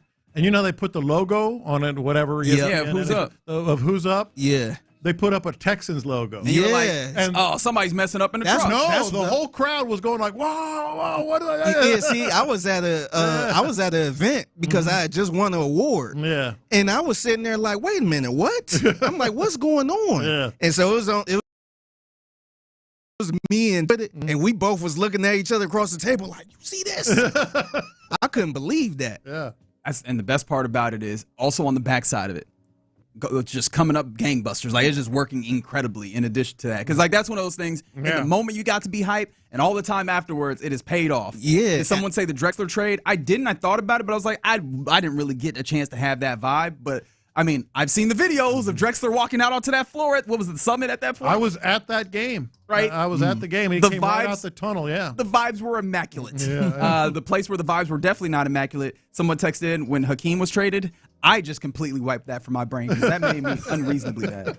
Unreasonably mad. All right, there you go. Keep sending those in with the roster transaction that shook you the most. Lance Berkman for Brett Wallace comes in. You mentioned Earl and Bum.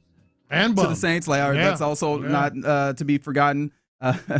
some Caminiti to the Padres. Interesting. Okay, all right. We'll talk more about that. I think he won an MVP at the Padres. Don't remind me. All right, you're in the loop here on Sports Radio 610. Coming up next, let's go around the NFL where there's more news happening, including there's a new Houston Texan. We'll talk about that next.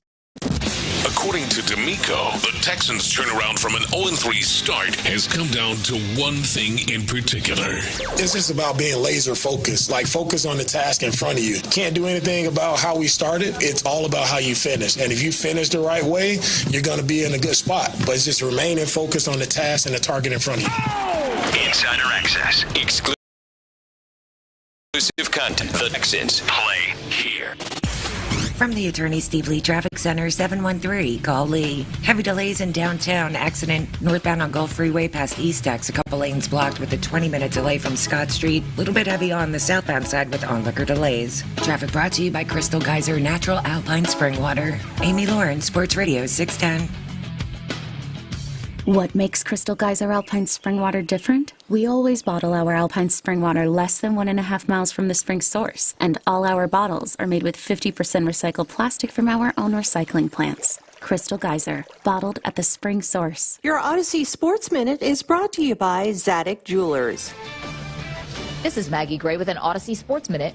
The Pittsburgh Steelers should not push it with Aaron Rodgers as he recovers from a fracture in his non-throwing wrist. Yes, he's eager to practice, but Chicago isn't the matchup to gamble on when Buffalo and Baltimore loom next, games that could define Pittsburgh's season. With Mason Rudolph showing he can steady the offense, Pittsburgh is better off playing it safe to keep Rodgers healthy for the weeks that matter most. I'm Maggie Gray. For over a decade, men have trusted the Men's T Clinic to reach, maintain, and elevate their total wellness. From preventive care and hormone optimization to weight loss and muscle mass, pain-free movement, sexual health, and satisfaction, the Men's T Clinic's customized approach has been doing it for their patients for over a decade now. No one does total male optimization like the Men's T Clinic. Mention Men's Health Awareness Month, and you'll get a total T consultation for just $50. 5 Houston area locations. They're open on Saturday. Insurance accepted. It's menstclinic.com.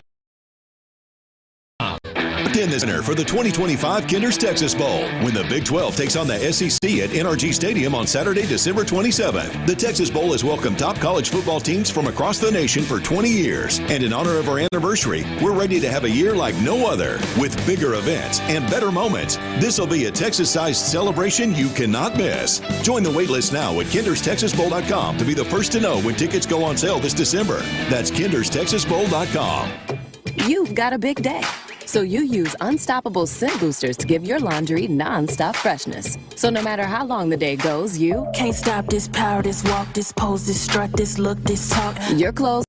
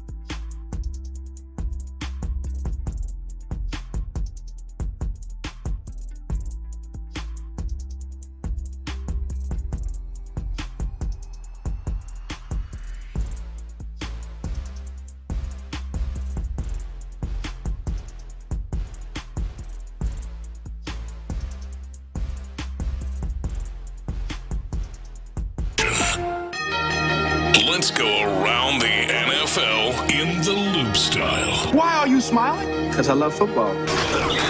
Here's John Lopez and Reggie Atatula. I'm going to tell you all about how much fun you're going to have this season. On Houston sports leader, Sports Radio 610. All right, let's go around the NFL here in the loop on Sports Radio 610. I got to admit, though, did not anticipate it being this hot at the Astros' doorstep for sending Mauricio Dubon to the Braves. And for some people, it's the rookie. Feel like he's like 70% of Mauricio Dubon for a significantly less price. But I don't know how much of it is like the actual return, how much of it is just the fan favorite nature of Mauricio Dubon. People, you know, when you have that attachment to a player like that, I know some of it is the versatility that you lose, particularly in the outfield, but all of it feels like a lot. You know what? A lot of it is not just the HEB commercials. It's like you feel like you have a relationship with Dubon, and that's what it comes down to, just the emotion. You know, one of the most popular, and I liked it too, things that he did is whenever Jordan hit a home run, and he'd just look at the camera and like shake his head in amazement, just kind of like, that was awesome. And people just connect. You know, it was emotional. It's an emotional connection. YouTube, it's what we got in return for him. I do wonder how much of that, though, is everybody's utility guy is very special to them until you get, and then it's like, oh, well, this is another utility guy. Yeah. I think it's more of a fan favorite type deal, too. It's I think it's more emotional than most. Let's face it, most Astros fans aren't going to care a whole lot about, well, his OPS is this, and he plays infield versus all the positions. They're just like, oh no, not Mauricio Dubon. And he was, he was there for the good moments and all that stuff. It's always gonna hurt, especially if you don't get nothing back. That kind of add to it. I still think you got something back. It's just not exactly in the way that you wanted. I get it. We're not gonna Let me sell you that bridge over there, then, man. I'm not. It's all yours. I'm not trying to make it seem like they absolutely came out with a haul. But anyways. I'm not on this, I think. So we will move this along. However, I do wonder, are people having that same feeling? Seeing a Texans legend, dare I say, John Lopez. Hey, you can dare. You're not supposed to encourage it. Matthew Wright was released yesterday. Matthew Wright. Mere days after getting the game ball for securing a victory versus the Tennessee Titans. Dude was clutch, man. He was. But, of course, Kaimi Fairbairn is back in this game that you'll see tonight, so that was understood. He is out in order to make room for Damone Clark, who they pick up off waivers. The linebacker that was previously with the Cowboys joins. Do you have any real care about these pairs of transactions? Which one do you care about more? Well, I mean, care, not a lot, but, they're obviously you had to get rid of Matthew Wright, and you're bolstering the linebacker core. So there's nothing wrong with it, but you're not going to be expected to see, big things right away.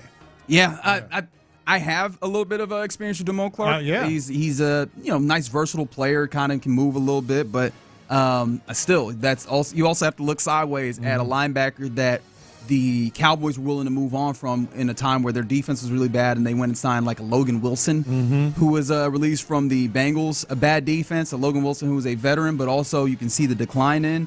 So I will be interested to see what Damone Clark actually can provide, and he probably ends up coming in being like a special teams type addition or something to that effect. Obviously, not going to matter in a big way. Does this matter in a big way? As we're getting news that comes down from Ian Rappaport, all of Tatum sources. Texans running back Joe Mixon is not expected to play this season as he deals with a foot injury from the offseason. No kid. Mixon likely remains on the physically unable to perform list through the season. Meanwhile, Houston moves forward with Nick Chubb and Woody Marks. So this is the most official thing that we've gotten. I know that earlier this week we had Nick Caserio on Payne and Pendergast on these airwaves basically say something that felt similar but was not absolute. That's Ian Rappaport. Still not in an entirely absolute, but the idea that the Texans don't expect him to play is the reporting that a source is giving him. Well, yes, you're right. I mean, this is the most official that we can, but you immediately kind of spin it forward, don't you?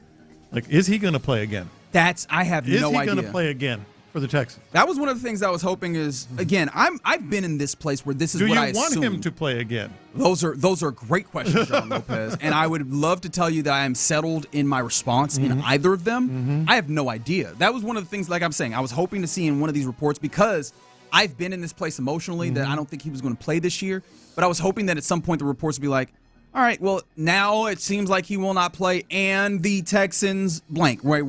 And the Texans are expecting him to be returned for next season, and the Texans might look to move on from it, or whatever. Right. I don't get a sense of where they are with that. If I would had to guess, like the way that they have held out hope seems like they will return to the Joe Mixon experience. How old is Joe Mixon at this point? He will be 30 next year. He'll be 30, which isn't as old as I was. For some reason I thought he'd be 31. But his 9th NFL season. Well, actually, technically 10th. He didn't play today. And he's had a lot of pretty heavy workload. The question then becomes like how valuable would that be? But I think that the news of the moment is that he's not expected to play per Rappaport, and that comes to him per source. I think that I was in that place, and we were probably leaning there anyway. Let's go on the record here. Will he play again for the Houston Texans is the first question. Second part, do you want him to play again for the Houston Texans? I'll guess yes on the play again for the Houston Texans. Although it is worth noting that is the offseason where it is likely that you pay a quarterback. And get another young running back. And it is very possible you could get another running back. That's the only way I would be down with him coming back. Come back on a, I don't want to say lesser deal or anything. I don't know what his contract looking like, but they got to take the running back position serious, man. I don't want to just use him as a workhorse. Because it also can't be, all right, well, we're just expecting another year of Chubb or whatever. Like, they're still going to have to address this in a particular way. I'm going to say he will not play again for the Houston Texans. Do I want him to? Kind of like Figgy, kind of. I want to see what the running backs look like behind him, Yeah, otherwise you could be dealing with a situation like now. Just a older running back that, maybe he's on the other side of the fence. So he only had 119 carries in 2020 because he only played 6 games. He got hurt. But in the other 5 seasons since 2019, these are his carries, just not anything. 178, 292, 210 in 14 games, 257, 245. That's a lot of tread wearing off. Yeah. That's a lot of tread wearing off. And, I mean, one of the things that we can take into account there, though, is that you've had, in both places that he's played, both Cincinnati and here, you have had lessening of the things that are afforded to him as a running back, and I speak to run blocking. Right? Both of those teams have had less than stellar instances there. It feels like one of the things that is incumbent upon my answer, if I get to that maybe on the second question, whether I want him to be back, is at what cost? Yeah. Right? And I think that the question that I then have is, it probably would need to be with a pay cut. Do you think that he has enjoyed Houston enough to where he would be willing to do that, or that he would look around and say that this is probably the best place for me and he would be willing to do that? Or do you think that he might put up a fight in that regard? I think he might be willing to do that. Again, I think what the room looks like, what his role is going to be, how he's feeling, obviously another lower. That's the other thing about all those carries that he's had over the last 6 years. He's got leg injuries. I mean, he's got lower body injuries. So depends on the role. Yeah, that's also a great point. It's like, what is the injury that he's coming back from? Because we also have zero idea what's happening with him, and it's been a long recovery process. Is that going to linger? It leans, to be fair, if you just take it from that perspective of missed an entire season, a lot of carries, money's big, the answer probably leans towards no. Yeah, I would guess no. But you got to give him his love. He absolutely was incredibly vital to you last year, and you don't make the playoffs last year. No, you don't make the playoffs. Yeah, it is so far away from that. All right, speaking of other injury, or actually before I get there, Football Talk on Sports Radio 610 is presented by Paramount Plus. Streaming now, Fig's favorite program on Paramount Plus, Landman, which is from Taylor Sheridan, who is the co-creator of Yellowstone. It also has Academy Award winner Billy Bob Thornton. It's got Academy Award nominees, Demi Moore, Andy Garcia, Sam Elliott. It is a fantastic show from the fellas on the show that are telling me, and so you need to go and catch the new season, which is streaming now only on Paramount Plus. Happy trails. Happy trails to you. Not to you. Oh, I thought I could leave. One, Brandon Cooks. No, you got more time, baby. You got more time. Brandon Cooks been released by the Saints after he asked for a release. And the question I have is, where are you going, Bubba? Where is he going? I don't know. Yeah. Like, at this point in his career, Brandon Cooks has done this a number of times, including here, where he could not be a part of another rebuild. And look at him, I mean, there with the Saints. Do you think it's a similar thing? He's been with nothing but rebuild. Man, since that quote. He was with the Cowboys when it was kind of shaky. He ends up with the Saints this year, which I imagine had to feel like hell for him, even though it's a place that he is returning back to. He's just been everywhere in the league. I don't know what he expects now. And that was the old mutual agreed upon, right? Basically, he demanded his way out. And I've seen a couple of things like Brandon Cooks landing spots. Hell, throw a dart, man. Just throw a dart at the board. Well, I'm trying to think. What are the places that are so desperate for a wide receiver? Hell, I would look at Buffalo at this point, man. Buffalo's like whether they, but how at this point in career, then I was like, how disrespectful do I want to get? Because they do have a pretty, they're pretty bereft. Yeah, you talk about something else now, man. I'm just thinking about just some who need a receiver, some type of. I don't even know if he reliable. Does a contender even want him? Because I was thinking New England. New England actually has an interesting wide receiving core that I think they like. If I'm looking at New England, the thing I'm trying to fix isn't necessarily the wide receiving core. Right, that's what I'm saying. Would a contender like, hey, safety net kind of thing, who knows?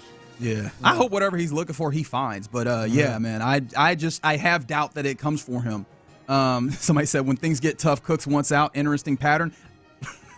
I don't even know if that fully fits. It just seemingly he isn't happy with the places that he's been. Yeah, I think he sees himself as what he used to be and refuses to think otherwise. Yeah, and I think they were trying to. I think they was trying to trade him at the trade deadline at one point. I think some stuff probably fell through. Yeah, and now he's just like, hey, just release me. And to be fair, who amongst us hasn't been in that position where we're like, I don't know that I want to accept my current reality. I would like to think I would like to live in the reality of I would like to do it every day. All right, we continue around the NFL where there's a number of quarterbacks trying to see if they will play this week. One of those being Lamar Jackson, who missed practice again. I mean, that is a team in the Ravens that is also 5-5, just like where the Texans are. They're trying to vie for, at this point, maybe, I think they could still probably win that division, but at least just getting themselves in the plays week. Maybe he still does. I think the big thing for me is if he is still nursing this hamstring injury that he has, he is less of a Lamar Jackson to run, and I think that hurts their entire program. This is crucial for them. They've already taken the step back with the injuries they had, and now you got no Lamar Jackson, and you are where you are. And he didn't look good his last game at all. Yeah. I need to go back and check this, but I was looking at a statistic this just earlier today. Actually, there it is, right in front. Design runs per game for Lamar Jackson. Highest in his 2019 second year at about 9 runs a game. But this is the years after that. 2020 was 7.5. 2021 was 7 thereabouts. 2022 7 thereabouts. 23 5. Remember that was the season that they go out in the playoffs and it's like, run the damn ball, dude. Why are you trying to prove that you're a pocket guy? Yeah. It ticks back up last year to about 6 runs per game. This year, 3.5. And that's only going to get worse with him nursing a hamstring injury. I think that is a big part of this. He's a fantastic passer, especially down the field. His running ability is something that is absolutely going to change the game in any game that they're in. That's what made him MVP. If he's not running, I think that hurts Derrick Henry's viability because, yes, teams have to account for him, but if you know that the statistics are pointing to the idea that he's not doing it as much, you can load up. Yeah. And, just generally that changes our team's going to keep guarding 11 as opposed to trying to account for 10. Yeah. I think that this changes their dynamic. So even if he comes back, somewhat banged up and not running the ball, I think they're in a bind right now. Yeah, quarterback with some level of injury. Aaron Rodgers. So apparently it is very clear that, or through the imaging that they've done, that he does not need surgery for that wrist injury that he had. Aaron Rodgers also with the team that that Ravens team is trying to chase, and another team that could possibly be in that wild cards consideration depending on how things bounce. He has set himself some criteria for playing in this game. He said that it feels better than it did on Sunday. He's thankful to get out there. He's going to test his wrist out today and then see if he can go and play. Yeah, I don't think he's going to play. Right? You think it's a Mason Rudolph game this week? Yeah, it's a Mason. They already put him up in front of the media and everything else. I think that's just trying to keep him guessing a little bit. And so that's good for Baltimore, man. That's the thing is that, but that might cancel those two out. A dude who is definitely not playing quarterback this weekend or any other weekends in the rest of this year is Michael Penix Jr. Officially ruled out for the rest of the season with that ACL. He had a surgery. Drake London also out as they play the Saints, funny enough. But it's a partially torn ACL, so he's going to need surgery. That's 9 months of recovery time for the Falcons. And so that takes you to August, which means they're going to have to account for that quarterback situation again, even if they believe that he comes back. This is turning out to be a terrible pick, right? Well, not just a terrible pick, terrible decisions at quarterback. Yeah, that was a terrible offseason, man. Kirk Cousins and then Penix, and then we all remember the draft scene. And now, are they going to draft a quarterback this year? I don't know that they draft, but you've got to get someone. Yeah. You've got to get someone who's like a stop-gap type quarterback. Yeah. To be there just in case he can't go. And mind you, I don't subscribe to wins, quarterback wins. However, at 26 years old next year, he's had 3 ACL surgeries on top of a number of other injuries, right, with the shoulder injury and everything. Mm-hmm. I would like to talk to you about that 2024 draft where they take Michael Penix Jr. 8 when they already have Kirk Cousins on a big deal. They needed wide receiver. Well, actually, they needed edge rusher more than anything. Cornerback, defensive line, and wide receiver. Roma Dunze goes 9. Laiatu Latu goes 15. Byron Murphy on the interior of the defensive line goes 16. Jared Verse goes 19. There's a lot of other names that you can mention. And they went with the quarterback that has had a lot of injuries, hasn't looked good, and has added more. 8. He went 8. Yeah. That's rough. That is a rough look. Really rough. And then both the quarterbacks you got that offseason and that draft, they both struggling with injuries. Yeah. Very nasty. Very, very nasty for the Falcons. So, yeah, best of luck to y'all. That's one of those teams that I wish was in the AFC. Just I would love to have the Falcons where you go. It's really 14 teams. We got the Falcons. That's fine. And remember, the Falcons did trade away their 2026 first round pick. Yeah, I completely forgot because they traded up for the edge rusher, right? Yep. Oh, what a terrible! I don't know. I do know. There are people are in weird places with Nick Caserio right now, and I think there's very clear justification for it. You're not feeling like the Atlanta Falcons, though, are you? No. The one thing you can say about Nick Caserio, he's not reckless.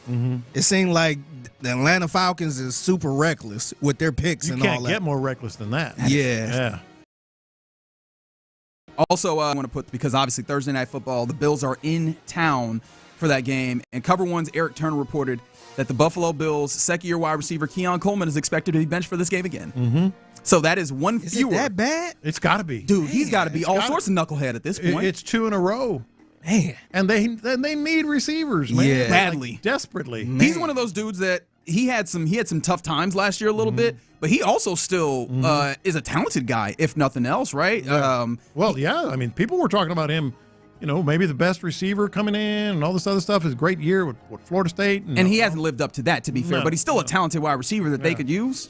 And they are willingly coming to this game against a defense that they know is really good. They're like, hey, sit down, big dog. Not even a half Healthy or a quarter. Scratch. He's got to be all sorts of knucklehead. Man, he's got to be all sorts of knucklehead. Making CD Lamb look like an angel, man. I feel like George Pickens is one. George Pickens says, I think CD Lamb is the kid that the teacher goes, you're better than this. Don't let him take you down a bad path. Why are you hanging out with that George fellow? Don't hang out with that brother kid. was puking in a casino. Not even allegedly. That's 7 a.m. Don't forget that part. Don't forget that part. Still balled out a little bit, though. Yeah. There you go. It's Davis Mills to the Falcons next year. Maybe. Maybe. It could be. Do they get the reverse Schaub? Could Davis Mills be the reverse Schaub? Yeah, Schaub came from Atlanta. That's what I'm saying. Yeah. Could that be the case? Could be. Yeah. Their next quarterback ends up being the backup from over here. That'd be wild. I talked myself into something I didn't think about. All right. That is Around the NFL here in the Loop. Sports Radio 610. Coming up, it's still a day for the Texans. We'll talk more about that as we go. But yesterday, a really big test for the Rockets that they haven't had one necessarily in the same vein since early on in the season. They answered the call, and I feel like Lopez has an idea on who he felt like it was biggest for. Let's talk about that next. The Texans have a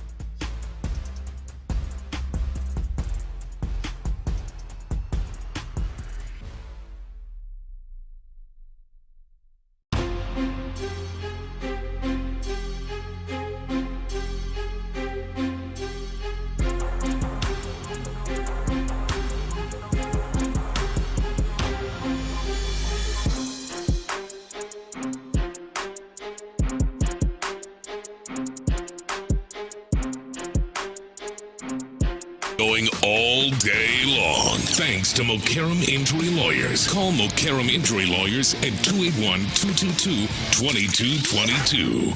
Live from the Mokaram Injury Lawyers Studios, Sports Radio 610 presents In the Loop with John Lopez and Reggie Atatula. Texans game day here in the great city of Houston and on Sports Radio 610. Excited for this one. Game starts at 7:15 here on Sports Radio 610. 4:15 is when you'll hear Texans countdown.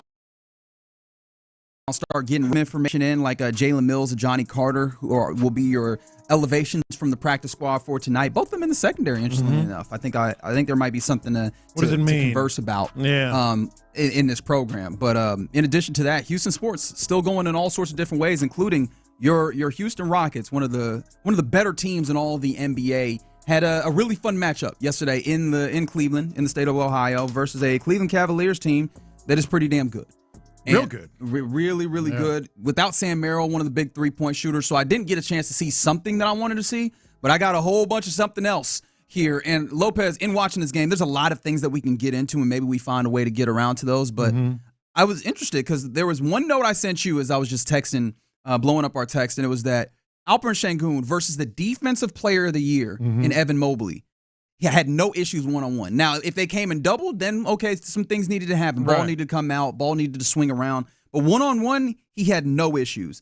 And I think that was really encouraging to see. It was awesome. It feels like it is indicative of the development that he has had from just being a really good player in this league to maybe finding a way into some level of elite status in this league. But you think this is a bigger game for someone else? Yeah, I do. But just real quick on Sengun, this is going to be NBA at large this season. That discussion regarding Sengun, isn't it? I mean, he was that good. He was that good, making the Defensive Player of the Year look like that. Inside, outside, backing him down, spin moves, step throughs. I mean, just the whole bag. Player of the Year one-on-one with them, and they had, and not. It wasn't even just like, the Defensive Player of the Year in a mismatch of positions. No, they played the same position. Had him one up, and they had to start sending help. In order to pick him up. That is no small feat. No, this is going to be called, by the national NBA writers and such, breakout game, right? Like you asked the question, Sengun might be, sort of traipsing into the territory of elite. And I already put it on wax. I think he's an all-NBA player, and I think he's on the MVP long list, maybe even short list. And I did not at the time. I think this game is going to pretty much solidify that. He is elite. He is. He's on national TV, too. On national television, against that team, against that player. I think it's undeniable. Like, this was – you're gonna see the word breakout game, across NBA stories and platforms and all that. That said, I'm watching this game, especially after the Cavaliers made their run, because early on, the Rockets were going to run them out the gym. I mean, I think they were. It was 17.5, 17-point lead at half. And Donovan Mitchell had 2 points. Yeah. And they wasn't hitting no threes. And they were like 3 for 20 to start the game, 4 for 20, something like that. And it wasn't just the threes that did a great job of contesting shots. The Cleveland was not getting second opportunities. That was when they were taking and just corralling all those. In fact, to the point where one point in the second quarter, I'm watching Steven Adams down in the paint, and three Cavs, Steven Adams is coming down with the rebound. Like, that's how dominant the game looked. But then once it got close, didn't get within like 1 point at some point. It was thereabouts. And I think that's when this was a tremendous game for Kevin Durant. Like, tremendous. Interesting that you. I thought he was a conductor, man. Like, the reason you got Kevin Durant is because if you need a bucket, you give it to him and you get your bucket, right?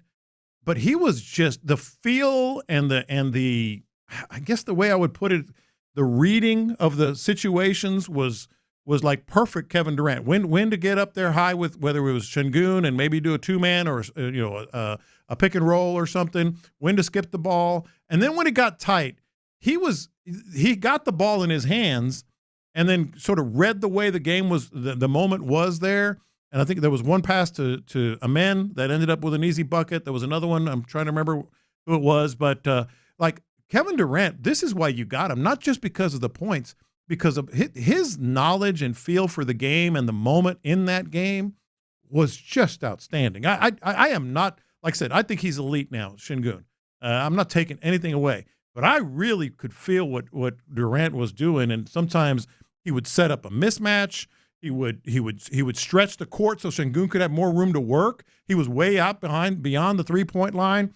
And sometimes he took the ball himself and did his thing. And when it mattered down, this is the way I'll put it: he calmed down the offense. He just calmed it down. It was a great game for Şengün. I think it was a great game for what Durant did. No, what's funny is you look at Kevin Durant and the numbers aren't incredible. 1 for 6 from 3. 21 points, something like that? 20. Yeah. A flat 20 points, 3 assists as well from shoot. And some of that was a really nasty third quarter. I know someone on the text line said, y'all were too kind to Şengün. He had a lot of turnovers. I think that third quarter was really problematic, and I wanted to get to that here as well. But I do think that what you're pointing out is a good thing, because if you just look at the box score, you will say that Kevin Durant had a so-so game. In some regards, you're right. But that thing you're talking about is the big question that people have been asking with this Rockets team when you find out that Fred VanVleet That's what made me think about it. is out for the year. One thing that you've talked about a lot. All right, who is going to kind of help usher in, be the point guard? But I think when you ask for the point guard, there's certain things within that. And yes, Amen is still handling a decent amount of the basketball, but when it comes to who's going to settle these guys down when it gets wild, Kevin Durant did a little bit of that. He also had his turnovers in that third quarter. They all had some bad turnovers. That's why they scored 17 points in the third quarter. And they're going to need to work through that. And I think some of that is also giving the Cleveland Cavaliers credit for being a good defensive team that you still managed to make look silly in some of those instances, especially closing time, because Kevin Durant did a great job in making some of these decisions. Can we also, before we go here, I do want to give a salute to someone who had to play some minutes here and continually shows like bench mob type stay ready crew type play, which is Aaron Holiday. It was crazy. It was crazy. Was he 80% shooting? 71 from the field, 60% from 3, and he helped knock down some of the clutch shots in that fourth quarter. In fact, to the point where I didn't like when he was out there with Reed late, because then their backcourt was too small and the size of the Cavs showed up. But when it was Aaron with kind of the bigger lineup around him, Aaron Holiday shows up knowing where to be, raising up on that 3-point line when it's necessary. Again, when he gets that ball, he is one of the better shooters on your team without question, and he shoots it with confidence. And you know what he did was calm the offense down. He did as well. So I think that's what really stood out to me, because at first I thought, all right, this isn't even going to be.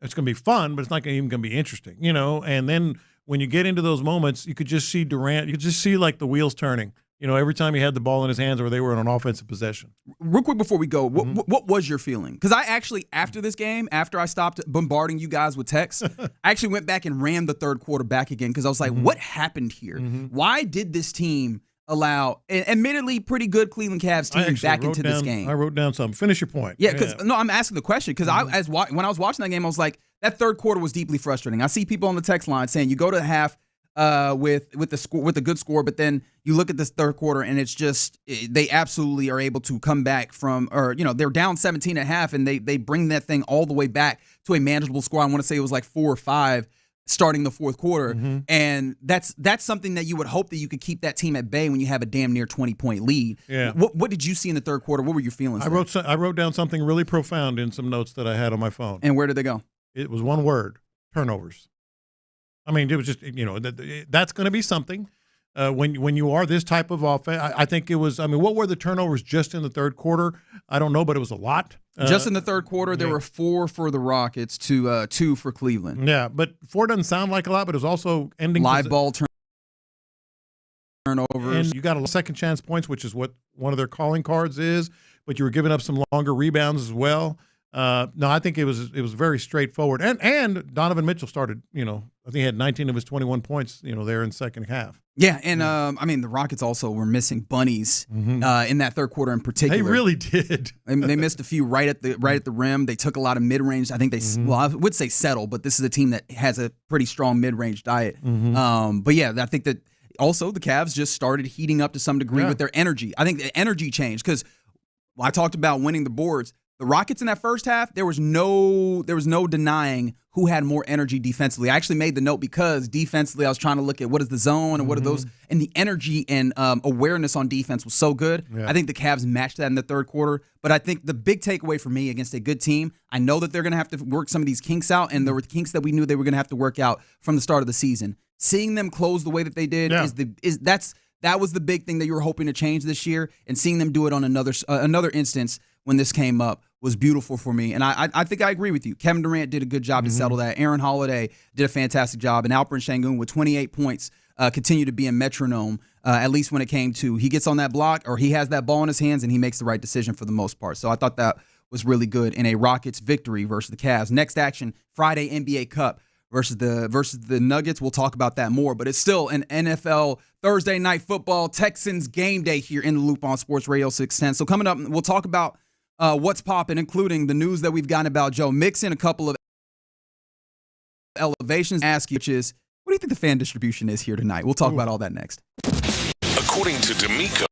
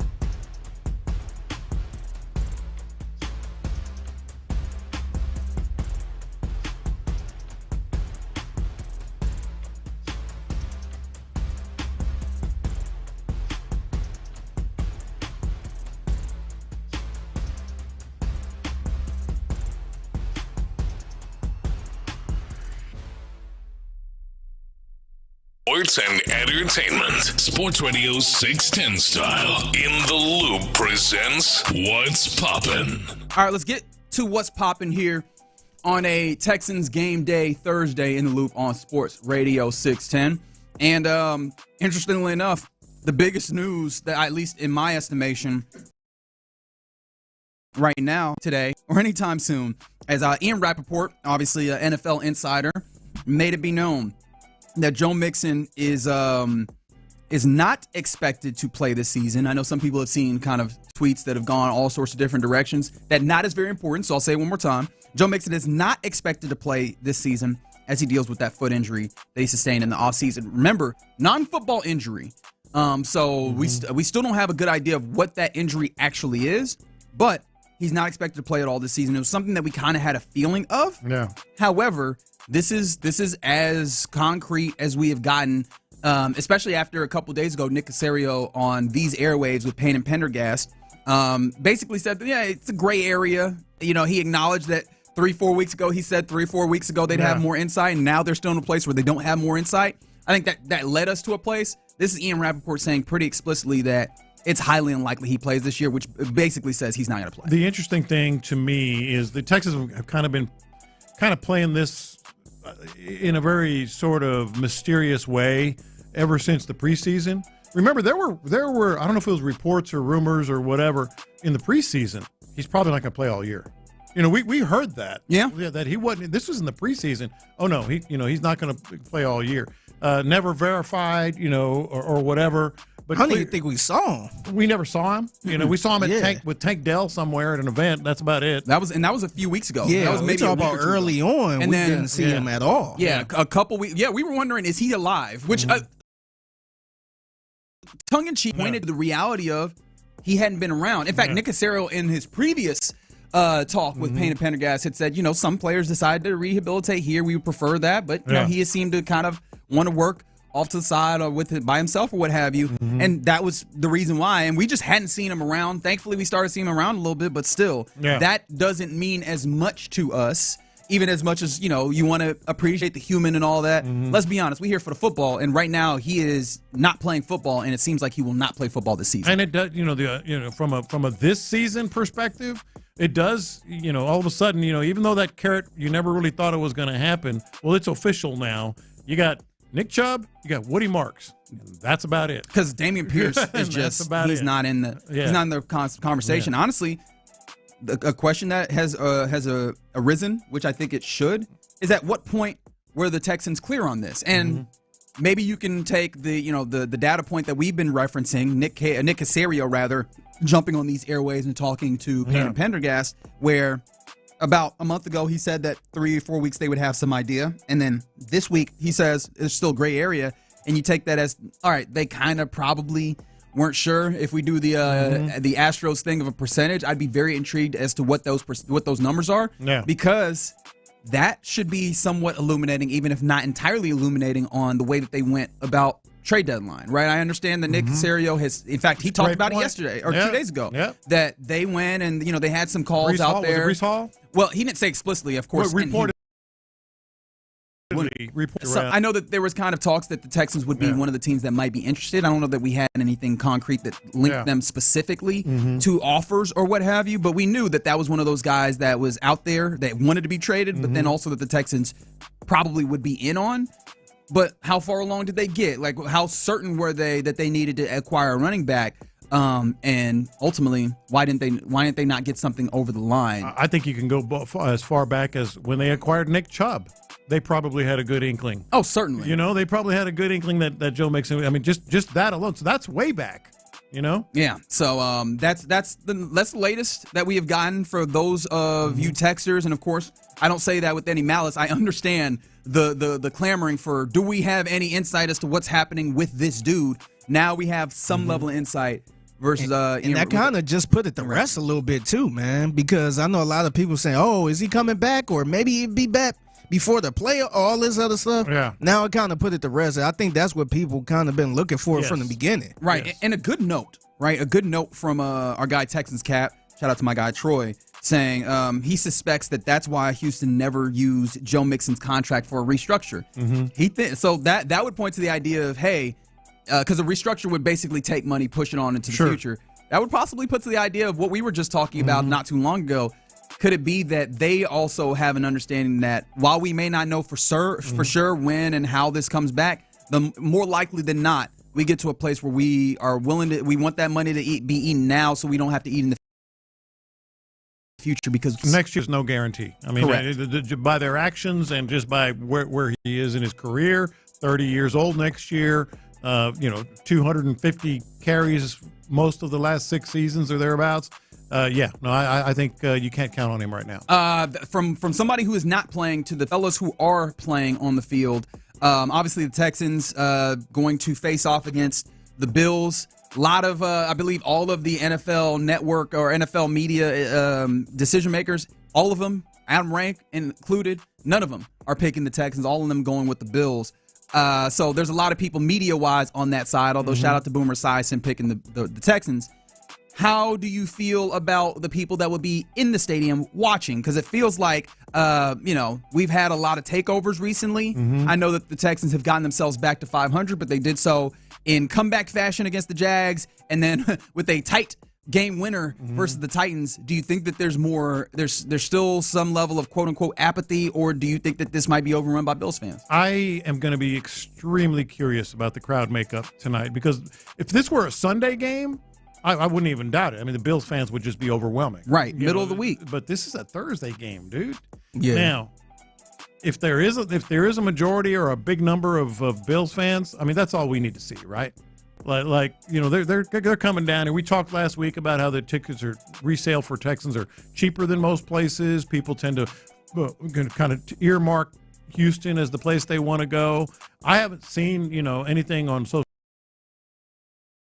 media. We'll find it would be a horrible look if the Bills fans kind of overtake NRG tonight. Now this could just be looked at as, Reggie, why you just bringing up this conversation to bash on Texans fans.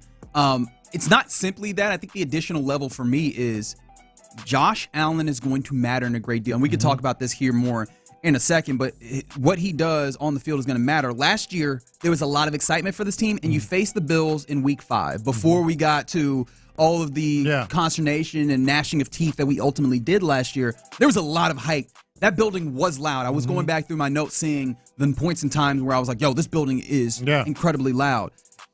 The reason why I asked that is this building going to be capable of getting to those levels? Because it felt like that had some possible effect of the quarterback play on the field. Oh, I think it is, and I think it is absolutely capable of getting there. Okay. I'm more worried about, because I think there's a good buzz around this team right now. But 2 weeks ago is when they were selling tickets. 2 and 3 weeks ago is when Texans fans were selling tickets, and it wasn't a good vibe. And so that's where, I'm just really curious. It'll be a horrible look. It's horrible. As much as we've gone through this before, if the Bills fans take over. Here's the other part of it, and I don't want to hear it. I don't care about it. This is Houston. ISO! Yeah. You guys. That Houston traffic getting to NRG at 5:30 is. I mean, it's a work day. Y'all love that. Come on, man. Come on. We all know what time the kickoff is. 7:15. Y'all love that. That's right. 7:15. It is going to start. I still don't think. Look, I'm not making that excuse. It is going to be a little tougher than a regular Sunday, but I still don't think that's a valid excuse. No, it is not. It is because if the opposing fans could get there early, why they're not going to work? There's a lot of people here that ain't going to work either, man. Exactly. There'd be a lot of people taking the day off to go to the game. All right. I didn't mean to kick off the entirety of this conversation, but I negative, man. I thought it was a sincere question. I thought I established it well, but maybe I didn't. Who knows? Bleep me, I guess.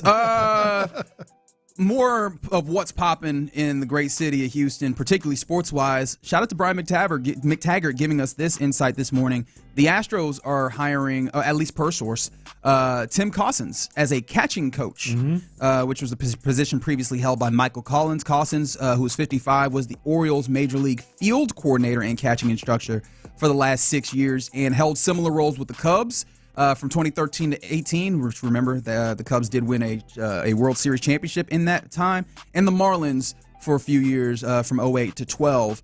I know that you don't. I don't know that you know exactly who Cosens is and what his entirety of his bona fides. Okay, then go ahead. Let me know. We don't. How but I know that you were big on catching catchers, the way that they went about things, especially the ability of other teams to steal on the Astros. Does this give you any level of confidence boost, even in the slightest? Yeah, this is the one move that had to happen no matter what. Clearly, churning through their staff, up and down, the coaching staff and scouting staff and all teaching, all that. But regardless of that, even if that didn't happen, this did have to happen. Like you had to get a new. It was almost like the two things that needed to change, and we knew this in July, were athletic training and catching, right? I think so. Yeah, I think that you needed to have. Well, some people would have talked about hitting coach, which of course they've overhauled that position as well. Clearly, a concerted effort by Espada and obviously the other decision makers for the Astros to try and adjust the way they go about things. And I think this is a tacit acknowledgement to something that you were very loud about, which was that the way that they were going about catching simply was not good enough. Yeah. I think that there was other things involved. I think that a number of people would have made mention of the fact that the pitchers did not have a seeming urgency of getting that ball to the plate to give the catchers a chance at success. Well, that ties in, though. But from that part of it, also the catching and making sure that, people weren't getting free bases on you was not to the standard. It'll be interesting to see if they're able to, with this change, find a little different level of success there. A few more things here before we go. Shout out to Kelvin Sampson, who apparently not only does a good job of building a program, he is a center recruiting champion, as the University of Houston Cougars basketball team has landed the #1 center. Oh, is that all? Arifan Diane, I'm guessing. I will figure out how to say his name properly soon enough, so apologies to Houston and this gentleman. But, yeah, for the 2026 season, they'll be bringing in the #1 center after they brought in and is just, especially for a dude of his age, with no disrespect to, obviously him being age, not trying to be ageist, but it feels like the connection that he has to the great players in college basketball, especially also while being not a player's coach, quote unquote, necessarily, not somebody that you would view as being easy or super amenable to the young. He has a very hard-nosed, old-school perspective, but he's also bringing in great players. Not only that, I think he is extremely, as we all know, I think it's an extremely good relationship, that father figure type relationship that is your best friend and also your toughest, teacher. But the interesting thing about this, when I saw it come across, this is kind of unlike any center that he's gotten recently. This guy is 7'1", 290. Is that good?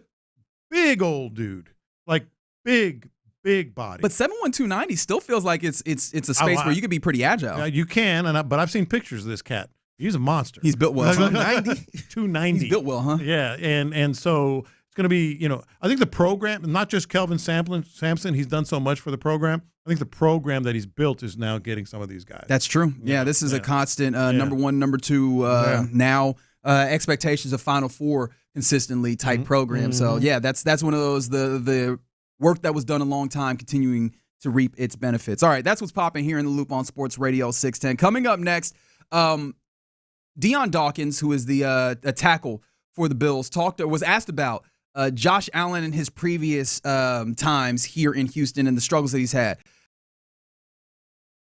Particular matchup in there that is talked about there with Deion and with some of the elevations that the Texans had. Let's talk about that matchup and some of the other ones coming up tonight next. The Texans have a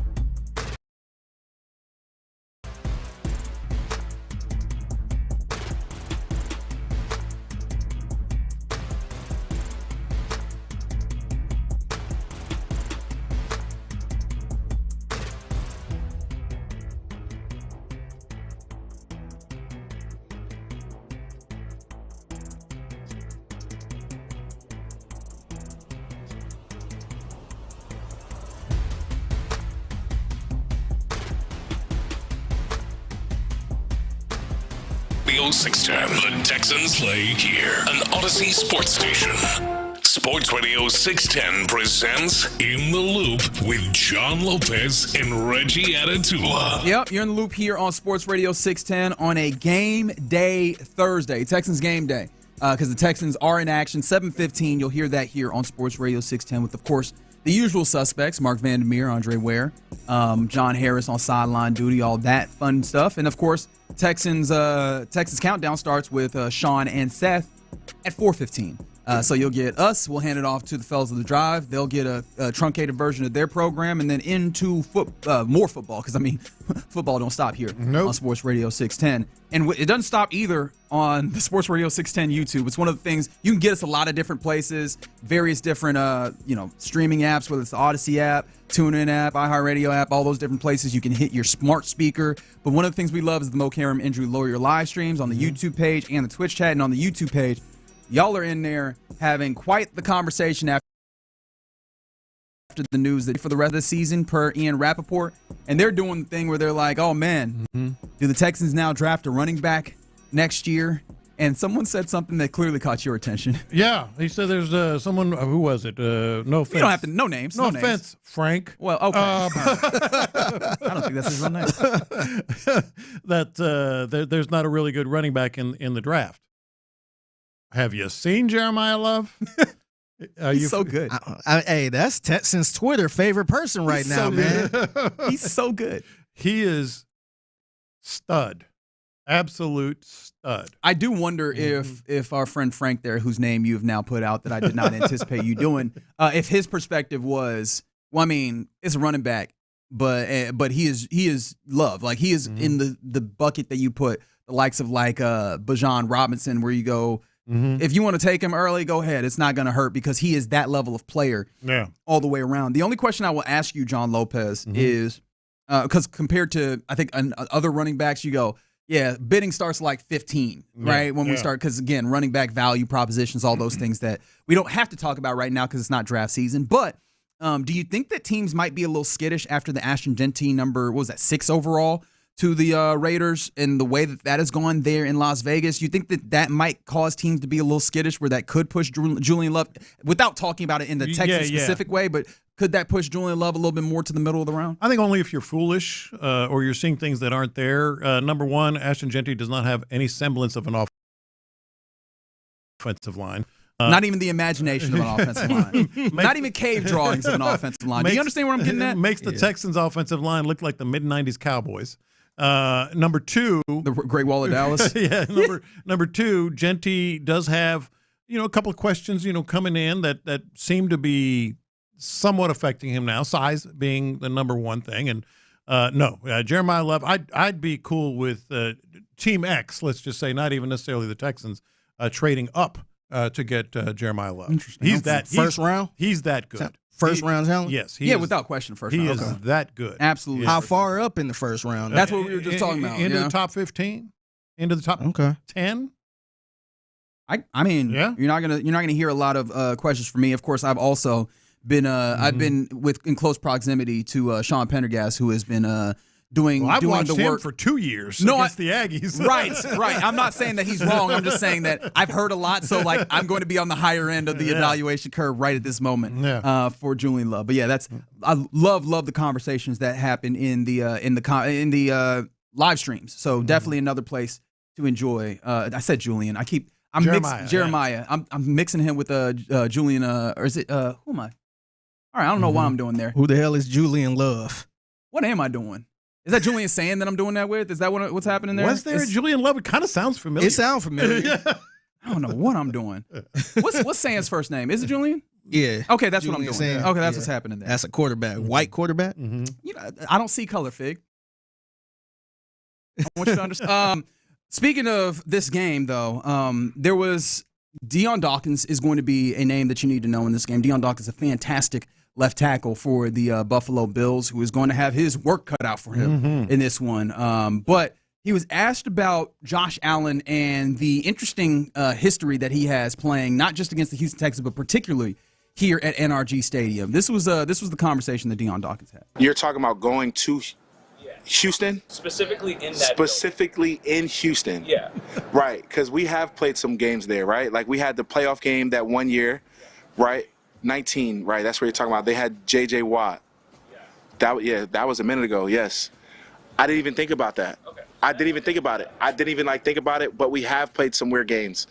It kind of feels like our first game was last year there because the entity of that team is different, right? Like we went there last year. they had Diggs. It was like a rivalry thing. Oh, Diggs is there, da-da-da. So it kind of threw all of that other stuff away. But now that you say that, I would say overall, not really, because the energy from year to year and week to week changes, bro. It changes like drastically. And when you have players like over there that you used to like play with, it kind of starts a whole new slate. First of all, how awesome is his thoughtfulness in this answer? Oh, Deion's great. I mean, just him in front of a microphone is always incredible. In fact, he was one of those. Yeah. Who was it that because remember when the NFL Top 100 was going, we'd play some of the vignettes that they put. It was like it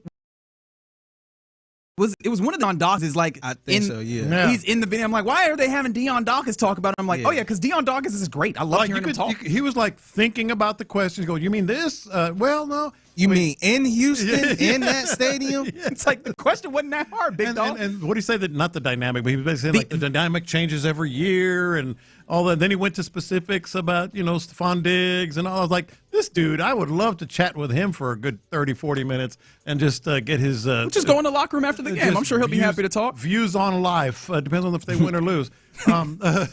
But in terms of having their number, I think there is something to every year is different because like someone was saying, well, the Bills are 8-0 on Thursday nights. I'd never put a lot of stock into that. And by the way, they are 8-0, but I don't care. Oh, no. I don't care. No, I don't care. I don't care about that. Here we go. And the only game that matters of all the crazy games against the Bills, remember Deshaun Watson?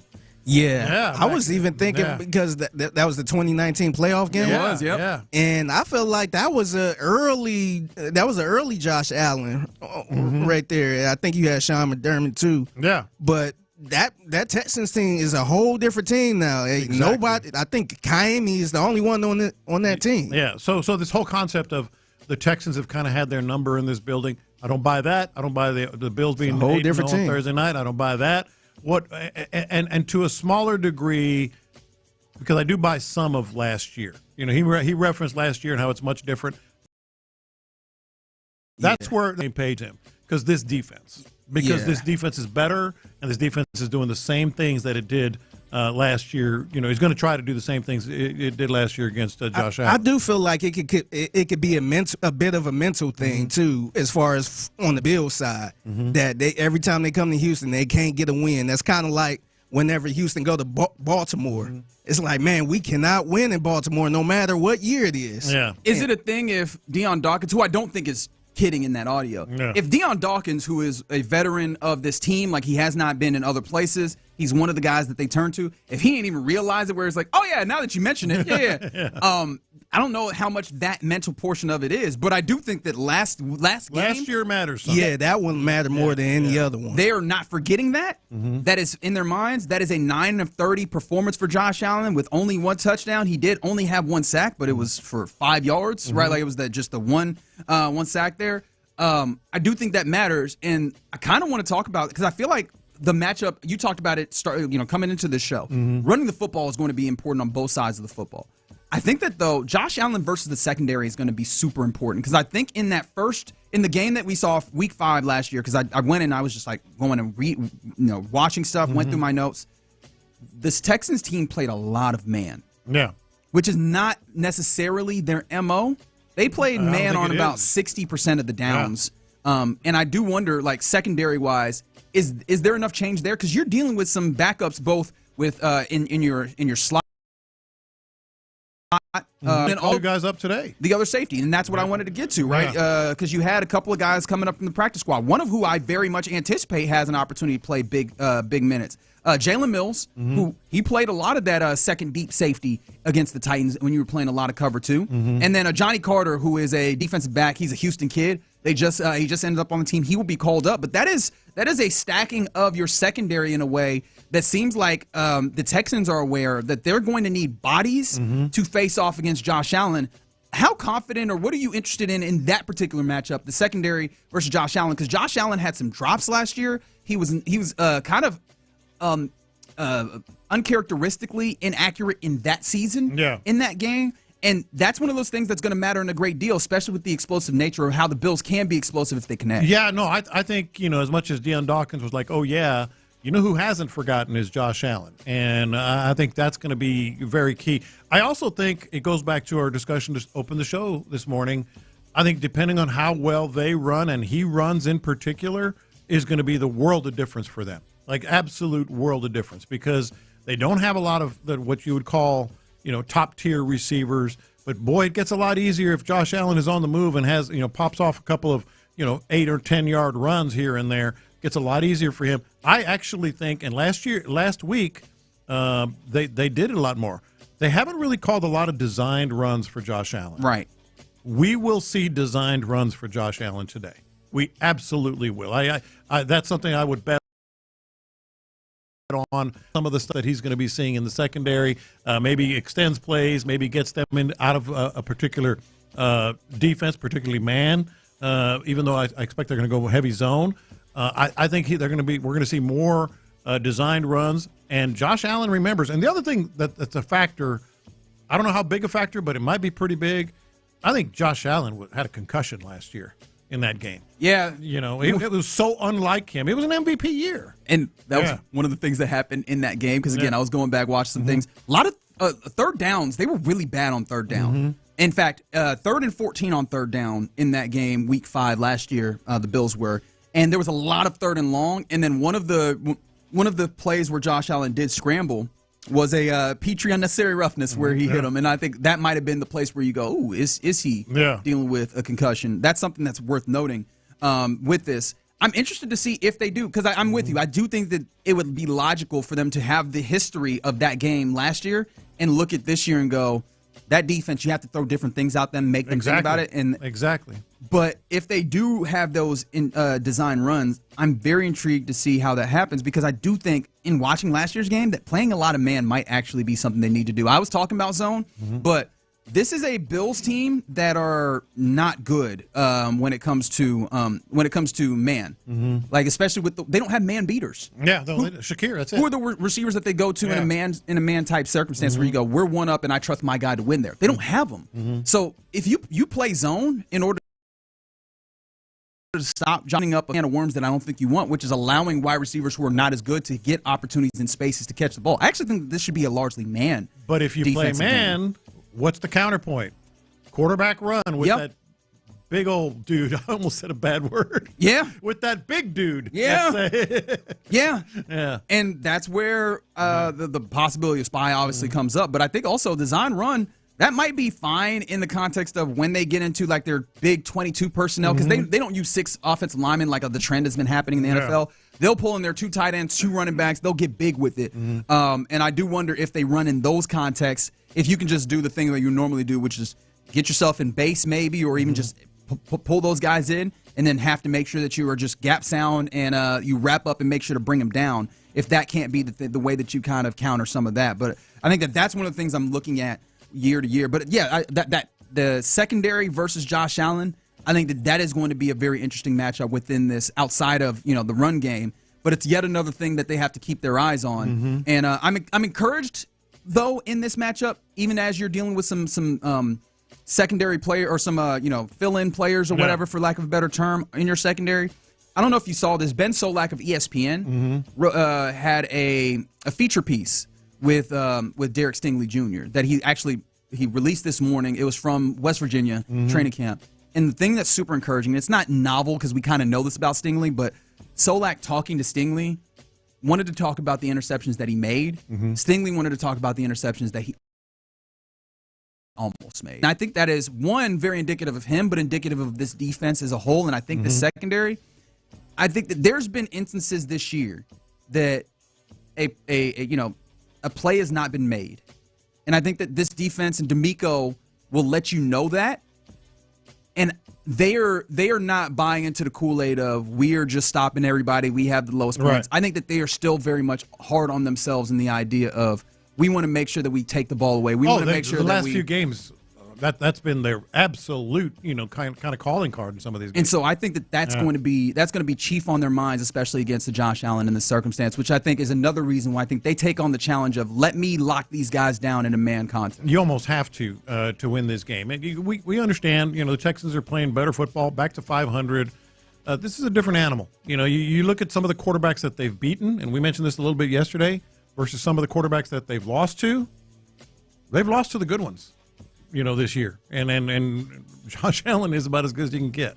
Yeah, so that's another way where I think. Yeah. But would you agree with me that this have to? This is actually, I think this is actually the bigger of the, or not the bigger, because I think this gets more difficult if you can't stop the run.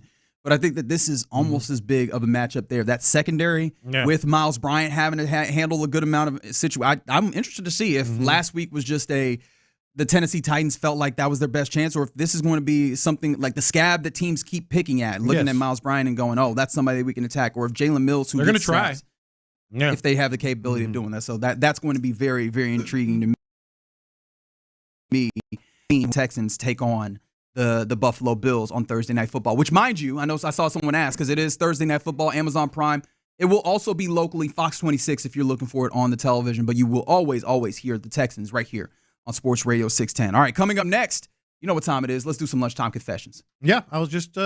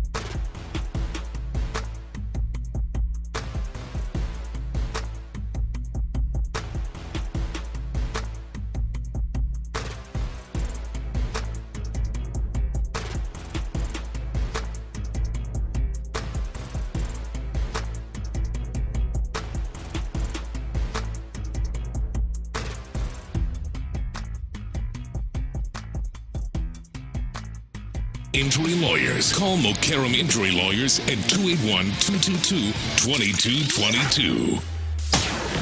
Sometimes it's sports, sometimes it's not. Whatever it is, Reggie and John are keeping it real. It's In the Loons, presented by the Men's Clinic on Sports Radio 610. Watch this. These are my confessions. I've created a family stir. I've created a family controversy. That ain't nothing new. It was At some point, it's yeah, I was really gonna say, at some point, you can't keep coming in here like, wow, I did something in the family. I shook the table. Okay, so I the reason I'm bringing it to air is like during these breaks, it started before the show. So we've been. Oh, this is like an active stir. Active stir. I thought you were telling us about a stir that had been stirred and that's since settled. What you talking about, Leah's basketball career? No, poor thing. But we're setting kind of the menu. You know, who's bringing what for Thanksgiving? Thanksgiving for the first time in a long time is not going to be at our house this year. It's going to be at my son's house. He got a new house up in Kingwood, and it's beautiful, and they want to have it. So cool, let's go. What's that address again? It's up there, 8507 Queens Boulevard. I want to see if he'd be alert. So they're asking the questions about setting the menu, who's bringing what. Well, the subject of pies came up. Okay. Oh, you in Texas, man. The pie conversation is rough. Yeah, you are 100%. That's up there with the barbecue conversation. We all agree. It's going to be a little smaller, you know, because some families going to be in and out or whatever.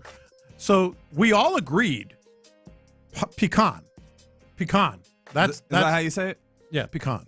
You don't say pecan, do you? I'm just being a jerk. I don't actually care. I just want to. I'm stirring myself. He's trying to shake the table right now. Yes, because he'd be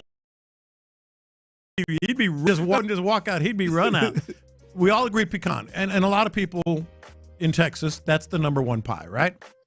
The next pie, because they said, should we bring 2 or 3 pies because it's smaller? I said 2's fine. Oh. It's going to end up being 3. Yeah, just 3. Maybe 4. It's never worth it. But the conversation started with what should be the second pie, and I stirred the pot a little bit. To me, I'd take apple over pumpkin all day long.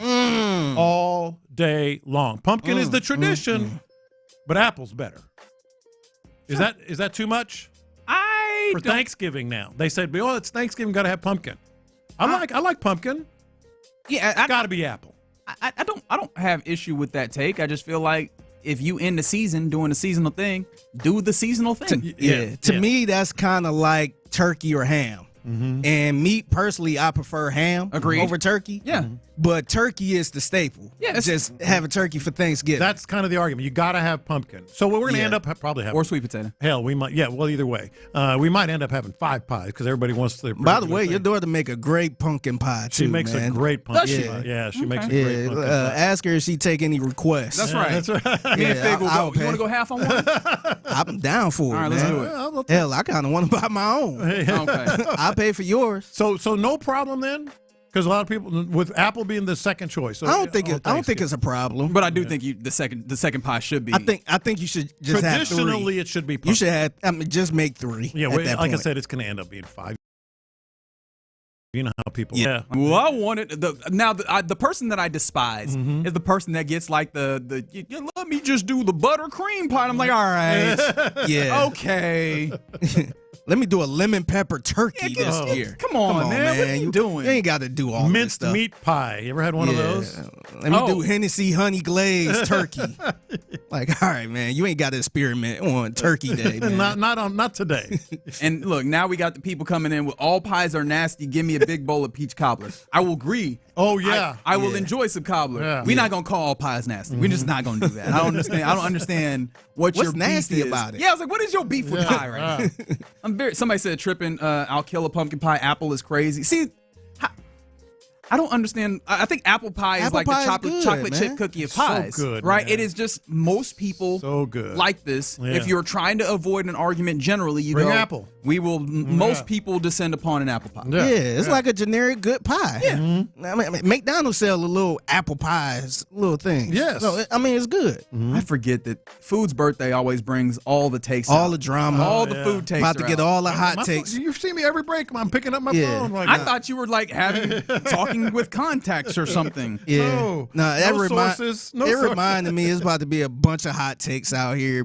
Macaroni and cheese is nasty. It's going to be all type of stuff like that. No, the macaroni and cheese take is not that it's nasty. The macaroni and cheese take is between two Americas on whether it's a side dish or a main. Mm-hmm. Like, that's the thing that and it can be both.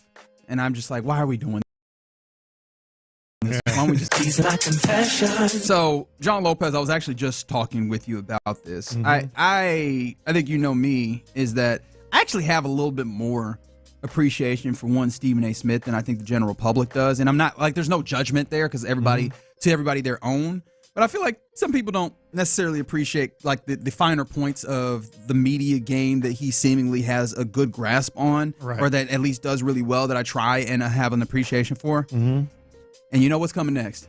However, of late, he's just been so unlikable. Like, he's just been, and when I say so, I mean additionally to the level of unlikable that he had been to the general public before. Yeah. Had you seen what happened with him and Drake May? Explain it. Cam Newton had some level of criticism for Drake May. It's neither here nor there because, you know, he's a media personality. Yeah. Having criticisms for players, not new, especially dudes that play quarterback. That's not what I want to harp on. Drake May's response was, I didn't even know Cam Newton was on First Take or whatever. Mm-hmm. This was Stephen A's response today on First Take. Quote, Drake May is a liar. First Take is the #1 morning show in America. Don't tell me you're an athlete and you don't know that. Don't tell me you're an athlete and you don't know that Cam Newton is on this show. You lie. Are you serious? Are you for real? Are you that self-important? Yes, he is.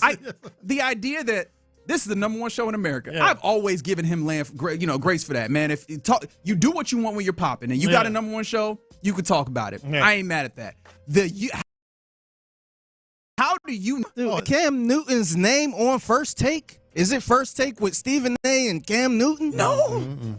Also, just the idea come on there like once or twice a week. Yeah. We talk about sports, so all athletes That's know true. who we Yeah, are. That's important. What are we talking about, man? That's all Ron Burgundy, man. I'm kind of a big deal. That's all that is. That is wild. That's all that is. Yeah. I mean, like he said, Stephen A. First Take, what's that? Yeah. No, it's a reoccurring guest that's on twice a week, maybe. And even if he was every single time, you're an athlete, so you got to know First Take. Stop being so damn self-important, You man. got to know me. Ain't called that man a liar. He said you're a liar. You're a liar. I'm like, how all that said, I still like Stephen A. because he gets it going, man. And then he do stuff that you could tell he's not trying to be funny, and it's hilarious. Yes. He does. He does. But yeah, it's made it harder for me to do I appreciate what he's doing as a TV showman and a personality. It's just like, oh, why are you being so damn unlikable right now? Why is that? These are my confessions. So I've been talking about it the last couple of days, how I've been all in on this Landman show. Yeah. Salute to Paramount Plus. Yes. I've been watching it. I've been kind of binging it a little bit. Right after the Rockets game went off, I went right to Landman and try to watch it. So I watched the third quarterback. You were like, Landman, baby, let's go. Yeah, no, I watched it before the Rockets game. I hit pause, turn on the Rockets game, and I almost bailed out on the Rockets game when I thought it was over. Yeah. Yeah, but I'm like, nah, I just stay. But if it wasn't for the Cavs making a run, you'd have watched the next episode of Landman. I was over here like, damn, man, I thought this game was over. Yeah. But my confession is, so Landman is about oil mines and all that stuff, people working in the oil and gas and all that stuff out in Midland, Texas. My confession is I have a newfound respect for all you guys that work in oil and gas because, man, that stuff look dangerous. Yes. It looked like it's a lot of work. It looked stressful. And a lot of stuff that happened where a lot of people got hurt in this show. Yeah. And I'm like, man, salute to y'all. I have a newfound respect for everybody that's working in oil and gas, man. I don't know how true all of this stuff is in the show. It's not far. Well, I haven't seen like the specific depictions, but it's rough. Yeah, a lot of accidents happen in this show. You know, working in oil and gas and all that stuff. I have a newfound respect for y'all, man. Look, man, that is tough. You know how long I've lived in this city, so I've gotten to know a lot of guys in that industry. You are 100% right. I mean, it is It is rough work. Yeah, I thought about it for a split second early on when I first moved down here about jumping into it because, everybody always talk about, oh, you're getting oil and gas, you make a lot of money. And then when I seen some of the work you had to do, like climb up to the top and all this other stuff and how hot it is down here, I'm like, nah, I'm not cut out for that. Yeah, that's one of the things that my mom loves saying is in these United States of America, they don't pay you for nothing. Yeah. And so them people getting paid well because they get worked. So, definitely a lot of time away from your family. Yeah. Hey, salute. Yo, I hate that a TV show had to make me realize that. You talk about respect, you put respect. Salute to y'all, man. Let me hold some money, too. Y'all making all that money. Don't do that. Let me hold some of that. Little old me on this radio station ain't making as much as y'all. Let me hold some. That's messed. As a punctuation, abbreviation for everything that you. Hey, let me hold $1. Hey, y'all got that bread though, man. Yeah. From the 832, if you want to be a menace, call it pecan pie. Yeah, that's crazy. Pecan. All the pie takes are in here, and they're all insane. And I appreciate you guys jumping in on the insanity that is our lunchtime confessions right here in the Loop on Sports Radio 610. All right, we continue on a Texans game day Thursday here, gearing up for this contest. But it's still a Thursday, so we want to do a little buy or sell. I'm interested to see how game day oriented John Lopez made this. Let's figure that out next. All right, let's figure out.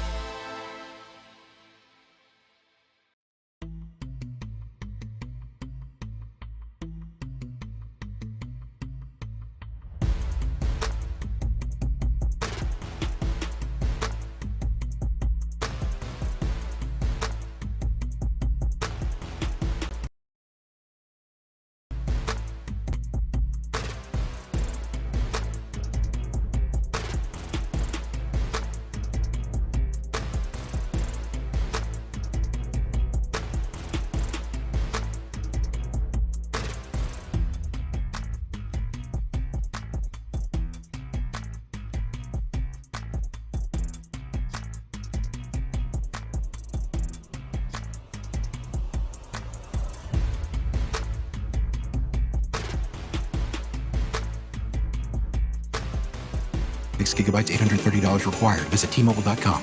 Injured? Call Mokaram Injury Lawyers, 281-222-2222. Live from the Mokaram Injury Lawyers Studios, Sports Radio 610 presents In the Loop with John Lopez and Reggie Atatula. All right, you're in the loop here on Sports Radio 610 on a Texans game day Thursday. Yes, to the few people that have asked me, I'm not trying to make it seem like everybody has. I will be out in them lots.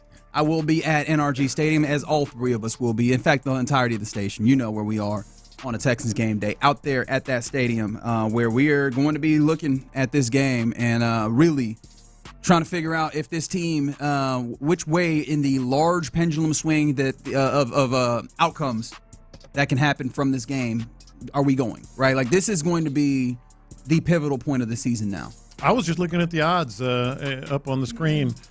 Texans are still plus 7,500 to get to the post. I think it was get to the postseason. Tied with Jacksonville. You're putting that in, huh? I wonder what it's going to be if they win. Well, to your point. Yeah, I was telling you that I was looking. I wish I had the numbers specifically in front of me. I remember one of them, which was the percent chances of making the playoffs depending on wins or losses this week. And the Texans have the biggest window, the biggest delta between a win-loss. Yeah. If they lose, 18% is where they end up with. Damn. And I believe if they win, it was something like 46%, which is still not more likely than not that you make the playoffs. However, you greatly improve your chances of making the playoffs if you get this victory. And so this game ends up being incredibly pivotal. We'll continue talking about it as we go. But buy or sell, baby. Buy or sell time, as we often do on a Thursday. And don't let a football game forget you that we got to do a buy or sell. 713-572-4610 if you want to play along. Are you buying or selling your Texans-Bills tickets? No, I was just... Wow. Man. See, at least I thought I did it in a classy way when I asked how many people were going to be out there, if there's going to be a lot of Bills fans, how that impacts the game. You're just coming out being a jerk. Hey, this is a safe space. Do you kind of look Is it? Do you kind of look at people funny when they say, hey, I got tickets, but I'm going to sell them? A little bit now. Really? A little bit now. I get it. I mean, it's your money. I get a lot of people that's like that, season ticket holders. They're like, yeah, I'm just sell my tickets. You were asking about, what kind of game day twist might I have on the buy or sell this week. There's really not a whole lot. We've covered a lot of the D'Amico and stuff. So that's the one that I thought. Okay. 713-572-4610. Okay, you actually want to know. It's a safe space. I've heard from a few people, friends of, and such that are no way. I love that you're like, I sold him, and Figgy's like, don't you judge people that do that? No, Figgy, we do not. Yeah. Buy or sell your I think I'll be judging people because I'm like, man, give me no tickets, I'll go. But you got a media pass. That's not even all right. But I'll be wanting to be in a seat, with the fans and stuff. I don't want to be in the press box with y'all. Right. All right, let's go to the Astros then. Okay. A couple things happened this week, and we're not talking about the Damen trade right now. We've covered that and will again, I'm sure. But Joe Espada on that podcast was very interesting to me. Foul Territory podcast. Yeah. A couple of them from him. One of the things that he said is he was asked about the Fromber kerfuffle. The cross-up. With Salazar, and I'm glad you said that. They asked him about it, and then he went to this whole thing about, I brought him into the office, talked to him, I wanted to see him, that whole thing that we talked about. Then he doubled down. He said that whole thing was, quote, a cross-up. I am selling it. Because and it's based off of his words. I wish I would have thought to have the audio so that the audience could hear it. And maybe, Fig, if you go into our audio, you'll be able to find it. He talked about like how he had talked to his PR person. Yeah, and he talked about how mad they were. Before. Yeah. When we say they, the clubhouse. Yeah. The dudes in the clubhouse were upset. Yeah. And he was like, I know I'm going to have to answer for all this. So before I talk to anybody, the media, I need to bring these guys together. That doesn't sound like, this was just a small thing. He said Salazar was upset about this. And I'm like, that is, if you have all of the principal folks that are close to this, talk less about. I'm not talking about on TV or watching. No, he was talking, like you said, about the clubhouse. The people who are invested, who are usually going to be the people that defend their guy, were all upset by his own saying, you're not going to convince me then that, I just needed to talk to him and figure out that, it was all good. Especially when the dude who we hypothesized from the outside would be upset and was being treated wrong, I guess, in a way, in this circumstance, in Cesar Salazar. He also admitted that dude was mad. Cross-up is not hitting me. Yeah, I saw that and heard that, and I was like, ooh, Figgy? It was just a cross-up after all that. I'm selling it, man. I think it was a bigger deal than what they trying to lead on to. And I think he's trying to diffuse it a little bit, but he's just keeping true to the story. Yeah. Yeah. I mean, I don't blame him. You don't want to create no drama or nothing, but I'm selling it. I'm selling it too, and the whole thing that just shocked me is what you were talking about, Reggie. He went into the whole thing about everybody's mood and reaction and all that, and how mad they were, and I had to go, as you mentioned, talk to the PR, showed him what was being said on social media, all this, and then he still said it was a cross-up? Come on, man. Come on, And man. look, I understand that he's trying to keep all the family together. He is that patriarch or matriarch that is in the top of like, hey, yo, we got to make sure everybody stays in this one big family. That one is a hard sell for me. Maybe I'm wrong. It is quite possible. I've been wrong before. I'll be wrong again. I don't think you are this time. This one feels hard for me to take at face value. There's another Joe Espada that is going to be in buy or sell, and it's this one. He was asked about wanted to keep him or whatever, and his reputation in Houston and elsewhere. And he said that Fromber's reputation was largely because, quote, of one event, talking about that event with Salazar. One event is how he got that reputation. Yeah, sell. Now, that one event was a catalyst of a moment. I think it was a little bit of a ember that lit some tinder up to a different level or whatever. I don't know what other imagery I can give you.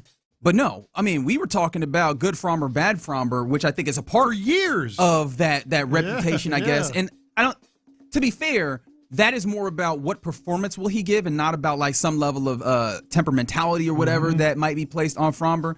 But even that, you could see kind of his demeanor through the entire back half of that year feel a little different. And then also, if I just want to basically say I'm selling this, which I am, off of one, I could tell you a second moment, which was him talking about the outfielder not being in the right place. That's right. Like that is also another event in that history. Yeah, I'm selling it for the same reason. This ain't the one event where everybody just turned on them. Yeah, if it wasn't for that, it's been kind of the back half of the year. Yeah, no, I'm selling it as well. If it wasn't for that one event, we'd all be clamoring for Fromber. No, we would have looked past that one event if it was just that one event. And to be fair, I think that there's still people that have a lot of respect for what Fromber does on the field. He is still a fantastic pitcher, but I think we also can't ignore those people. Or are you selling Lane Kiffin? Lane Kiffin. Talking about all the craziness going on the coaching cycle. He's up for Florida, LSU. Another one, I think someone mentioned yesterday that he might be talking to regarding the ultimatum that was levied by the athletic director. There has been no ultimatum, and that's absolutely not true. I actually buy this because this was the hypothesis that I threw out when it was reported. Especially because the question that you guys asked immediately, the question that everybody asked immediately when we found out the Ole Miss had an Egg Bowl ultimatum, let us know if you're going to go or else. You guys were like, or else what? Logically, it doesn't make sense for that to be an ultimatum. For me, I hear it as the administration hoping to get some clarity on where they will be, asking him for him to give them a heads up. That doesn't strike me as an ultimatum, and I think that is logically what makes more sense, at least in my brain, as to how that would have gone, as opposed to, yeah, you got to do this. Because what happens if he says, I will meet your demand, your time, but I'm going to leave. Yeah. Do you stop him from coaching? Like, I do think that those are all questions that are worth asking. Yeah, I'm kind of buying it a little bit. I think Reggie kind of sold me over on this. I think that kind of makes a little sense. I'm buying it, but with a lot of skepticism. I think this is a classic case of they never said ultimatum. I do believe that when all this is going on, you frankly wouldn't be doing your job if you were the athletic director and said, hey, Lane, whether you're passing him in the hall or you call him into, you wouldn't be doing your job if you didn't say, hey, man, can you let us know at least? I'm not telling you or asking you what you're going to do, but can you let us know by the Egg Bowl? I think that's where Lane Kiffin can say, well, that wasn't an ultimatum. I think there has been a discussion, but I will buy that in terms of ultimatum. All right, little World Cup buy or sell. Oh, you jerk. Because this is the thing. I know that you're not doing a World Cup buy or sell that is genuinely about the World Cup. Yes, it is. It is going to be a World Cup and buy or sell the needles at me, isn't it? I could smell this a mile away. So Nigeria. There it is. You son of a gun. I swear to God. I swear to God. So Nigeria's coach, and by the way, Nigeria did not qualify for the World Cup. That's the whole reason this is happening. Cape Verde somehow qualified, but Nigeria did not. He said that they lost to the Congo. Yes, the Democratic Republic of Congo. Because the Congo used voodoo to qualify for the World Cup. That is an actual quote. I'm selling this. Notice how calm my voice is. I am selling this because, not that in soccer, which, of course, if you need a touch point, soccer is basically 1.5 of college football. All the nonsense that you think about in college football, soccer does that on a greater scale. Yeah. They are not far removed from doing voodoo and stuff. No. They'll like, try it. They're not even try. It has been done. I know. There are definite stories and accusations at the time. So maybe you should buy it. No, I'm selling it because that's not why you didn't make the damn World Cup. You didn't make the World Cup first and foremost because the first penalty kick taker that you put up there was the center back, right? Was a defender. You had dudes absolutely smoke penalties. You went to penalties against the Democratic Republic of Congo in there, and you lost games that you had no business losing early on in qualifying. Don't talk to me about no voodoo.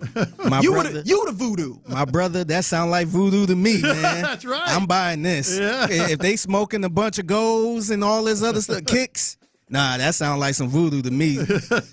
I appreciate the 346 not leaning in the place of, oh man, college football and soccer should be less weird, but leaning into the places of the places that we take seriously in sports should be more weird. 346 says the Saints need to start doing voodoo, and I completely agree because it can't get worse than what it is right now for the New Orleans Saints, can it? Hell, we got some New Orleans people in Houston, man. Start doing some Texas voodoo? Yeah, man. Let's lean into the Houston Texans and do some voodoo, man. Yeah. What's the voodoo for today? Is it just like Josh Allen goes crazy? Yeah, Josh Allen. But that's too obvious. I feel like you need to do something a little more clandestine, right? It's just like James Cook just for some reason runs to the back of his line all the time. Like something like that. A little bit more inconspicuous. The kickers keep missing the kicks. Yeah, something like that. Missing extra points. Yeah. I'm buying it because there's no way Nigeria should not have made the World Cup. There is a way. Right? Them boys was unserious. Curacao made the World Cup. Yes, Haiti made the World Cup. Yeah, we can do this. Curacao has, you know how many people live in Curacao? Yeah, I do. Like 200,000. This has been a story because this is a World Cup final. Yes, I know. So I'm buying it. Voodoo kept you guys out. I swear, Lopez. I swear to God. All right. How about this one? Mark Cuban on if Kawhi Leonard should get a statue in Toronto. How many years did he play there? One, right? They traded for him on the final year's deal, and it was a big deal because he said, I will not sign no extension. And they won a championship. And then they won the championship, and he played out of his skull. Yeah, he was incredible. He played out of his skull. They're thinking about building a statue for him in Toronto. Mark Cuban said, no, you don't get a statue if you leave. If you leave on your own accord, you do not get a statue. Oh, BS. Are you buying that? I'm selling that. Who made that? I'm selling his assertion. Yeah. I do think that it is worth them putting a statue up for him. I agree. The question I do ask, though, is does Chris Bosh have a statue up there?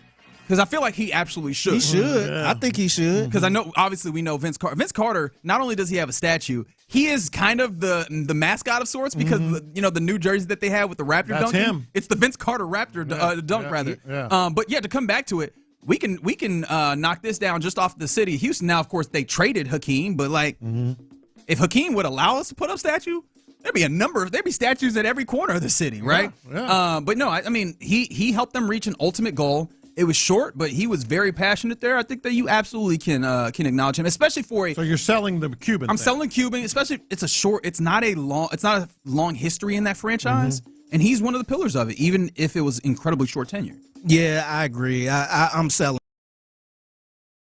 this, man. I mean, you won a championship. I don't think they winning no NBA championship anytime soon now. And that year was legendary for them, for that country. So, you got to give him a statue, man. I am selling it as well, and I agree. I think just for the season he had. Yeah, you won it all, man. Magical. Yeah, you won it all. And magical. no matter how they look, you beat Golden State. Yes. So, he shouldn't be able to buy. He shouldn't have to buy a drink in that country. You say no matter how it looked, that was Golden State after they had knocked off Cleveland 2 years in a row. Yeah, that's what I know. But then that was the year KD got hurt and stuff, though, right? Mm-hmm. Was that the year he ended up getting hurt? I think so. Yeah. So it don't matter how it look, man. You beat a legendary team, man. Yeah. And by the way, 346 says Reggie, voodoo can purify a potluck. This is how I know you don't have very much run-ins with voodoo. Ain't nothing clean about voodoo, my friend. Ain't nothing clean about it. Don't say that too loud, man. You got a lot of New Orleans people listening. They will agree. Text in 713-572-4610. Some of them might be down with it, man. If you do have some run-ins with voodoo, let me know. Clean or not clean? That's all I need. Clean or not clean on the text line. All right.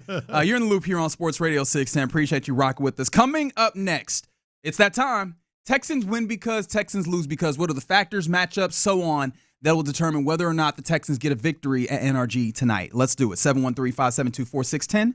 Next. According to D'Amico.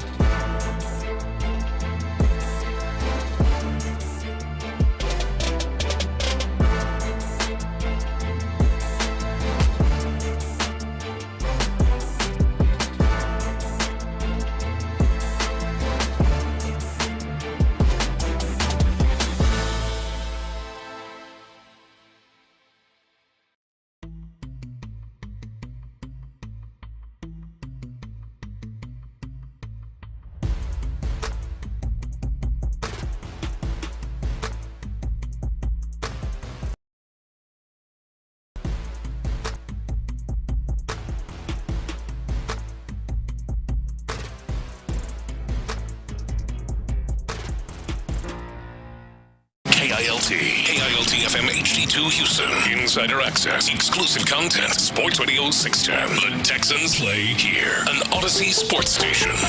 Sports Radio 610 presents In the Loop with John Lopez and Reggie Atatula. All right, you know what time it is. Texans win because Texans lose because. Join in the fun. 713-572-4610. What are the factors? What are the matchups that'll determine whether the Texans can get a much-needed and a very important victory here at NRG Stadium versus the Buffalo Bills?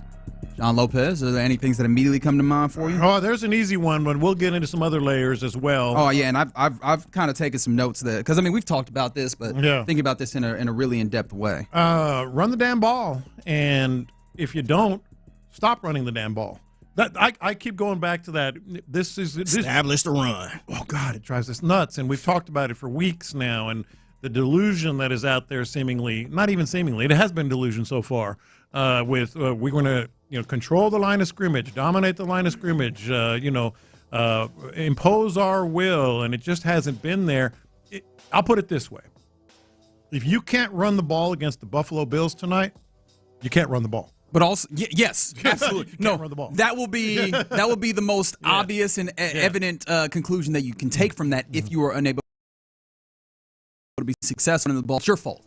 One of the things that I noted, or that I saw noted, that I thought was a very valuable thought is, obviously you should be able to press the edges because teams have run directly in Joey Bosa's face, and they haven't been able to stop it. But also utilize motion when running the football as well, because apparently the linebackers on this Bills defense are not disciplined. In fact, the defense in general, stopping the run, that's how you become the second worst run-stopping team in all of football, is that you're not disciplined. So if you can get motion, imagine what happens with motion, right? Somebody runs across the formation, the linebackers or whoever starts moving over and shifting.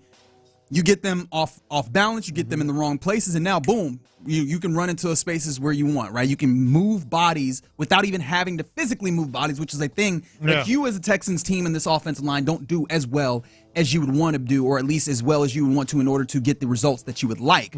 So use motion, right? Use the things that you have available to you. Use counter, which I think actually this Texans team has done pretty solid at. We've seen them in the last few weeks, push outside runs and then counter in. And Woody Marks has had good vision. Even Nick Chubb has had pretty solid vision on those things. So utilizing those things should help you run the football too. And if you don't utilize those things and you aren't able to move the ball, I feel like that's your fault. However you do it, no matter what you utilize, if you can't run the ball against the Buffalo Bills tonight, you can't run the ball. And that speaks to my second point. And we talked about it a little bit already today. If you get through the first quarter and you're still just sort of ramming your head against the wall, and then into the second quarter, I think you just got to start saying, okay, hey, Davis. Yeah, and with that, like, how do you feel about Davis? Because real quick on the running thing too. Apparently, one of the things the Bills are also bad is like kind of those reads, like the read run plays.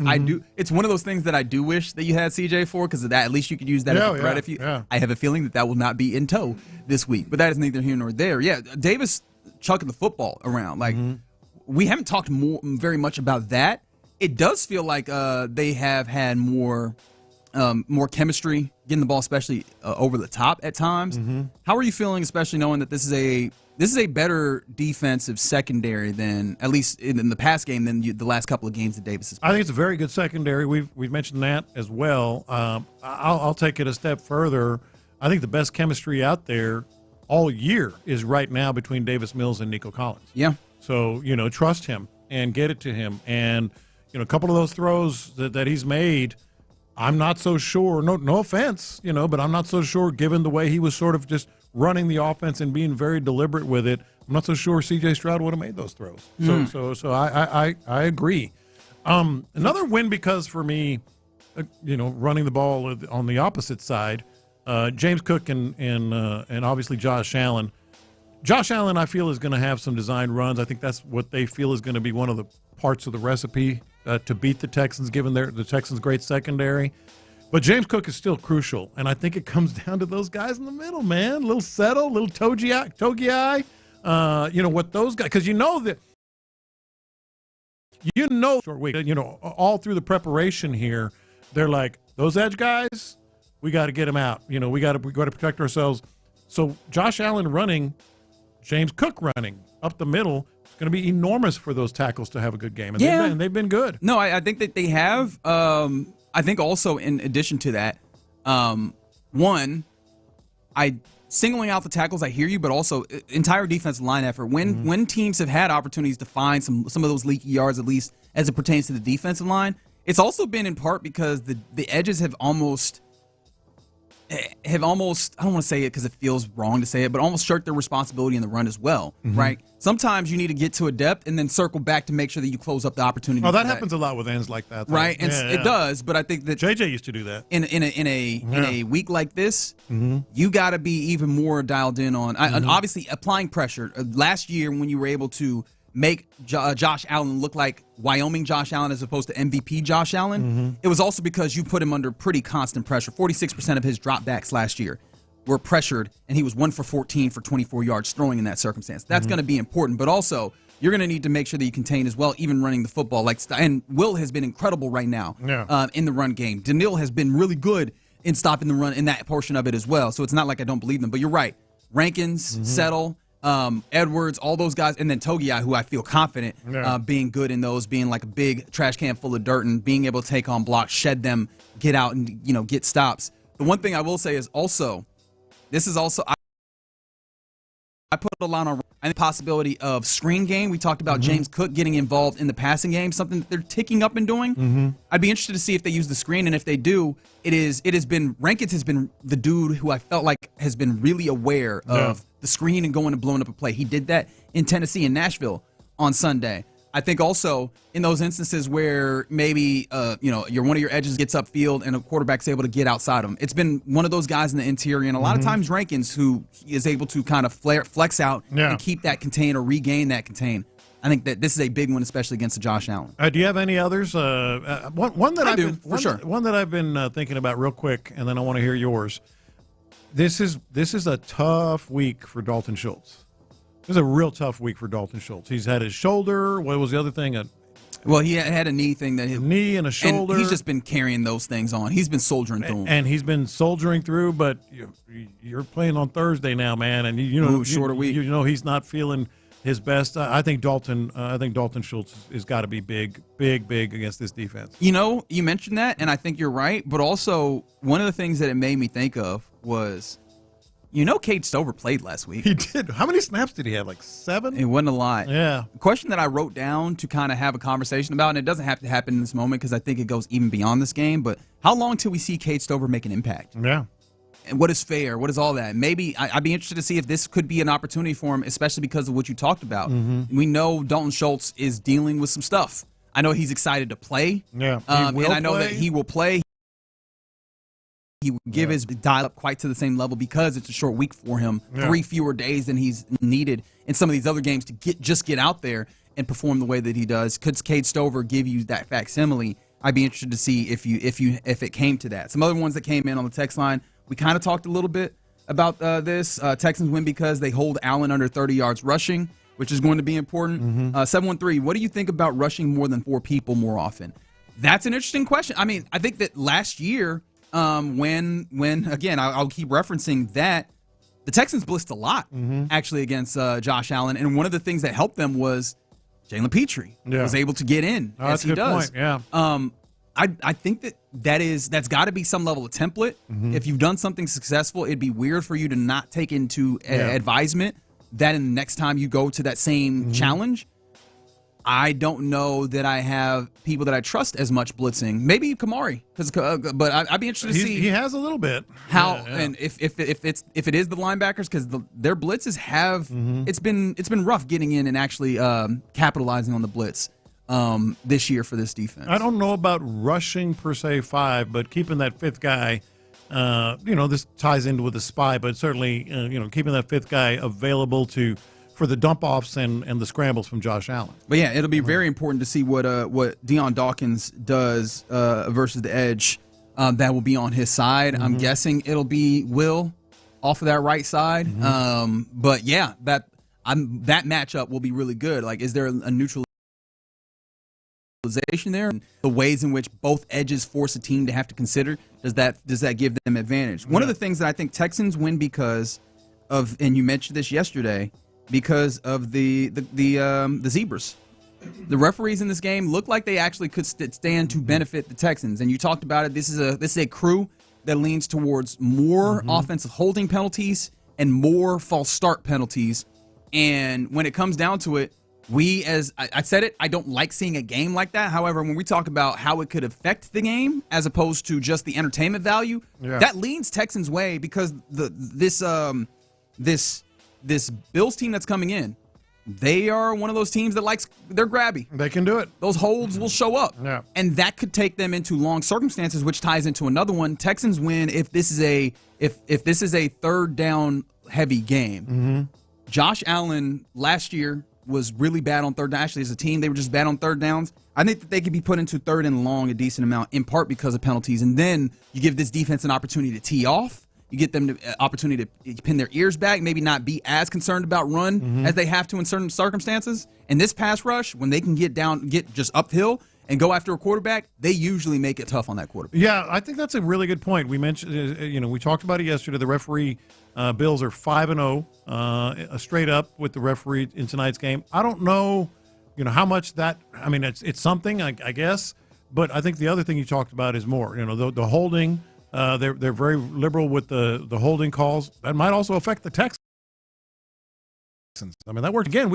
No one knows what the offensive line outside of that building is going to be. Yeah, who the 5 are is going to be very interesting, right? Texans lose because they try and change things up and they lose some level of continuity. CD so starts. Texans lose. Well, yeah. But also, how confident are you in an offense that has been serviceable but still had to just barely scrape by against the Jags team, just barely scrape by against the Tennessee Titans team? Somebody on the YouTube put it as this offense has only had 1 quarter of good football. They put it in a different way, but I figure I'll take it to this place. I mean, this is a significantly worse run game, but this is a lot better pass game than pass defense rather that you've seen in the last couple of weeks. What happens if the Davis Mills effect of it, with more opportunities this year that teams can try and game plan for, and with the fact that the passing game has been better but still not incredible? What happens if that is not available to you in the strongest way? Well, and that kind of points to Christian Kirk. Love to see a big fella. Do you? At this point, I might be in a place where I love to see you show up. Oh, okay. No, I might be in a place where I want to see Jalen in his stead. Don't even show up. I sincerely might be in a place where you just want to see where you want to see Jalen Noel in his stead, because even the things that I typically look to Christian Kirk to do, I feel like I'm not getting that. No, you're not. I'm with you. You know that in terms of Noel, but if they're going to play him, it sure be nice if he showed up a little bit, because it hadn't been happening. 100%. Texans lose because it's a one-possession game in the fourth quarter. I think that's a fair point, because that's another thing. I'm built last year. You got up 20-10, and then they stormed back. That's one of the things. Even in this game where you had a very, very bad Josh Allen performance, you got up and you changed the game script, and then the Bills came back and you won it late with the field goal. If you don't get out ahead and push the issue on this game script, it can get dicey, and you put too much pressure on the defense's shoulders. And if it comes down to a 1-possession game, that's not Cam Ward. It's more of a Baker Mayfield situation, a Bo Nix situation, where you have to be really aware of just the kind of the broken plays that are going to happen and maybe hurt you. So Texans win if they start fast, but Texans could very well lose if it's one of these you gotta if they don't start fast just to get your offense going. Yeah, if they don't start fast, it's gonna be a rough night. Yeah, I think it'll be a rough night. And then I don't even know if this is a win because lose, because I'll throw this up for you. The game management aspect of this game is really intriguing. Maybe we talk about that on the backside of this. Yeah. But do you have a way that you think this game goes, John Lopez? Yeah, I just being honest. We always like to try to be honest. I don't feel great about this one. I really don't. I should, simply because of the way the Texans have been playing and being able to get those 1-possession wins, back to back. I feel as if that game last year is just gnawing at Josh Allen. And by the way, he had 6 touchdowns last week.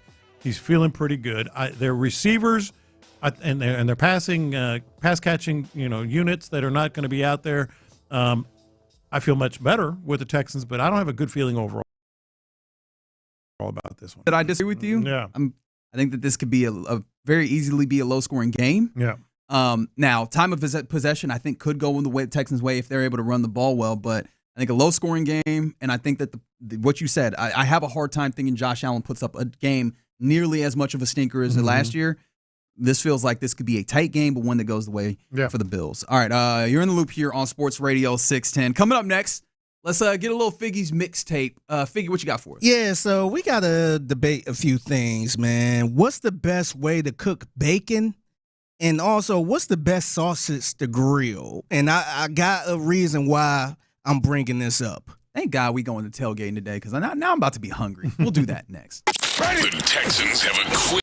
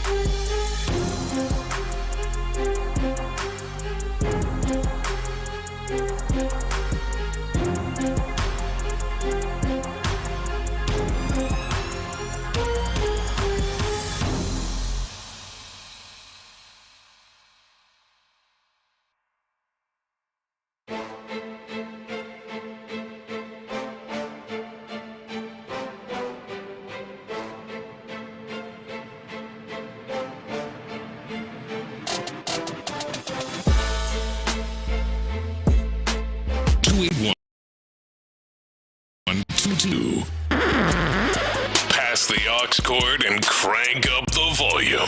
Figgy Figs in the driver's seat. Sit back, relax, and enjoy the ride. It's time for Figgy's Mixtape on Sports Radio 610. Yes, it is the Mixtape in the Loop, Sports Radio 610. This your man Figgy Fig holding it down on a Thursday. Happy Thursday to everyone out there. 713-572-4610. What's the best way to cook bacon? Okay, you're asking? Yeah, I'm asking. What's the best way to cook bacon? I'm a convert. I used to always do it in an iron skillet or a flat top, old school, hot. Cast iron skillet for your bacon? Oh, cast iron's the best. Well, I say that. I love cast iron. Yeah, I say that, but I'm a convert now to the oven. Now, yeah, it stays flatter. It keeps its size, its length, and it still gets crispy. I'm a convert. Yeah, the important question to ask is how do you like your bacon, though? Yeah. Because, that will depend. A lot of people like it crispy, and for the most part, you're right. I think you're right. Objectively, the oven is a good way to go. I personally am not, full crispy. I could tell y'all. Actually, I should just say it. I've actually not been doing pork bacon for a while. I've actually converted to turkey bacon. Oh, there's nothing wrong with that. Nah, it is. It is. People get after me, and I'm sure it's coming. You gotta know how to cook it too. Because at first I was like, nah, I wasn't really a big fan. But you got to cook it the right way, and it's just fine. It's not as, I guess, good as pork bacon. Yeah. But nah, it's not. I do it in the oven, kind of both. Yeah. Sometimes I throw it in the oven because it's easier to cook in there and then keep it straight and all that stuff. Yeah. But sometimes if I do it in the skillet, I'm totally fine with that. Have you seen the people that have started kind of boiling, quote unquote, the bacon? Is that guy that you heard from the other day with the steak? No. This is actually more legitimate. The idea being that what it'll do is it starts cooking, and obviously the water it's not really fully boiling. It's just you kind of put some water in there, and then when the water evaporates, then it'll kind of cook it down further. But it kind of renders out the fat a little bit differently, and I haven't tried it, but I'm looks willing to interesting. try. Yeah. Okay. My second question: what's the best type of sausage to cook or grill? All right, what's your go-to sausage? You came to the right person. Yeah, I'm going to defer you go to the grocery store. You about to cook on the grill. Which brand of sausage? Okay, so there's three that are my go-tos. My number one, and I've gone to the extent of driving there, if for July 4th or something. Don't tell me you're going to Louisiana. No, I'm going to Elgin. I'm going. Okay. I'm going to get that Elgin sausage. Okay. That's good.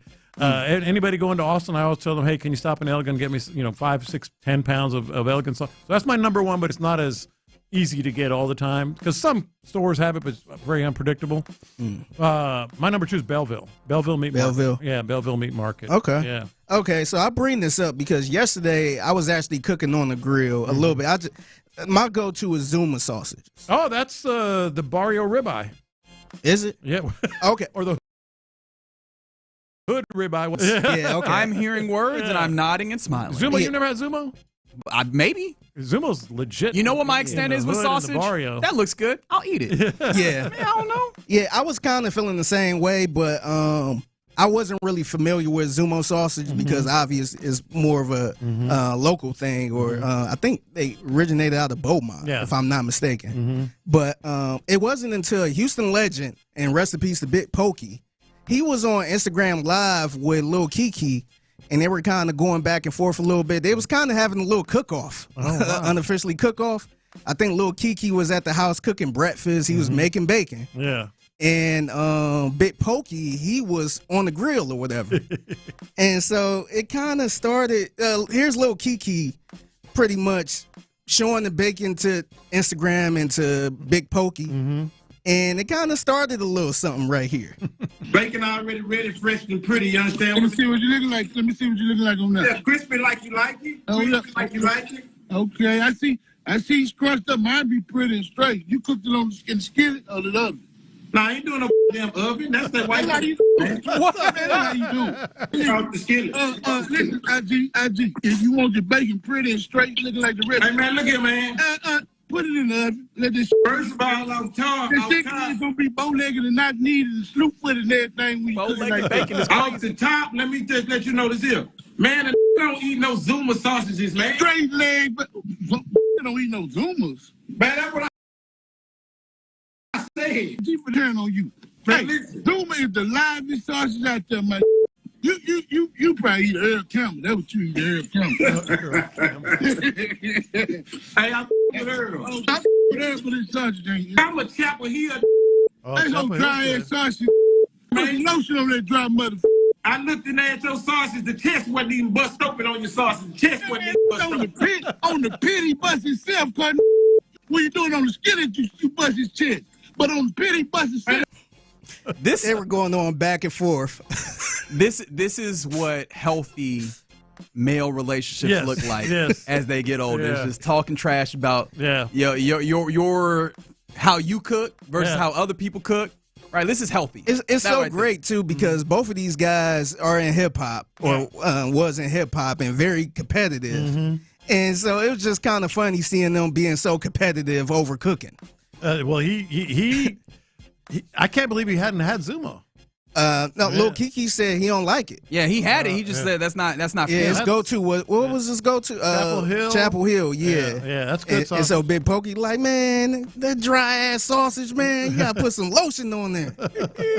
Yes, rest in peace to Big Pokey, man. Yeah. I thought that was very entertaining. And I wasn't familiar with any of the sausages. So you just learned something. Yeah, he sold me on the Zumo. Because the way he said it, I'm like, wait, should I be trying this? Honestly, that is exactly the type of recommendation I want. The type of recommendation that I want is somebody that loves this thing so much that they're willing to cuss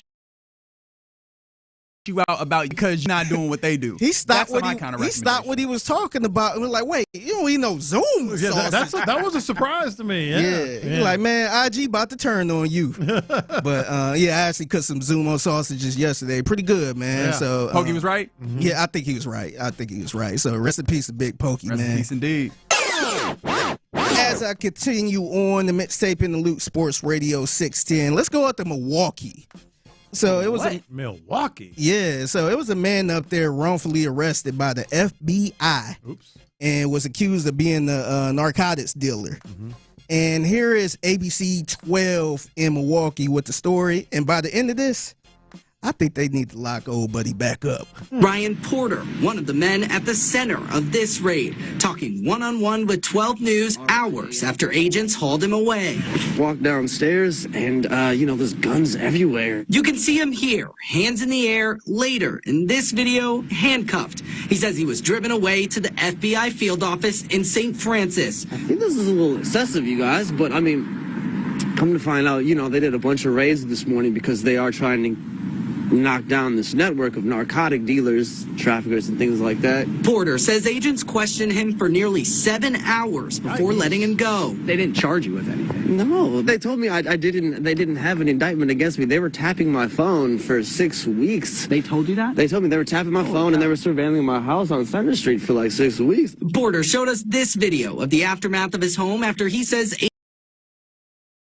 agents searched if he's ever sold drugs. He didn't hold back. So you don't know of any drug selling? Yeah, I sell weed.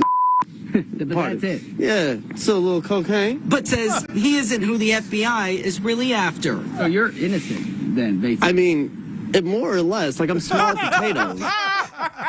You got to go to jail, straight to jail, man. Just for being. You were so close. Yeah, skip the $200. Go straight to jail, man. Don't collect any money. They tapped his phone and let him walk after a 7-hour interview. He said, like, "I said a little weed, cocaine, little cocaine." That is insane. You know what that is? That is you got the ball at the 20. You broke away. Yes. You at the 5 and you out here doing the Irish. Get it to the end zone. No, you just go. Just get it to the end zone. No, you let the ball go as you walking into the end zone. Just get it to the end zone, dog. Now it's a touchback. Do you know how rare it is to get hemmed up by the FBI and get left free? And then you go, well, I saw weed. They were tapping his phone. What they say? 6 weeks. 6 weeks. And them wiretaps are not easy to get. Yeah. And they interviewed him for 7 hours and they said, you know what? Go ahead. You got it, big dog. Yeah. Here, let me go on TV. He go on the news and say, a little cocaine, a little weed here and there. What an unforced error. Yeah. So I think they need to lock his ass. I would come right back. Just a regular cop. I was just, hey, man, we saw the interview, man. Just come with us, man. You need to spend at least like a good 5 days. Spend a week in jail, couple man. Follow-ups here. Just spend a week in jail for that nonsense. And I'm a drug dealer, but I'm not that drug dealer. Come on now. Get it right. It's a tape. And so we coming to around the time of holiday traveling and all that stuff. The holiday is next week. So a lot of people going to be hitting the roads and I guess the airlines and all that stuff. They're going to be flying around. So AAA expect a record number of Americans to travel for Thanksgiving. And they said it might be around 82 million people to head out. Aren't we a country of 300-something mil? Yeah, but with all the airline strife, a lot of people probably plan to drive. Yeah, I'm even glad, though they're opening back up the routes, right? Yeah. No, I'm glad you said that. So 82 million people are expected to head out this year. Sheesh. 73 million will drive. Yeah. So it'll be a lot of people on the road. 6 million will fly, and 2.5 million will take buses, trains, and other ways of transportations. So I guess I could try to help y'all out. I don't know if y'all gonna listen or roll with this, but the worst times to be on the road per AAA. Let me know. Next Tuesday from noon to 9 p.m. Okay. And next Wednesday from 11 a.m. to 8 p.m. Oh, please don't do that. So to I want me. to say that's Are you right. driving? That's right before Thanksgiving. After the show, I'm planning on driving out. You're gonna be right in there, buddy. Take you 6 hours to get to Corsicana. Yep. So I should just wait till 8 p.m. next week, huh? Just travel on Thanksgiving, man. Ain't nobody gonna be on the road. Or are you going to Killeen? Yeah, I'm going to Killeen. And I'm supposed to be cooking something up there too. So, Oh, really? Yeah, Oh, that's why I need to go. 4 hours delivery. Yeah. Yeah, so when you plan on heading home. Yeah. But the worst times to head home, Sunday, which is November 30th, between 11 a.m. to 8 p.m. And Monday, December 1st, between noon and 8 p.m. So that Monday is going to be a little rough, which includes the regular traffic. Yeah. So that's going to be regular traffic because a lot of people probably going back to work and all that stuff. The best day to drive is Thursday, which is Thanksgiving. On Thanksgiving. Yeah, so it's going to be it ain't going to be a lot of traffic going on. Were your parents, my dad was this, I was never this dad. We're getting up at 4:30 and we're going to be on the road by 5. Never. I never was that My guy. parents was like that. Yeah, my dad was. One time we went to took a trip to Bessemer, Alabama. Yeah. We had to get up like 2 a.m. The drive. I think that's like I forgot how. I think that might be about a 16-hour drive. Oh, baby. Something like that. Oh. And this was in the 90s. Yeah. So it was me, mom, dad, sister, and uncle all in a Cadillac DeVille. Well, at least it was spacious. You got a Cadillac. Yeah, DeVille. no, it was really spacious. Yeah. But man, that was we had to get up early for that one, and it was no GPS. We had to use a map. Yeah. It was crazy. Well, the beauty of these things, as I've noted it, at least Tuesday, Wednesday, you can rock here on Sports Radio 610. We got you covered as normal, and then Monday coming back, we'll be here as well. We'll be here. So as you commute back. That's right. It'll be all good in the hood. Yep. All right, got to give a special salute to ESPN. I don't know if you guys saw this, but a new 30 called Booyah. Do you know who that's about? Oh, man. Yep. That's Scott. Yep, Yeah. Stuart Scott. They got a 30 for 30 coming out. I want to say it's early December. And I kind of want to check that out. I'll be interested. I think it'll be great. It's been a minute since I've been really wanting to watch a 30 for 30. But I'm kind of, interested in seeing this about Stuart Scott. He was one of my favorite people growing up, just early on And watching one of the early talents, Yeah. Is it weird that my brain goes, we're doing a 30 for 30 documentary about a media member? It is a little weird. It is a little weird. I think this is sort of a special circumstance. Publicly fighting his battle early. I think there's going to be some cool early ESPN stories. Fair. That kind of stuff. The question I had immediately is this going to be a feature length? Is it going to be like an hour long? I'm not quite sure. No, I know, but that's my thought because I'm like, I also don't want this as much as I enjoy Stuart Scott and I would love to watch this. I'm sure that I will. I also go into my natural thoughts on where we've gotten in documentary, which is a lot of this stuff gets bloated. Yeah, no, you and I are on the same page with that. But I'm kind of curious on like his early life, how he got into the business. That'd be cool. Yeah, I didn't know anything about Stuart Scott until I started watching ESPN, and I didn't realize how much he kind of changed the way we do media and all that stuff. So I'd be very interested to see this. Yeah. And also I gotta give a thanks for nothing, man. Thanks for nothing, Sam Merrill. Yeah, we did a whole segment. We really did. Half a Wait segment. till you get a load of this guy. Yeah. Man, they're shooting the 3 ball. It's going to be interesting. Yeah, watch out for that Sam Merrill. Yeah. Well, we didn't have to watch out for him because he didn't play. It's not worse than a wasted segment, man. Yeah. He's doing all that talking about one person, and then they out for rest or whatever. That's a great thing. Well, I think he had a hand injury of some sort. So, but yeah, still, that I very much felt that. I'm sure I'm pretty sure I texted you guys. I was like, damn. So that whole segment fell. Figure was like pretty who flat. are any of these guys? Yeah, man. I think the Cavaliers. I said this in our group chat. I feel like the Cavaliers got a bunch of who the hell is that? And like I'm looking at first. I kind of tapped in late, so I ain't see Sam Merrill. But I seen the dude. What was his name? I forgot his last. Tomlin. Something Tomlin. He got into it with Jabari. Yeah, at one point it looked like he was kind of getting into it a little bit with, or he was playing extra crazy with Kevin Durant and all that. Yeah. And I'm like, who the hell is Tomlin? He had a couple other people. I'm like, who the hell is Craig Porter Jr.? Yeah, Craig Porter Jr. undrafted. And all these guys is out here making some plays too. I'm like, who the hell is that? That's Kenny Atkinson being a good coach over there. Not good enough to be Ime Udoka though, but good coach nonetheless. All right, there you go. Another fantastic edition of Figgy's Mixtape here in the Loop on Sports Radio 610. There's a number of people on the text line like, oh, let me go try this sausage. There's been a fun sharing of. I need to check it out because I'm open to trying. Whatever sausage y'all like. You might need to collect it up. Go ahead and do you a little series, and then people can hit you up at the Figgy on social. Did like or did not like, and put them out to the people as a little in the loop special there. But somebody, I should clarify because somebody said the sausage from Southside Market is awesome. That's I call it Elgin sausage. Southside Market is in Elgin. Got you. Okay. Yeah, that's Southside Market is the one. Look at us learning stuff. All right, you're in the loop. Coming up next, we get ready to hand things off to the fellas of the drive for a truncated version as they lead you in to Texans Countdown. But before we get there, how are you feeling about this head coaching matchup or just coaching matchup in general in this game? 713-572-4610. We discuss it next. According to D'Amico,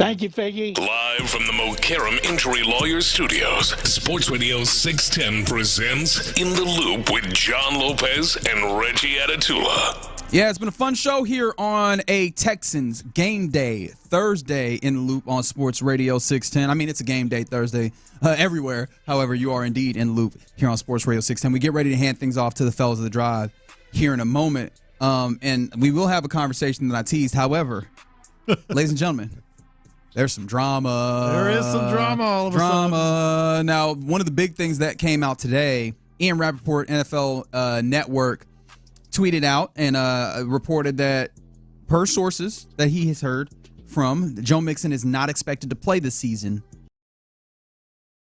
as he deals with that. This is clear cut of a report that we've gotten on Joe Mixon to this point. The next best thing that we had gotten to this point was Nick Caserio just a few days ago on these airways talking about how they were in the gray area when it came to Joe Mixon and where he was. That wasn't to say anything specifically, but if you were in a gray area at this point in the season after all this time, it felt like it's not as gray. It's very dark gray. Right. It felt very, very, very dark. Maybe a charcoal even. Yeah. This is something a little more explicit.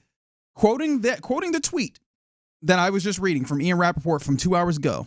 Are you familiar with @Joe_Main Mixon? Yeah, that's the man himself. That is the man that we are talking about, Joe Mixon, who tweeted this, and I'm reading this verbatim. Now I get everyone's looking for splash news and clickbait, but I'm just curious, Ian, how do you know more about me than me? Confused emoji. And then he says, Peter Schaefer, get your mans, bro. Come get your mans. What do you make of the fact that Joe Mixon, not more than 5 minutes ago, or maybe about 7 minutes ago, tweeted this out in response to this news? Not an implicit or inherent denial of what Ian Rappaport said, but I mean basically saying, I ain't hear all that. You know what I make of it? That the drama between Joe Mixon and Ian Rappaport's tweet is not the only drama. Because if you read Ian Rappaport's tweet, he says Joe Mixon is not expected to play this season. Then he goes on and says he likely remains on the physically. That's fairly speculative. But it sounds like that's news from the team. Oh yeah, for sure. Or from team saying not that. Specifically. Yeah. When you say that, maybe someone within the team organizational structure is the source here. Maybe probably not Nick Caserio or anything like that, but someone within that structure on that side. And then the final walk away from Rapp, Houston moves forward with Nick Chubb and Woody Marks. But that was in the initial tweet, right? Right. That's the initial. So what I'm saying is, I think Rapp, he's not saying Joe Mixon has regressed, doesn't feel well. He's saying he's not expected to play this season. That comes from the team. So maybe they're just sort of saying, yeah, we're not going to wait anymore. We think it's going to be sort of works counterproductive, to wait and not make a decision. Well, I mean, right now it is anyway. It's not even like it is anyway. You are where you are. It is indeed what it is, and you can't fight me on that because that's absolutely what's happening here. The circumstance is as it is. You have these running backs. These are the guys you'd be working with. Even if you're hoping that Joe Mixon comes back, it's Woody Marks, it's Nick Chubb. Yeah. I think that all this says is the likelihood is, he's probably not making his way back. Right, and so I just feel like maybe Joe Mixon has been saying all along, I want to come back, and at this point, Rapp got the news from wherever he got the news in the building. Yeah, that's not going to happen. Yeah, that's the thing that I didn't get about Joe Mixon, kind of tweeting about this in particularly, rather directly to Ian Rappaport, because what are we fighting here? Like, what is the counter to what you're saying there? That oh no, that feels like he is like almost hit dog hollering. Like there's it's a touchy subject. It's sore for him in some way. And I don't know what that means or what that says, but I do find that to be interesting that like he felt the need to try and kind of combat the idea that he would not be playing when I think, like I said, I had kind of already gotten to that with just the way that this has played out. So the fact that somebody said it somewhat explicitly, not even as explicitly as I think one could, seemed to warrant a response from Joe Mixon. Yeah, it kind of seemed like the way Joe responded, you would have thought Ian Rappaport said something about his injury or something. Yes. Yeah. But it was kind of that's what my point is. It was kind of a vague, probably won't return this season. There was no, he hasn't improved. There was a setback. It's just like they're expected to just leave him on the PUP list. Yeah, the way that I see it is, it felt like the reaction did not match the first action, which raises my eyebrows a little bit. Yeah, I gotta say, because that seemed like, honestly, that's not surprising if Joe Mixon didn't know about this first, because you're right. He kind of said it like, how y'all know about what's going on with me? I'm like, that's something you can find out on Twitter just like us. Yeah. Yeah. So people then found out they was traded on Twitter before anything else. Either way, it's gonna be Nick Chubb, and it's gonna be Woody Marks and Nick Chubb. It feels like Woody Marks is taking that in one spot, despite what some people might say analyzing this game. But both of them going to be in a very they're going to be under real scrutiny, or we're going to be watching them closely, because if they have big games here, which is go the Texans' way.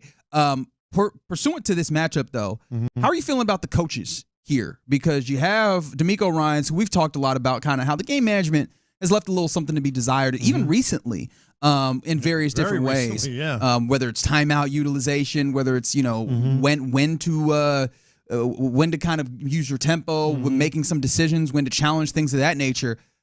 Interestingly enough, we were talking to Zach Jones a couple days ago, or yesterday, WGR 550 up there in Buffalo. It seems like Sean McDermott, on the other side of this, even though he's put together a good team, they might be a little frustrated with him between the relationship or the friction that seems to be there between him and Joe Brady. But then also, I was going back and looking at it, his clock management has always been a question. And then also, he's not great at challenges either historically. No. I don't know what his numbers are this year, but historically, just eyeballing it, I would agree. Before this season, I think he had something like a 29% hit rate on challenges, and that is just a little bit above what D'Amico Ryans had been. I guess what you're asking is, where's the coaching advantage? Yes. I don't know. Which, especially with the problems that at least I have had with D'Amico, I think that's kind of a net positive, right? I don't know that you're losing, at least when it comes to the game management portion of this in this game. Because if you're talking about like game management, I think just the breadth of work from McDermott, even though he hasn't been great, I think he could probably be trusted a little more. McDermott? Yeah. Just a little. Why is that? Because, like I said, he's been doing this for a long time. He's been in some very big games, even though he hasn't had a great hit. Whereas we're still trying to find out. We're still trying to find out if he's good with game management or not. For sure. I do find the fact that him and Joe Brady have had like some little tiffs, especially publicly. I do wonder if that presents itself in certain ways where Joe Brady does things that the head coach would not. It went in some instances where not throwing the ball a lot as opposed to running it at times or what have you. If that isn't something that or rather in the inverse there. It's funny you say that. If that wouldn't be something that finds its way onto the field and maybe creates a little bit of a governor on what that offense can do here in this game. It's funny you say that, because you know how we've experienced here D'Amico Ryans basically saying and walking across the hallway, I'm going to be more involved in the offense. Yeah, I think that's what had something to do with Josh Allen maybe running the ball a little bit more last week. I think the same thing's happening up there. That very public tiff, even though it wasn't like awful, it was very clear. No. Maybe McDermott is saying, no, we need to. He's walking over there and saying, no, we need to do this and use our best weapon, especially with the receivers being what they are. Yeah, I'm incredibly interested to see how that portion of this plays out, because it's been you talk about defensive head coach. It's a question that people have asked when it comes to D'Amico. One of the guys that I've looked at and been like, all right, well, you can be somewhat successful as Sean McDermott as a defensive head coach, and then you look a little bit closer, and there's some things under there. There's some things under that hood, so it'd be cool to kind of see that up close and personal. Something that's always cool is seeing these dudes up close and personal, courtesy of D&M Auto Leasing. These don't look it like that, Ron. Don't give you. I know I'm always happy to see you. Are you not happy to see us? I am. You jerk. I don't know about up close and personal. Up close and personal. I'm always good. How Damn up it. close and personal? I don't know. To the point where I can see the whole beard in there. I see you. Every time up close and personal. That's right. I'm great, but it is good to see y'all. Little football today, huh, man? I don't believe football today. Little ball today. I don't believe you. I don't believe him. He just ruined the whole believability of that you statement. went through it. I just made a personal reaction, and nobody saw it. Where are you guys at with like this particular game management coaching matchup here? Because coaching obviously is always going to be something that matters, especially in a Thursday night game where you don't have as much time to game plan. Those things become a little bit more visible on the field. Yeah, D'Amico should have the advantage in this game. You think? Yeah, he should. Yeah. I don't have a lot of confidence right now. I'm telling you, he should. Sean gave them the game last year. He sure did. Mm-hmm. Yeah. With that throwing the football when you could burn time in the shadow of your end zone, gain some yardage. Now D'Amico did it against Denver, but I mean, but that aside, but Sean's kind of one guy had Josh Allen, one guy had Davis. Sean's got a bit of a history though, like of multiple blunders that he's done this. So I think he should. Clint was bringing this up about yesterday how big of a deal this game is for D'Amico Ryans. And I just think to me, some people will take this however you want to take it. Vegas has them as 6-point underdogs. They are a more talented. I think that D'Amico, one way that you can get an edge is that D'Amico be, an advantage at the head coaching spot. Without question. I'm still thinking about your first comment. Well, I think when he said he meant Buffalo, not Houston. Oh, I was like, I thought you were. Yeah, I think Buffalo's clearly the better team. Buffalo's the better team. They're the 6-point favorites. Yeah. Like they are the more talented team. Yeah. And one way to make up things, I think it did that last year. One way to make up things is Dalton Kincaid being injured and you being an advantage over Sean McDermott. Yeah, but Sean will do something stupid if you let him. Without question. I mean, hell, Josh Allen will do something stupid if you let him. If you get into those places. 9:00. Yeah, here's the deal: is when you look at D'Amico, I think D'Amico. It's the group. Obviously, it's not just D'Amico. Certainly. The defensive side of things has to be tremendous, or you have no chance tonight. So it starts there, but then you move into the head coach, where you guys are talking about, and I mean. The approach of, I'm going to challenge this because first half timeouts aren't as important as second half timeouts. Like that, those kind of things. However that review works and whatever the chain of command is, the communication chain there, that's got to be great. You can't waste them, right? I mean, because you never know. You may need them late. Yeah. And then the other part of it is just how aggressive are they offensively. There's some third and short, fourth and short situations where last week you kick a field goal because Tennessee's offense doesn't scare you much. That's got to change this week. Now I don't know if the opportunity's going to change. That's got to come from D'Amico. And so I think in order for them to win these, it isn't just the Bills this week. I think anytime they face a team that is a threat, that's a legit threat, playoff contending team. I think those kinds of decisions, like Denver, it's likely that those kind of games come down to, all right, you're backed up. You got your backup quarterback in there. Are you going to get aggressive and then give them a chance to go 10 yards and kick a field goal, or are you going to play the long game, try to go to overtime? Like, what are you going to do? Right. You got to make the right decisions in those situations. With the shortcomings that the Texans have right now, just from an injury standpoint. Yeah, absolutely. All right, fellas, a sprint of a show here on a Thursday, so we can get the most bang for the buck. A little quickie. By the way, disagreed with something you guys had to say. That's cool. Oh, we're in the crosshairs. Go ahead and hit it right quick. I agreed with Mark Cuban. Oh, really? You can't. If you leave. Right, his thought was you can't get a statue if you leave, not how long you are there. Yeah. Well, all right, if you leave. Like, I mean, we're talking about the Kawhi situation. I mean, you don't think he deserves a statue? No. Who are we talking about? Kawhi Leonard for his year in Toronto and winning a championship. A statue that's like we're talking about. I'm gonna have. You're right there next to Vince Carter. Yeah. No. I know he won a championship, but I mean, you got to give me more than a year. My thing is, a year, that's a bad precedent. This wasn't the Celtics or the Lakers. It was this all they got, and it was otherworldly. You can't set that precedent. Yeah, you can't set that. I just can't set that precedent. Hey man, you come in here 1 year, baby. You got it. It was magic. You got one. Then DeMar DeRozan has to get one. Kyle Lowry has to get one. Kyle Lowry. Well, we don't I mean, hell, they give blood, sweat, and tears to that. I mean, they got it. They were Toronto. Hey, 1 year? Yeah. Well, here's the thing. Unless there's, it's not just the year. Unless there's a death.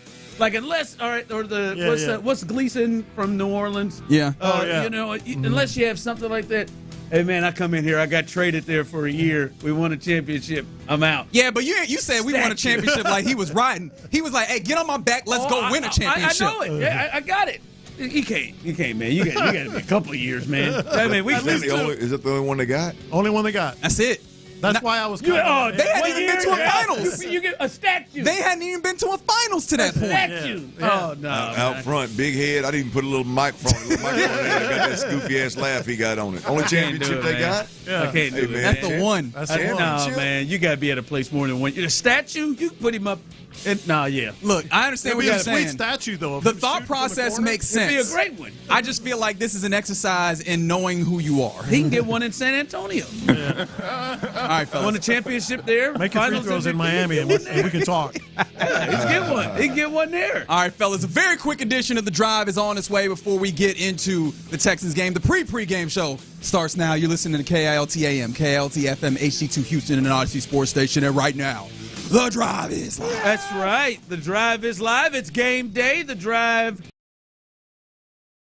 will take the pregame show, as Reggie said. We'll hand things off to Seth and Sean as we get ready for the biggest game of the year. Buffalo Bills, they're in town, the reigning MVP. Josh Allen is in the building, and Davis Mills leads this crew. D-Mills gets it done. In the biggest game of the season, trying to get above 500 for the first time. Here, hey.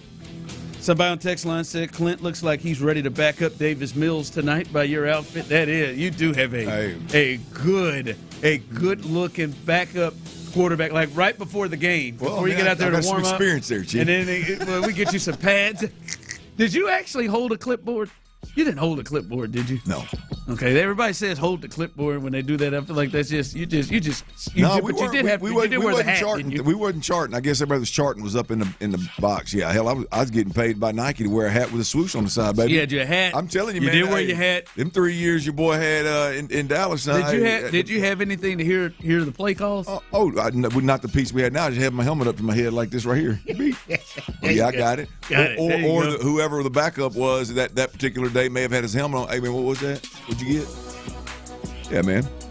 Yeah, that's nice, man. Yeah, no, I didn't have no earpiece. I didn't have no charting. Nope. Just put that old Nike hat on. We're gonna give you some bread and send you some gear, man. Yeah. There you go. Yep. Take that bread. See if you spot anything in the stand. There you go. And you did, didn't you? You're looking a few times, didn't you? Looking, goosenecking, rubbernecking. Hard look. That 05 down there, you're a goosenecking, rubbernecking son of a gun. Where you at? Hey, they got them all reds tonight, fellas. Ooh. The helmets, everything. Yeah, them all red joints and Bell red joints tonight should be a good one tonight. Before we get into the breakdown of the game here, some news coming out here in regards to Joe Mixon.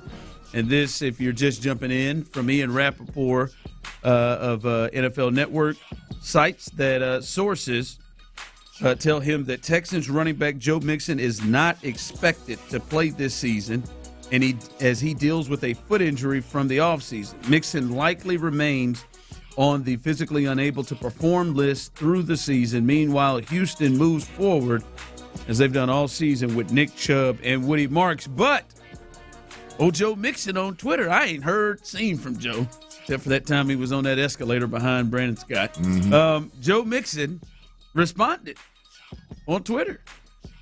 He said, "Now, I get everybody's looking for splash news and clickbait." Ooh, sounds just like his head coach. "But I'm just curious. Ian, how do you know more about me than me?"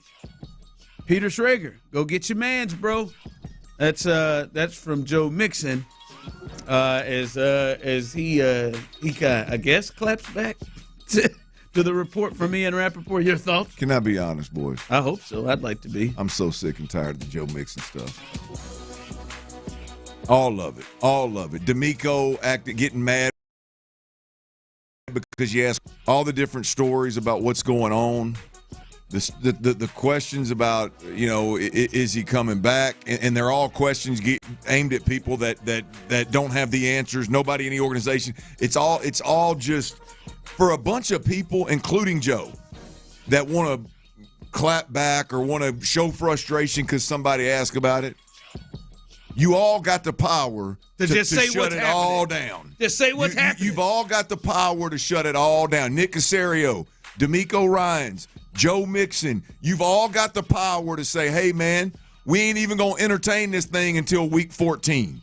Hey, man, he got hurt off-site. He wasn't on the Texans' property under Texans control when he got injured. Gray area. Hey, he went somewhere else and got it treated. It didn't work out, man. The guy can't walk right now. The guy can't run right now, man. What are we doing? We got 2 running backs that are playing good football right now. We're trying to win a game. We're trying to fight. We're fighting like hell to get out of the damn hole that we dug. And y'all want to talk about a guy that's riding the escalator behind Brandon Scott? I mean, I am so sick and tired of it. And the stuff with Joe on Twitter. The worst thing. You ain't said nothing. We ain't seen you. But the worst thing though, Ron. The worst thing is the guy that hadn't been seen. That is a non-story, like a non-factor, right? And to be honest with you, a non-story unless somebody breaks news out of pocket, right? The only time it's been a story is when somebody apparently gives a report that's false. When Ian does. And by the way, Ian's not been wrong yet. Here, like this happened where D'Amico gave a similar thing, and Ian was right all the way. So I would just like to say, in my honest thoughts, I believe Ian. I do not believe you, Joe, or whatever it is that you're trying to say. Well, or you would get out here. I don't think you're going to play another down. Like coming out and having some level of transparency just to squash it all and to keep things like this from happening is very simple for all of them. Nick Caserio was on Payne and Pendergast, and he went on for 2 minutes about Joe Mixon's gray area, about how things change and things. I mean, I am absolute. I'm top of the line annoyed with all of it. And then he's, Joe talking on Twitter talking about now. I know everybody's looking for a splash. Come on, man. You think those dudes right there, you think they need a bogus Joe Mixon report in week 12 of the NFL slate to get clicks? Last time I checked, those guys they ain't worried too much about clicks. They're getting them, right? I mean, it's just like it's all just like self-promotion. Like, come on, man. If somebody in the organization or if Joe Mixon himself is going to come out and say, hey, man, here's what went down. Here's how I treated it. Here's why I'm on this list, and here's what it's looking like. Then leave it alone. Stay out of it. Texans, everybody, Ian. Stay out of it. What do you think the odds are, Tyler, that Ian just woke up and just woke up and said, you know what? I'm going to address Joe Mixon. I think Joe Mixon's not coming back today. Depends how horny he woke up. You think even if he was at prime all the way to the top horny, there is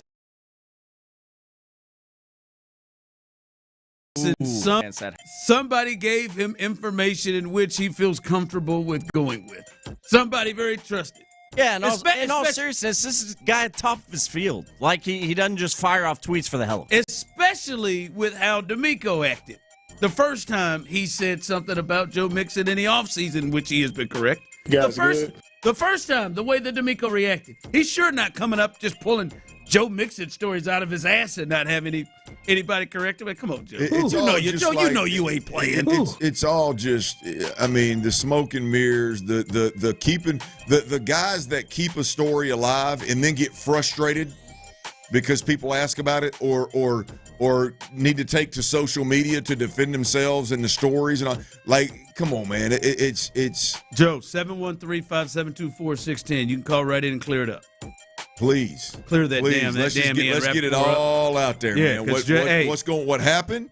What went down? What's the treatment? What's it looking like? Why are you running somewhere? That's the damnedest thing. Be honest with you, folks. We're having questions. People are asking questions, and we're having conversations like somebody saw Joe Mixon over here at North Shore on their turf field out there running around. And catching balls from that quarterback over there. Yeah, Jordan Schultz will come out there and whoop Ian's ass for you.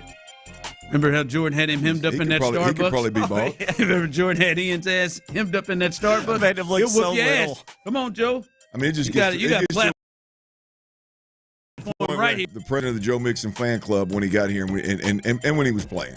I mean, it's gotten to a point where I just roll my eyes. I love Joe Mixon. I'm driving down the road and heard them talking about it on In the Loop today, and I'm just roll my eyes.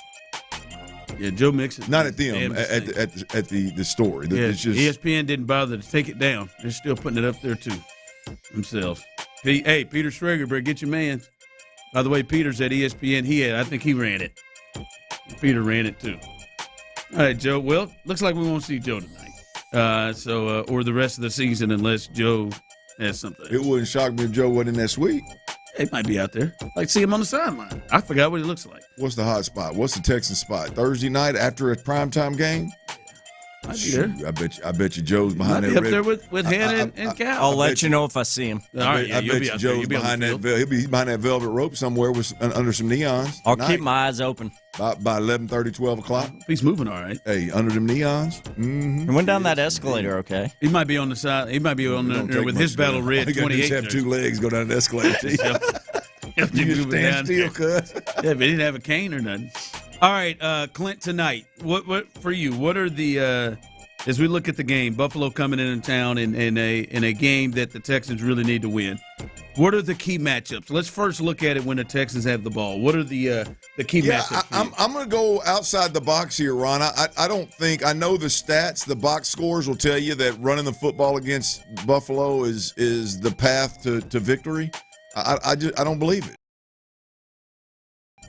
I hear you. I think that's if you've got Bijan Robinson that can go for 140, if you've got Derrick Henry with a healthy Baltimore team that can go 170, if you got there ain't but one guy that's gone off against him that I didn't have the name of that wasn't one of the best in the league, and it's old buddy. What was old buddy last week? That fella last week went off, and that wasn't but 100 and something. So I think they can run the ball well. I think they can run it sparingly. I think they can run it in important moments. I think you can lean into that with your game plan.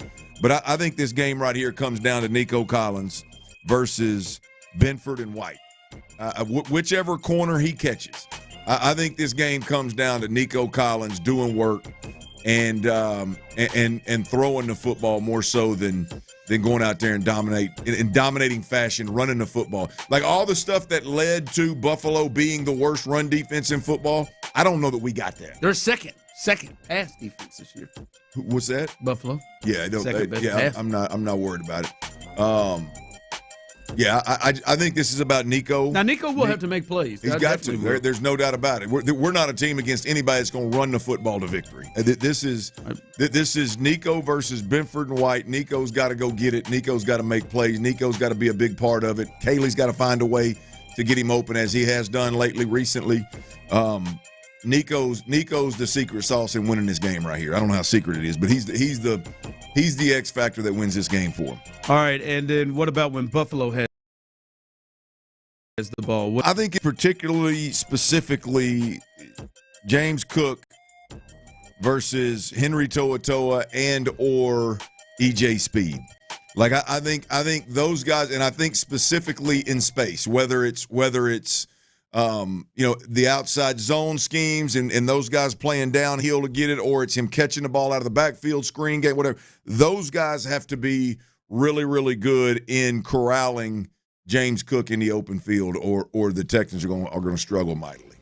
Yeah. James Cook is a real key in this game, a big key in this game, and I'm completely with you on that one. Text line coming in. Thank you, Clint. I'm so against the run right now, as I have since 2002. But right now, you need to use your offensive weapons. They don't have the secondary. Well, I'm not against it. Now, don't get me wrong. I'm not against it by any means. I think I got to take a look. I got to take a look at that bad run defense, because I just think that helps you out. With Nico too. I completely agree. I just don't. I don't think you're going to run the football versus this bad defense and keep up with Buffalo. I just don't think it's going to happen. It may. I just don't think it's going to happen. I think it's going to come down to 12 got to make some plays, and I mean some big plays. 12's got to hit a seam. 12's got to get over the top. 12's got to do some. He's got to have a monster game tonight, I believe. Yeah, and I want to kind of continue with that as we get you ready for Bills and Texans coming up. We're out of here at 4:15, handing things off to Seth Deshawn. I think today we'll learn even more about Nick Caley. I think this is a big spot for Nick Caley, even with his starting quarterback C.J. Stroud out. I think there are still some pretty serious, not serious, but some realistic expectations in this particular game. We'll discuss that coming up next. Hey, y'all, it's hunting season and holiday season.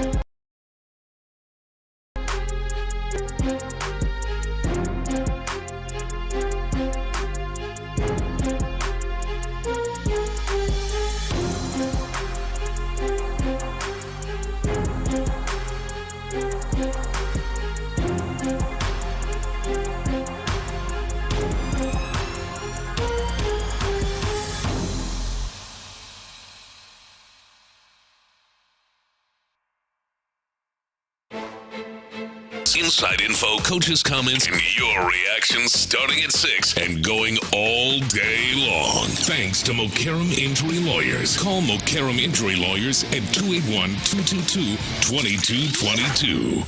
Live from the Mokaram Injury Lawyers Studios, Sports Radio 610 presents The Drive with Stoerner and Hughley.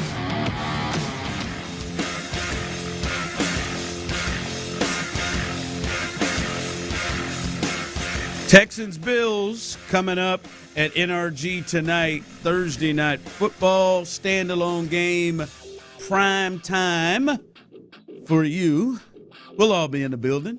Should be a good time tonight as the Texans look to get a big win tonight. And Clint, man, I think for me, and 713-572-4610, YouTube and Twitch, you can jump in.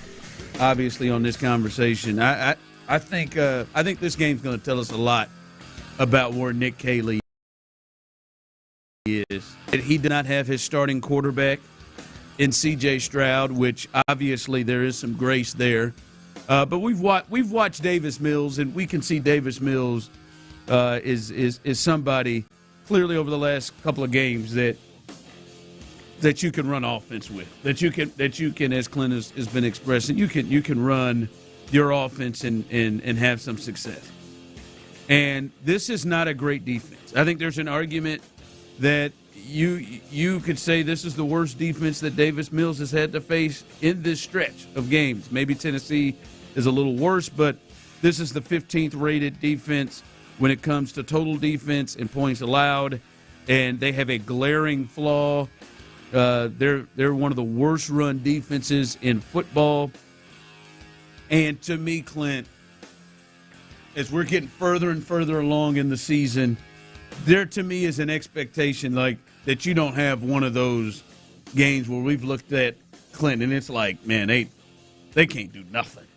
They can't do nothing. I have expectations like 20 points shouldn't be a hard task to me in this game. Getting to 20 points against this defense, right? Last week was disappointing from an offensive standpoint, but I think Buffalo at home, they should be able to have some success moving the ball and scoring points tonight. So to me, this is a performance. We've seen a lot of teams, people you've sent it in, yes, Atlanta, and we've watched the Dolphins, just from an offensive success against this defense.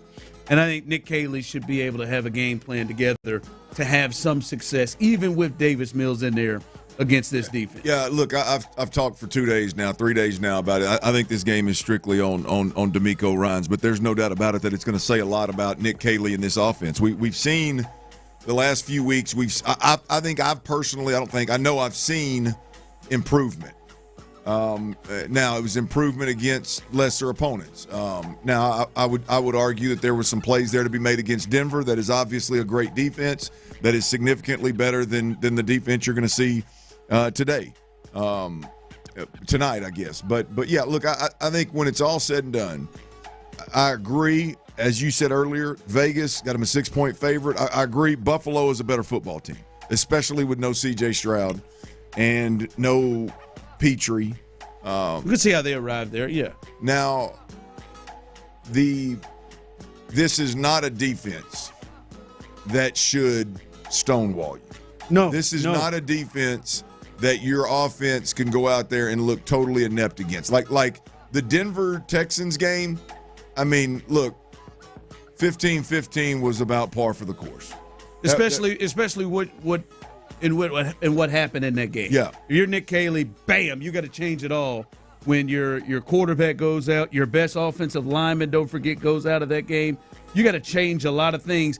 And we saw even more changes that had to be made the second half of the game when they really become a field goal fest. You could see it become, hey, man, your special teams have to respond. Like, I think Denver's special team scored a touchdown in that game, I believe. Didn't they have a return touchdown in that game? No, Jacksonville they did. Oh, was that Jacksonville? Yeah, Jacksonville, yeah. But the point is that game is one where you could see being a 13-10 ball game. I don't know that. Well, I do know it's not going to be a real good look for Nick Caley if you can't push more than 10 points out there. Yeah, if you can't put a better offensive product on the field versus this defense, then again, we've got some bigger conversations that need to be had. I do believe, Ron, I agree with you. We're going to learn a lot about Nick Caley tonight. Yeah, like someone texted in 20. I think that's reasonable. I got the Texans 21-17. No, I think it's very reasonable with this team. Okay, they just have flaws where they have flaws and you have some things you can take advantage of, right? Like I think especially where this offense is coming, and you're 12 weeks into the year now. You got to be in a better spot. Like we've seen what you can do with Nico. It should be like, to me, I think it was very disappointing. What they did last week from a points perspective, but you broke it down and said there were many opportunities there. Sure. Well, they've got to cash in on those opportunities, because I think the opportunities will be there. But as you said, this is not Denver. This is not the Rams. This is not Seattle.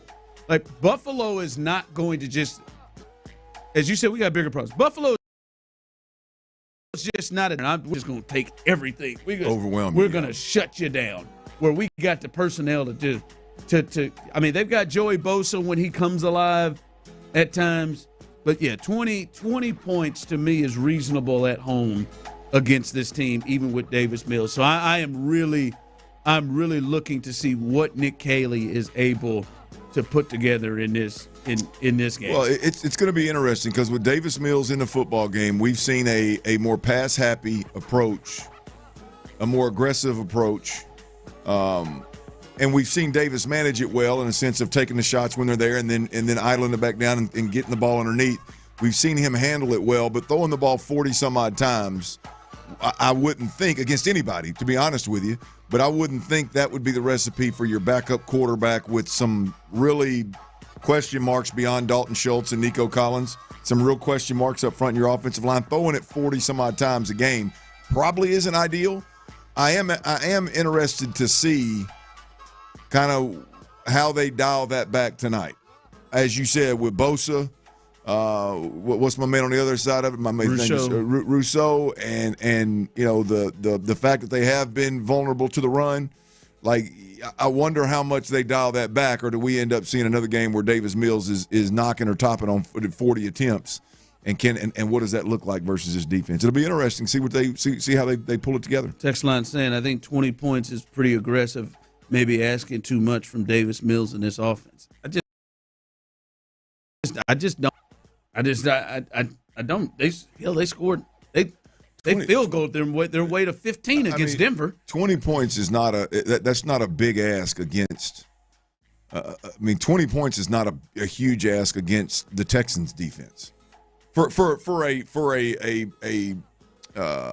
a competent offense, it's not. Yeah. I mean, you could argue that, like, Denver went out there, one of the better teams in the league. Denver went out there and put up 18 against us, and hell, all they did was drop back and take shots all day long, waste downs. I mean, Bo Nix was awful in that game. I just think, and they scored 18. 20 points is not. 20 points is not like, I cannot, like, I'm not. Nobody's going to applaud you because you scored 20 points. I mean, that's something that I think the Texans. I mean, what's Buffalo giving up a game right now? Is that even on par with what they're giving away? It's got to be low 20s. 24. Yeah, I mean, so the Texans go out there and don't even get what's on average they've been giving up. 20 points is not. I mean, that's very, very doable for Davis Mills and Nick Caley. Yeah, they're giving up 23 points a game. Yeah, I mean, 20 points is not a. Yeah, I just think, and I don't think the Texans offense. I'm not saying that they're great. I'm talking about this matchup. I think Woody, Nico, and even Dalton Schultz are guys that Buffalo just shouldn't just take away from you. That's three different guys that I think are positions that they have struggled with this year. All right, coming up as we continue here, we'll get T. Mills' best bets. He had a big night last night. As we get out early, we'll get his best bets in. And, yes, we're getting you ready for this. But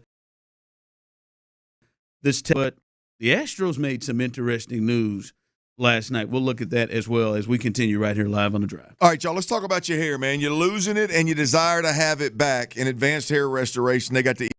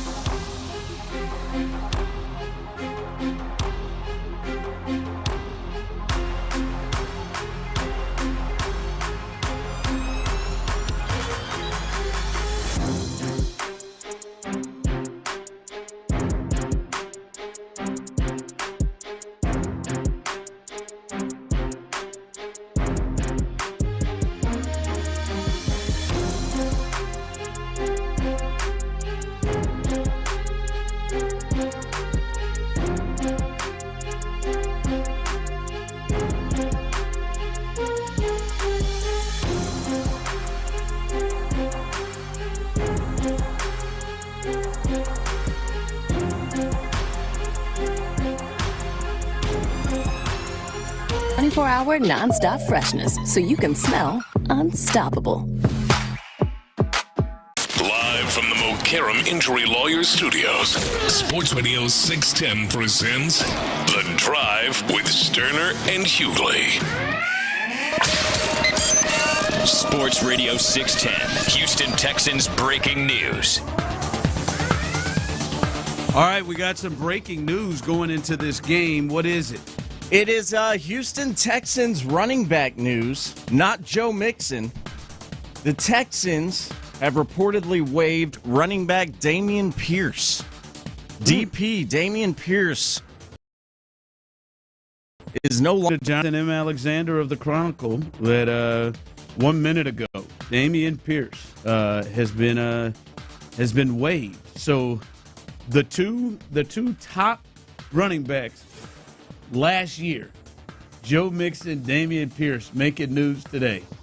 Ian Rappaport reports that it is not expected for Joe Mixon to return this season. Well, play this season. And then, according to Jonathan M. Alexander of the Chronicle, that Dameon Pierce has been waived off of this team, Clint. And that is interesting when you look at the depth chart now. Woody Marks, Nick Chubb, Daria Gumbawale, Dameon Pierce had just been a kickoff returner sometimes at that point. I remember he got yanked off the field after the fumble from Tremont Smith in the Jacksonville game. So Dameon Pierce, it looks like that time is over. Started out fast in his first year and never, ever came close to looking like that player ever again. Yeah, look, I don't know what took so long. I mean, at the end of the day, this is one of those deals where the way that they have been using Dameon Pierce, him being active on the roster makes no sense. It's clear that the top two backs are obviously Woody Marks, who has emerged as the top back the last couple of weeks. I think he's had probably 90% of the touches. Nick Chubb is clearly the guy that they trust as in a 1-2 punch with Woody Marks. And for some reason, they still believe that option third down back on this team. And that is what they're going to ride with. And with that said, you flip over to, special teams. Well, now all the return specialists that you have, Jalen Noel, Braxton Berrios, Tremont Smith, who fumbled. You mentioned fumbled. He can return. I mean, you've got a ton of guys that Christian Kirk, if he's going to be active, he could help you in the return game if indeed that's what he's going to do. You've got a ton of guys that are definitely have returned and or are absolutely return specialists. It just doesn't make any sense for Dameon Pierce to continue on an active roster here with the Texans. So this doesn't come as a surprise to me at all. Yeah. Wow. Hate to see it because I like him. Yeah. Good dude, great dude, fun to cover, really cool cat. But I mean, be honest, he wasn't getting time. It wasn't getting time, and that's the beautiful part of this is getting waived. He's going to be able to get claimed by anybody out there, and I don't know if he'll get claimed or not. But he'll be able to kind of pick and choose. If he doesn't get claimed, he'll get to be able to pick and choose where he goes next. And you'd like to see a guy like that get a shot somewhere where it feels like he at least has some juice, some energy, and an opportunity. I mean, here he was going the wrong way on the depth chart. He was going the wrong way on the roster. Obvious as today shows you. So getting, somebody like that deserves to get in a spot somewhere where he can at least have hope. Yeah, as I said, man, he's a likable cat. I hope he is able to, I don't know, find a new home, a new change of scenery, and we can see something close to what he is. Like I still think that guy has talent, and it is really unbelievable the drop from that first year in the Pep Hamilton system. When they didn't have much, when Davis Mills was the starter, and just never came close to finding that again. Whether it was system, whatever, we heard so many things, just never came close to finding that again. And I hope that cat finds somewhere and is able to find something. Yeah, I don't know what the waiver wire looks like this time of year. I mean, I don't know how active it is, and I don't know how active teams are. So I don't know that if he will or if he stands a good chance of getting claimed or not. But I would be shocked if whether it's getting claimed or picked up after clearing waiver. I'd be shocked if Dameon Pierce isn't on somebody's roster. Yeah, he's got a lot of talent, and could do several things, right? Yeah. He can return kicks. He can. Well, I'd like to see Dameon Pierce in an offense like, and I'm not saying schematically he fits because I think all running backs at this point, if you got a good offensive line and a good scheme, I think you fit. I think that he didn't fit what we do. I think that's a cop out from day one. But I think I would love to see him in a offense like Baltimore, Detroit. One of these downhill run teams that truly pride themselves on physicality, and see how a guy that runs with the complete disregard for his own body. I'd like to see what he looks like in that kind of offense. All right, we'll get to T Mill's best bets as he's going to get you ready. I'm certain all of these are tonight's games. And by the way, he was 4 for 4 last night, so he is absolutely deep in the green. 8 for 11. We'll get to that real quick. You told us about this last night, and Mauricio Dubon is no longer an Astro. They have moved on from him in a trade. We lost Doobie, man. Yeah, the Houston Astros acquire infielder Nick Allen from the Atlanta Braves, and we know there's a connection for Dana Brown to the Braves. In exchange for Mauricio Dubon, the announcement was made by general manager Dana Brown. Allen, who is younger, Dubon is 31, Allen's 27. He hit .221 with 11 doubles, 32 runs, 22 RBIs, but he is really good defensively. He was a finalist for the National League Gold Glove at shortstop this season after ranking 4th in outs above average in the National League. Well, he's not coming in to play shortstop. So, I wonder, is he as flexible as Dubon was? That was the thing with Dubon is Dubon could play first, second, short, and third, and all of the outfield positions. He could do everything but catch and pitch. And he might be able to. He exchanged that for, I don't know, maybe obviously, Dana being in the Atlanta system probably knows Allen pretty well. You wonder if he's able to give them as much flexibility as Dubon was. But I'm a little surprised they moved on for Dubon, who's won the Gold Glove for utility player the last 2 years in the American League. Mauricio Dubon is no longer an Astro. How does that hit you, Houston? How does that hit your ears right there? Because I'm going to tell you, I don't like it. That's like Dana's been trying. I'm not a fan. I'm not a fan, and it's not even to me. It's not even about. Look, I understand this is a money play. I don't know what $4 million means to a Major League Baseball franchise. This is clearly a money play. This other cat is not Mauricio Dubon.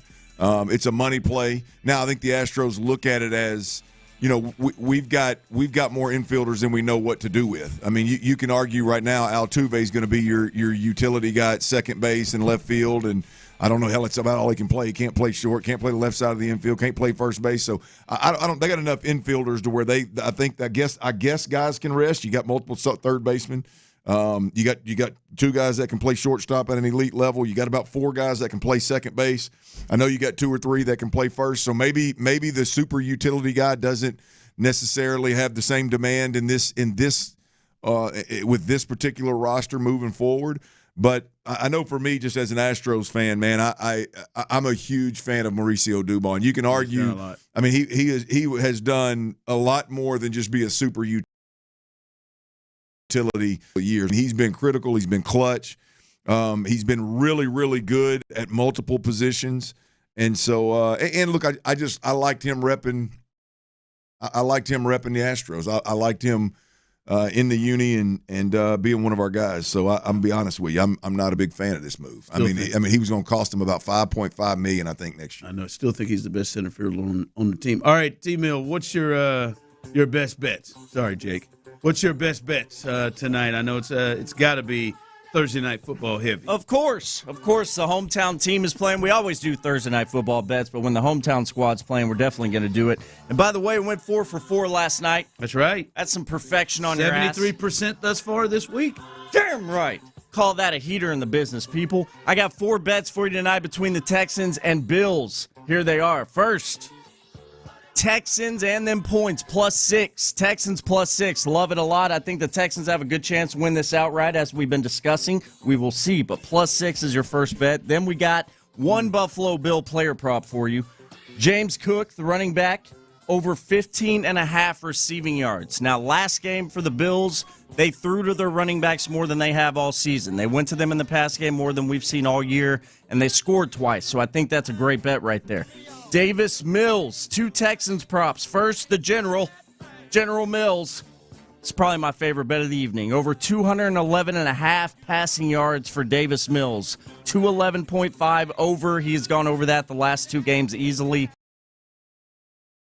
Lock that. Rookie Jaden Higgins. I have over 27.5 receiving yards for him. We've heard the Texans brass and players all week hype this guy up more and more week in, week out about how good he is, how his development's coming along. Over 27.5 receiving yards for Jaden Higgins and the Texans tonight. Those are your 4 best bets. I hope that last one works for you. I'm not confident that they're like, all right, man, he's going to be somebody we use. Hell, what they've done with Jalen Noel from week after week, I don't know. I don't know how many snaps from week to week these young cats are going to get. Hope you get that one. Like the Davis Mills and the James Cook one. I think the James Cook one's really, really good because I think there's going to be a lot more pressure and probably short throws that Josh is getting the ball away with. So let's get this money. The 2 middle ones, the Cook and Mills one, I like. Jaden Higgins, I'm not ready to put anything on him yet. That's one play, T. Yep. 27.5 yards. Just one little go route, man. One little go route. You like that? Yeah. Streaking down the sideline. Jaden Higgins, rock and roll. No? I think that's a little softer Vandy right there. I'll get on that Higgins with you. Oh, okay. He's getting on there. I'll get on that Higgins with you. Let's go. Okay. All right, he's getting on there. I like that. I think that they've shown a good. Here's what I like about it. Not the one play. I do like Davis's ability and willingness to go route to him a couple times a game.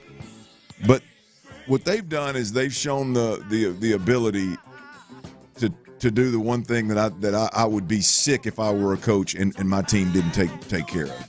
If you get a soft corner, throw that damn hitch out there. Leave it out right there. If you get a soft corner, throw that damn stack route.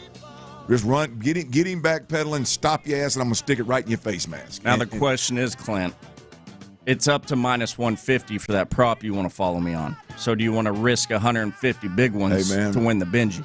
Hey, man, scared money. My God. Let's go. I mean, clearly, if it's up to 150, it's likely going to hit.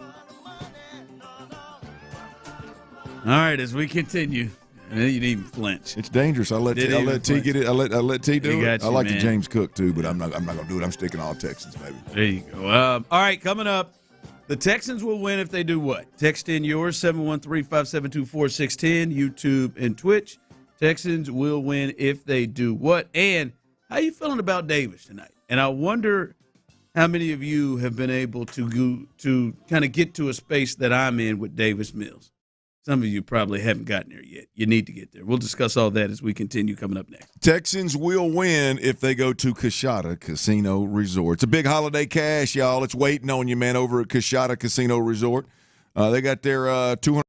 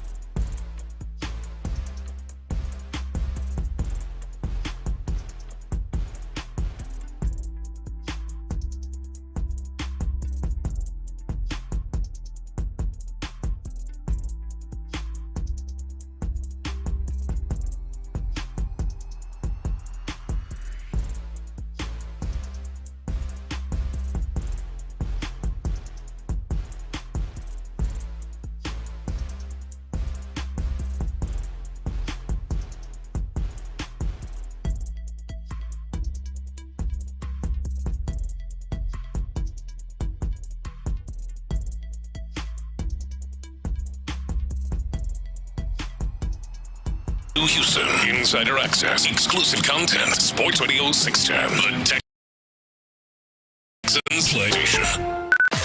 Sports Radio 610 presents The Drive with Stoerner and Hughley.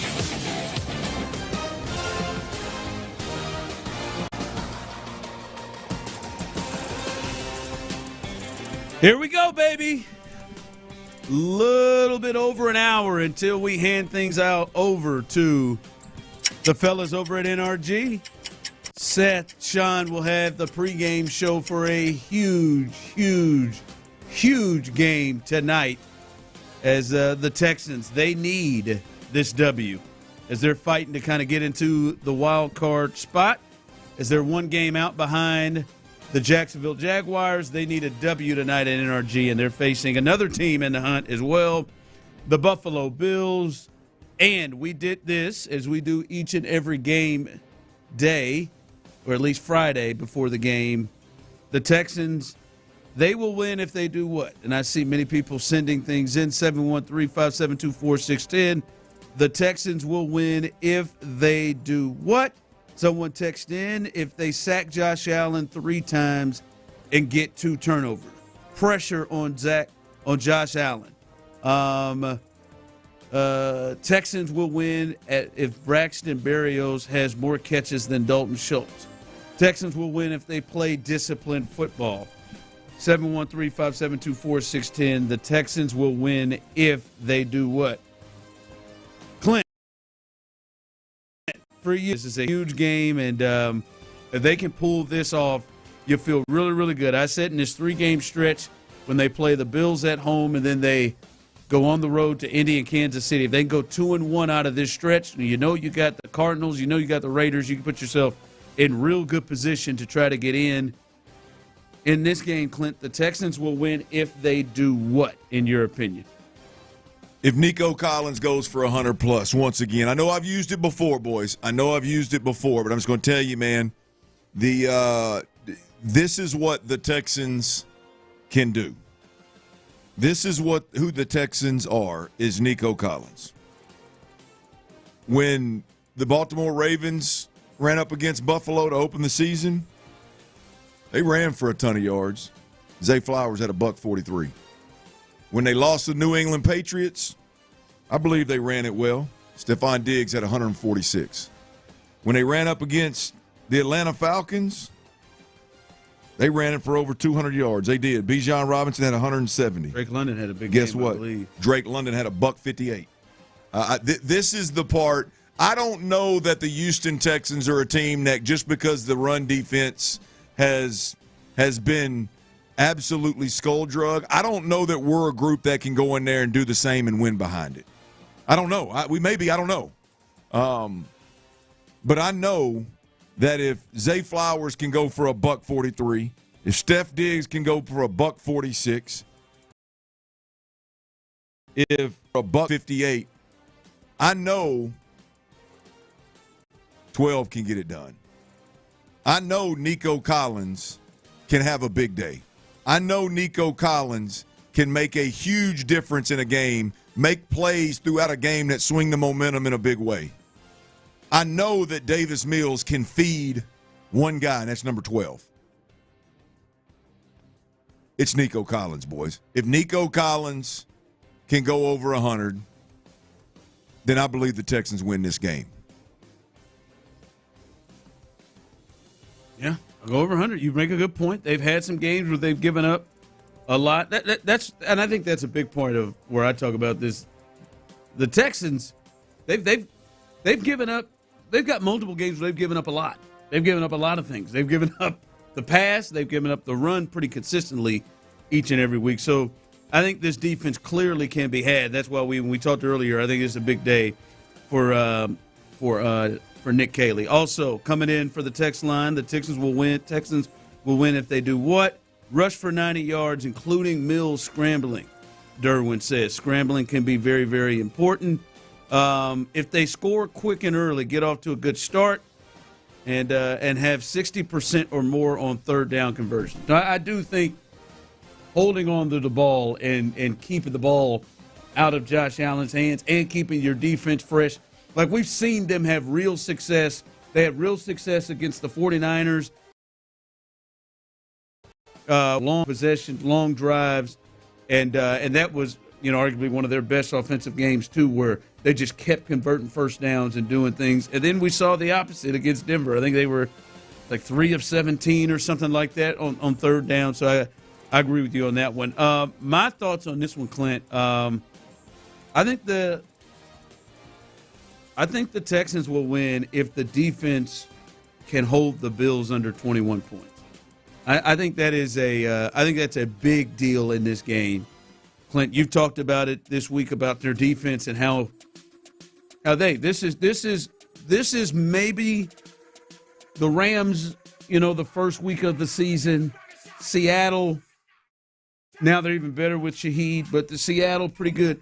This may be the best, when you look at it, everything, this may be the best offense you've faced this year.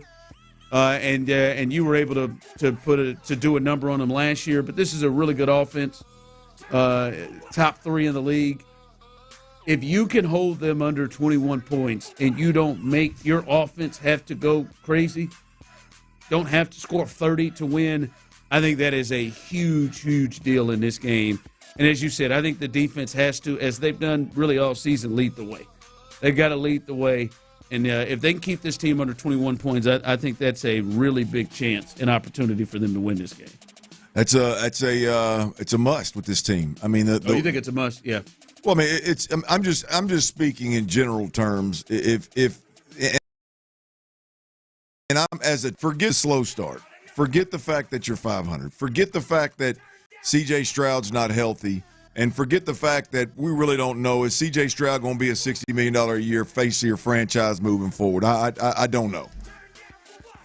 Take all that off the table. If this team, if this franchise under DeMeco Ryans is going to win a championship, it's going to do so with a ton of money being spent on the defensive side of the football. It's going to do so with more times than not throughout a season, definitely the overall outlook of a season, the team is going to be led by the defense. And if we're 3 years in, and in a moment where you have to have a win, you cannot afford to lose this football game.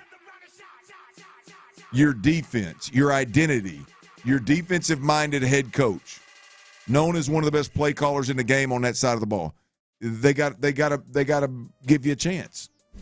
They have to, Ron. And giving up 28, 33, 31, 35 points, that ain't giving you a chance. That's not giving you a chance. And so I just believe that this next stretch here, this starts with this game, but the Chiefs and the Colts are as well. Yeah. I mean, the one thing, win, lose, or draw. Even if the season goes down the drain and you lose all 3 or you lose 2 of the 3 and you're not going to make the playoffs. As a Texans fan, if we can't at least take to the bank, defense is Super Bowl caliber. This defense is one of the best in football and is something you can win with if you just get the offensive side right. If we can't take that to the bank as a fan after year 3 with DeMeco, we're going to be in a bad spot. And it starts tonight. I mean, this is a game against a reigning MVP, one of the best, most electric offensive players in football. And it's not a real sophisticated approach. He doesn't have a bunch of all-pro players around him. It's not an attack that, boy, you just can't figure out what they're doing schematically. This has got to be a game where your defense gives you a chance to win it. Text line coming in. If Woody rushes for a C note, the Texans will win if our linebackers don't miss tackles and if they can run in the red zone. Red zone success. A lot of people, this is one they got to score touchdowns when they get down there. They get stopped at the 1. You know how many points we've left on the field the last 3 weeks. I don't have a number for you, but it's a lot. Davis Mills throws the ball away when Nico's getting triple covered, and it's a route we've been running in the red zone since I was knee high to a grasshopper. Right, your best receiver runs across and routes a mesh route. It's a red zone mesh. It's 2 receivers crossing each other, running to the back pylon opposite from where they line up. Nico's not there. You kick your eyes back left. Higgins is wide open. right? I mean, you know how many Christian Kirk drops the touchdown last week. You know how many handful weeks. And as I've said, we've been pretty damn good. I mean, they've been pretty damn good. If you would say 20 to or 10 to 10, 20 to 20. Yeah, 20 to 20. I mean, Ron, it's just before CJ got hurt against Denver, the Woody Marks touchdown, right? Davis comes back and misses Christian Kirk over the middle of the field that I think would have been a touchdown, would have been at least a 50-plus yarder. So, I mean, like we have left a ton of plays on the field the last 3 weeks, and we've somehow been 5-2 in the last 7 games. And so you're exactly right. When the opportunity presents itself, whether it's a quarterback making the read, a veteran receiver making the damn play, or the quarterback making the throw, they've got to get it done if you're going to beat top-tier talent in this league, and Buffalo is definitely that. Yeah. No, yeah. You can get away maybe doing that against, as you said, the Titans. Mm-hmm. You can get away. Hell, even with Denver. And Denver's offense, your defense, you thought could hold them down. Like, listen, and again, I think this is a great defense. A great defense. The best defense in the league, numbers, and when you watch them. But, like, you got to score touchdowns because I don't think you can expect this defense to hold these guys to 14 points.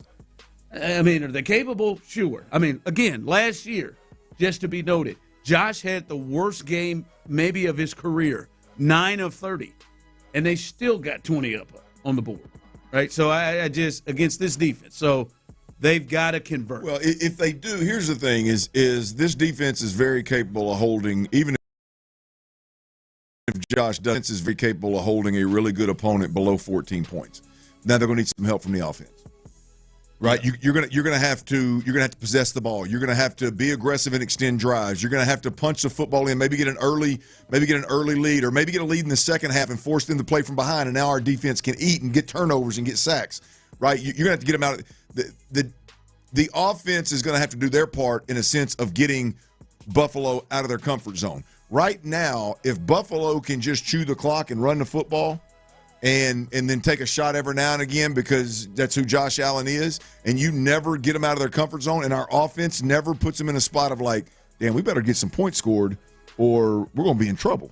Like if the offense can't get them out of their comfort zone, then it's going to be a tough day at the office. That the offense has to get them out of their comfort zone, whether that's scoring early or the game being tight and showing some progress late, making some good second half adjustments, whatever that may be.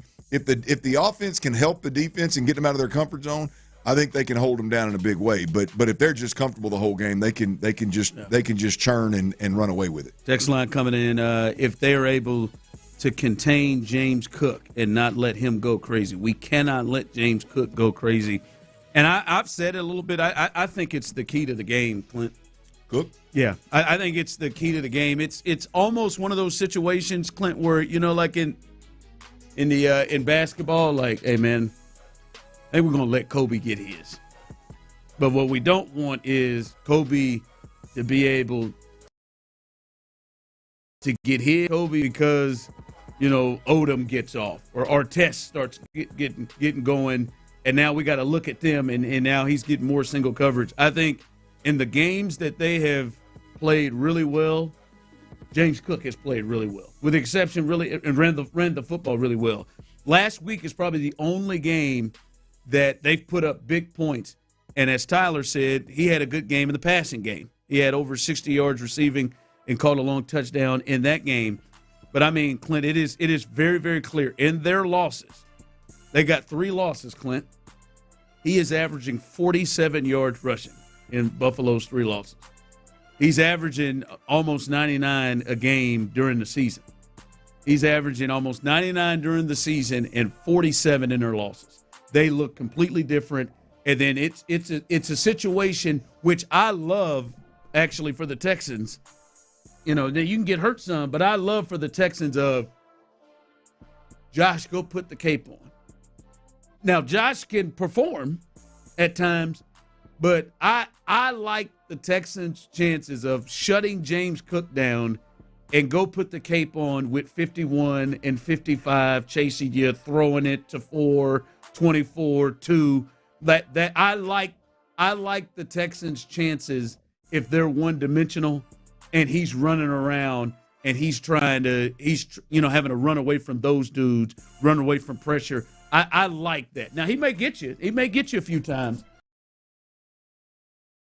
But with it. So to me, James Cook, I agree with the texter. James Cook is a big key in all of their games. He has been. So we'll see. A big one tonight as there's a lot of factors there as we just walked through. A lot of texters with their thoughts coming through as well. All right, coming through before we hand things off here, and I said coming through twice, I believe. But before we hand things off to Seth and Sean here in a bit, how you feeling about Davis Mills tonight? How you feeling about Davis Mills? Obviously, the general or Davis or D Mills. How you feeling about Davis Mills tonight? Obviously, he is a big point of conversation and how this game will go. We'll discuss that coming up next. All right, y'all. Look, it's I got to take a minute, as I do every day, and tip my cap to all my fellow Coors Light drinkers out there. In fact, I bet when CeeDee Lamb and George Pickens was out there in that casino breaking curfew in Las Vegas, I bet they was drinking them cold Coors Light. What do y'all think? Y'all think they was drinking them cold Coors Light? I bet they was drinking them. Oh, silver 100%. Bullets. Hey, I'm telling you. Look, I've been a cowboy before drinking those silver bullets. I'm telling you, they're absolutely tremendous. I mean, look, I tip my cap. You're drinking the world's most refreshing beer, and you look damn good while you're doing it. Look, if you're not drinking cold Coors Light, let me just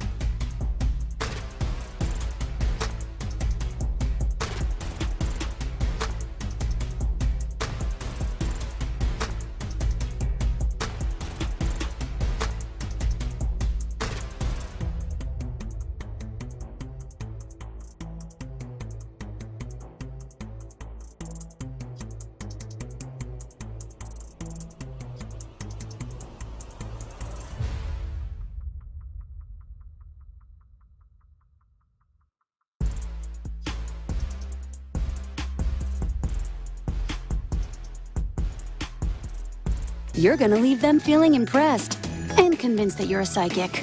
Shop Kohl's for an extra 20% off gifts that are the perfect fit. Select styles. Offer ends November 22nd. Some exclusions apply. See store or Kohls.com for details. Get a free estimate from Generator Supercenter, the nation's #1 Generac dealer. GeneratorSupercenter.com. The best football breakdown is here on Sports Radio 610. The day after every game, join Payne and Pendergast in the Loop and The Drive on the Mokaram Injury Lawyers Reaction Monday, supported by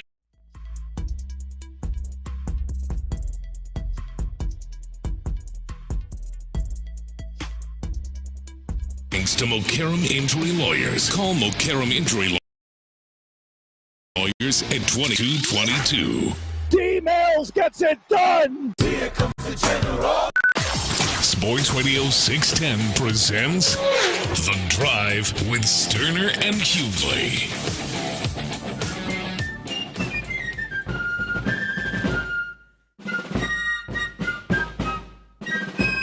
Ten up. General Mills reporting. Give that man some respect. I mean this in the best way possible.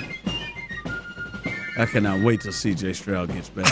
Well, me too. General's got us so for now. Nothing against Davis. Davis, I mean, you've been doing a hell of a job. I can't take this.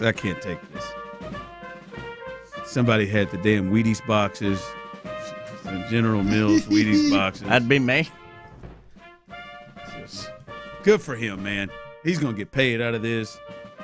Hopefully, his lady's taking care of him. It's good for him, man. Good for him. By the way, 713-572-4610. Outside of Tyler setting the scene with this, how you feeling about Davis tonight? How you feel about Davis Mills? This is a huge game, obviously. All right, you get Buffalo at home. You beat them at home last year. You want to try to, because you're staring 2 road games against, at least one Super Bowl contender and, another team that has been a contender trying to get out of a tough place to play in Arrowhead.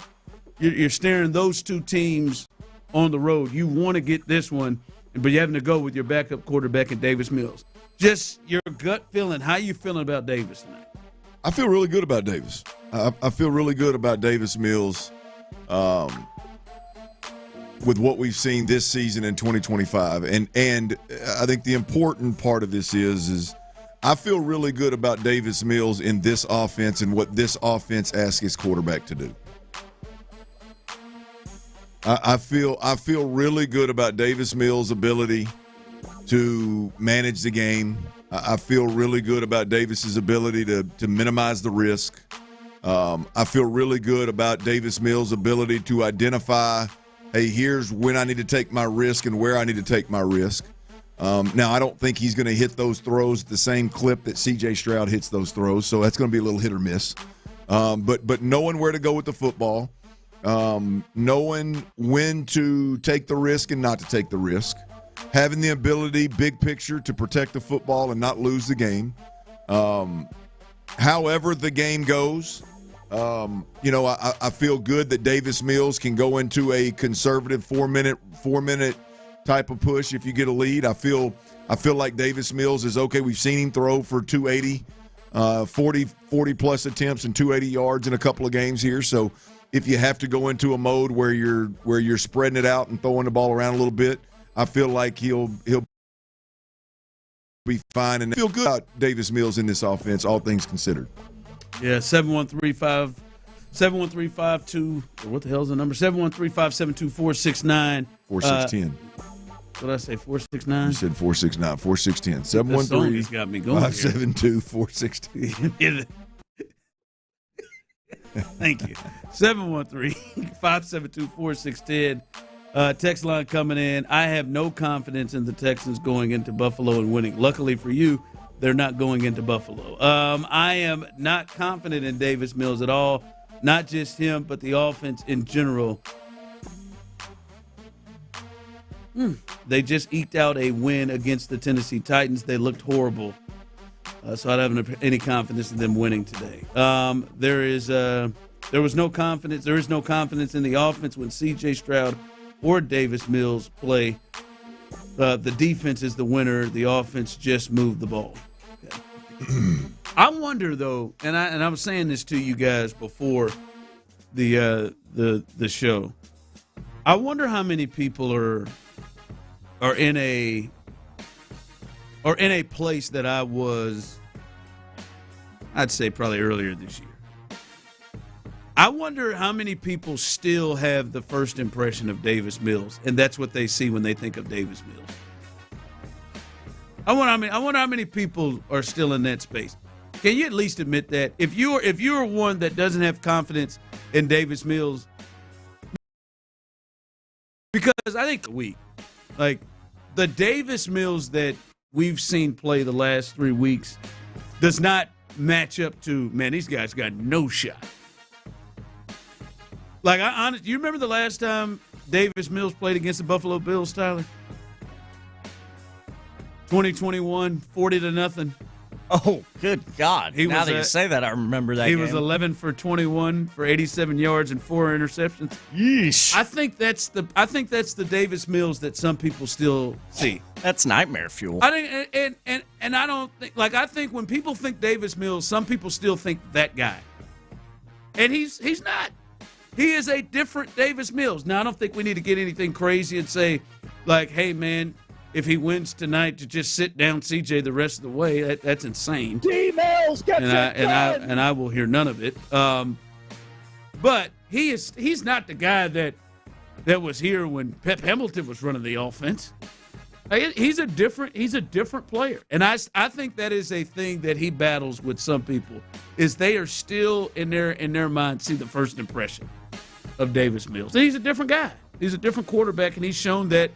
Especially this year when he's had to come in. Yeah, look, I believe that when you look at a high-level processor, almost a robotic communicator, a guy that's been in the league for, 4 or 5 years now, a guy that's a perfect fit for this offense, a guy that looked really good in training the twos versus the twos, but nonetheless looked like he knew where the ball was going and got the football out. We're talking about a guy that has been ridiculously clutch in the last 2 weeks. You can throw the opponent in there if you want to, but the 19-point fourth quarter and the drive to win it last week with a big time throw. Like you add all those things up, and it's just wild to think that you have no shot. We're going to get blown out of the stadium because Davis Mills is quarterback. Like that's silly to me. I think anything can happen, right? The wheels can come off. Davis can hell, I threw 4 picks in the second half. The wheels can come off at any point in time. But I just don't see Davis being a guy that can't at the very least give you a shot to win this game. Yeah, text line coming through. I'm glad to see this, Tyler. Yeah, I can admit it. I don't like Davis Mills from how he's proven himself before. In the past, he just sucked. He's an average quarterback. Maybe he's a good backup quarterback. Again, I don't think he sucks. I think Davis Mills had some moments in which he had sucked. Also, I think it's fair to say that he was not in the best situation possible at all at that time. Daniel Jones is maybe the only one we've seen in the recent history that was in a worse situation. And that only because the owner literally came out and said. Dan at least had Saquon Barkley. Fair. It at least had Brian Daboll wasn't in. I mean, he at least has they're in. Yeah, but the owner coming out and just admitting it, that takes it. Yeah, I mean, I think that is a thing that Texans fans need to take a deep breath and just, this is not the Davis Mills who walked out there. Yeah, I agree. Against the Bills the first time, or any of those other games where he looked like he didn't know what was going on some of the time. It's a different guy, different Davis Mills. I'm not saying he's going to go toe-to-toe with Josh, but it's a different Davis Mills. All right, as we continue here, we got to look at last night. The Rockets had them a big W as well. But what is it? What part of Josh's game concerns you the most tonight for the Texans? we look at this. Josh Allen obviously is the best player in this game and the reigning MVP, and he can do a lot of different things, and he impacts the game in a lot of different ways. What is it about his game that concerns you the most? We'll discuss that coming up next. But before we do, hey, guys, it's game time in Houston, and it is game.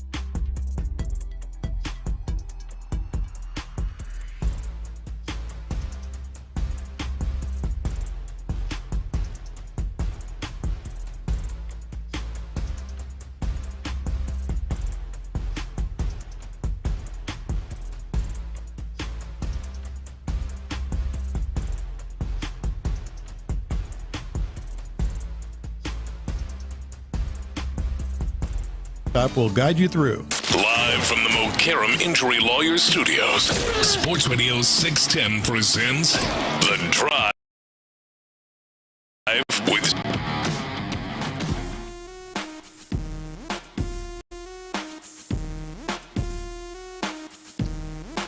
Shout out to Academy Sports as I made the trip today.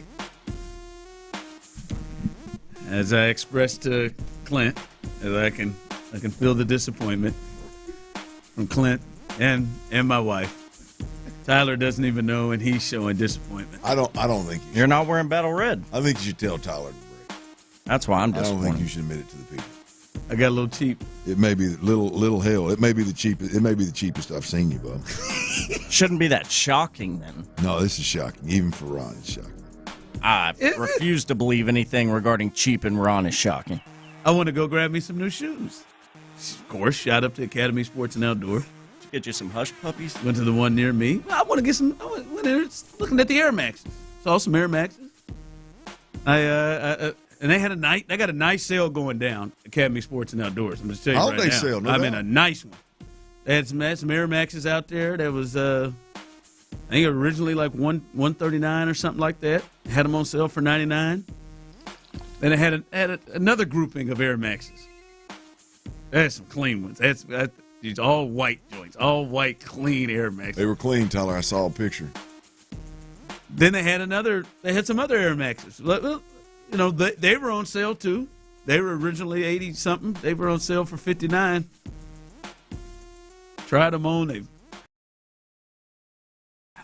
a lot better. You know, Were they both Air Maxes? Yeah. You sure? Yeah. Or were they just one of them was Nike Air, one of them was the Air Max? No, one was Air Maxes, and the other one was just a smaller Air Max, but an Air Max nonetheless. Which one do you think he picked, T? Whichever one was cheaper. You might be right. They may just be a Nike with an Air. See that? I don't know if that is an Air Max. Some flea market Air Maxes? No, I think that's just a lookalike Air Max. That right there says Air Max bigger than hell on the side.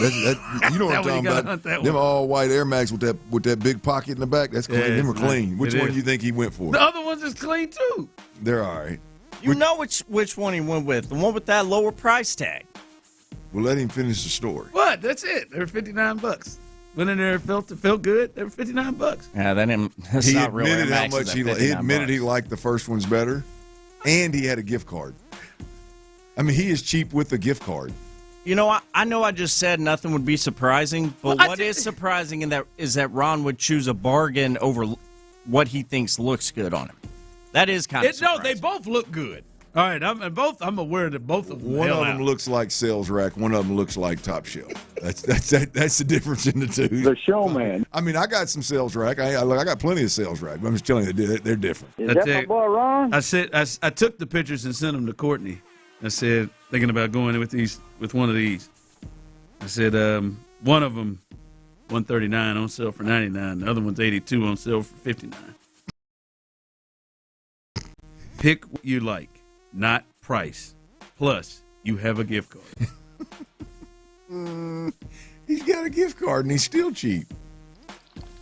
I texted her, got the cheaper ones. She said, you like those? Yep. Love them.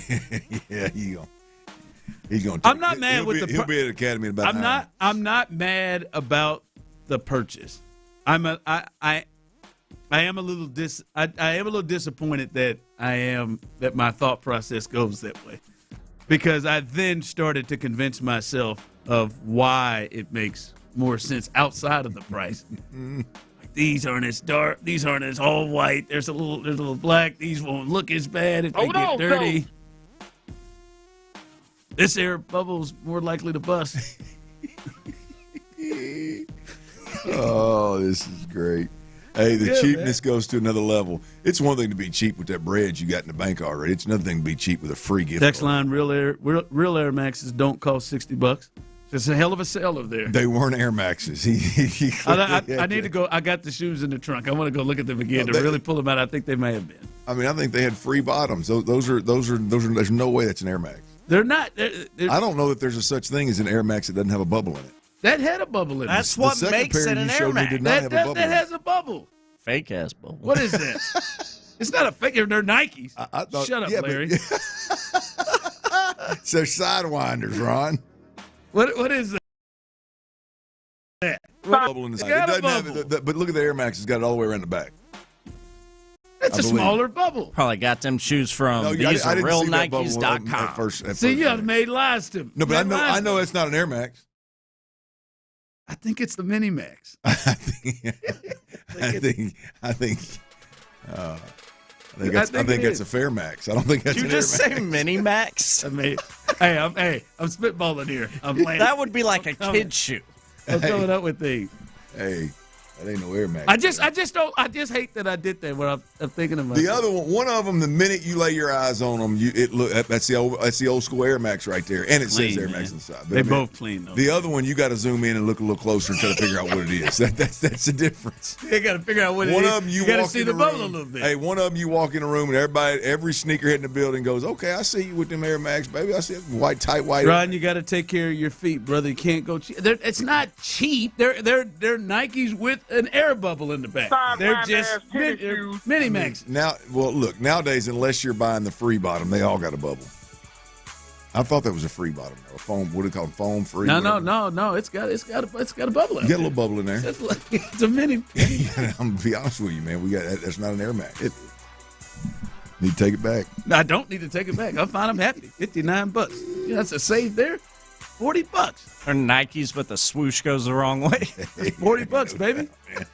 Some Psyches. Man, that's a new. It made Nikes, them Psyches. That's a new batting helmet. That's good. Nick's gonna need a new batting helmet. Right there. Right there. All right. Shout out to the Rockets last night, by the way. They won 5 straight, and we talked about it yesterday. This is a game against an opponent that is, I would say, has championship aspirations in Cleveland on the road, and they went to work. Now they had a little issue in their third quarter where they went for 17 points, but they got them for 40 in 2 other quarters. And shout out to Aaron Holiday, 18 off the bench. It was hitting threes late, and Tyler won that money with Şengün, ended up with 28. So it was another one of those performances. So they got 5 guys in double figures, and they looked pretty good, including Reed Sheppard. I caught it very briefly. That's where I was going with it. I caught very briefly in between. What them 6 o'clock tips are hard for me, man. That means that game's coming out of the wire when it's bedtime for my babies. But the brief, I'd say 4 minutes of game time that I saw, Reed Sheppard showed a little attitude. Reed Sheppard showed like a little aggressiveness towards one of the Cavs players. I remember who it was, and I remember looking, thinking they got to be an old teammate or something. He got to know that old boy ain't gonna swing at him or something. I liked it. I like it. If I'm gonna turn it on and just catch a few minutes, he's got a little bit of. There's a little something else there. Yeah, but I hadn't seen it until. But you can see it just like the way he's not afraid to go at people. Yeah. Now sometimes you may say, "Hey man, they dial it back a little bit. You got 7 over there on that team." In a clip for you here, Reed. You don't need to ever have blinders on. There was a big point in the game. I think it was like 90, maybe it was 96, 91. Whatever he made a bucket that forced Cleveland into a timeout because Cleveland started to come back. Run, Donovan Mitchell just did to hell with the first 3 quarters and then just went off there late, and so they started to make a comeback, and he hit a big shot that led to a timeout. But he's not afraid to go at folks, which you like. And man, his dad Jeff Sheppard played, for Kentucky, played around there with the crew, so he's been around competitive situations. So no, man, it was good. It was good for them to get that dub last night. Şengün, Evan Mobley, it doesn't matter doing it against anybody, which he played really, really well last night. I think I'm gonna have to post this photo of the shoe I got. Now, I'm not wearing middle schooler shoes. I think it's debatable. It's not debatable, man. Those are some sweet 6.5s, bro. Ron, if you just, it's I'm a just good, telling you, solid running shoe I'm with not, an air bubble. I'm not judging you. If you'd have walked in with them Air Maxes on, I'd have been like, okay, Ron, I see you. If you walk in with them other ones, I'm gonna be like, yeah, he's been on that sales rack again. I'm just telling you. It's fine. I mean, there's nothing wrong with it. It wasn't a sales. I mean, the whole store was on sale. Shout out Academy. Yeah, Sports. but like I said, one of them you bought looks like a shoe you're gonna get for less than $50. Post this. I mean, I like plenty of them. I'm sending it right now, Tyler. I mean, if I'm you're sending gonna, it right now, if you're gonna go work out, in the garage and run in the gravel and stuff like that, you don't need to buy the Air Force Ones. I just sent it, Tyler. I just be honest with you. I don't know. It's what you were looking at the Air Force One for. Solid, right? It's a solid shoe. I think these are all. I think it's all. This is all. Here's Tyler, the one I passed up on. I just sent it to the group text, Tyler. I just sent the first one I sent. That's the one I went with. Solid. It's not a middle schooler. You don't put Air Maxes on your feet if you're looking for a shoe to work out in the garage. So I think that I think that was an excuse that you decided to use after your cheapness sunk in. I would have bought those. Right? At a flea market, to be clear. I almost cussed at you, Tyler, right there and there.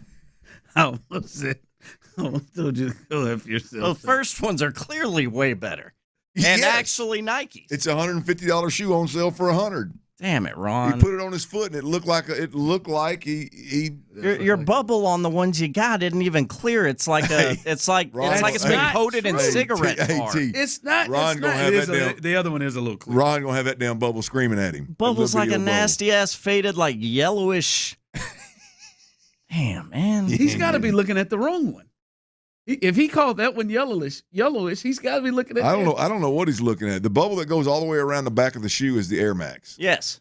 Okay. You said the little bitty bubble. Backward swoosh is the wrong ones. They're not backwards. Damn it. Ron's gonna go pull them out of the box and make sure. I'm trying them on. I've walked around several times. I know you may have missed an old backwards swoosh though, man. What you got going? All right, we got to make some prediction, boys. The Drive fellas got to make some predictions for tonight's game. We'll recap the matchups and what tonight's game looks like in the eyes of the Drive. We'll do that next right here on Sports Radio 610. Sidewind ass tennis shoes. According to D'Amico, the Texans turn around.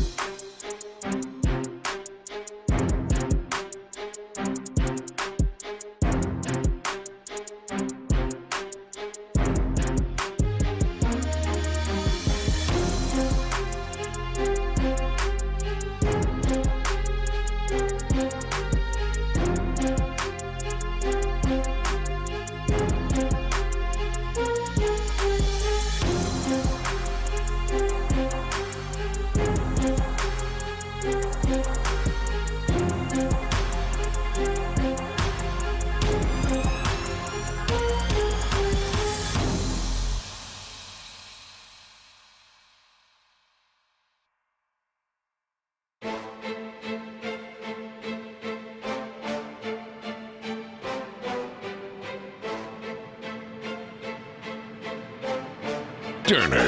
I was thinking about coming out of the chute here and telling y'all about my new boots that I got on, but y'all want to talk about puppy chow? What is that, ostrich? Hell no, that's python. It's Dirty's Daily. Before we get to that boner. On The Drive with Stoerner and Hughley.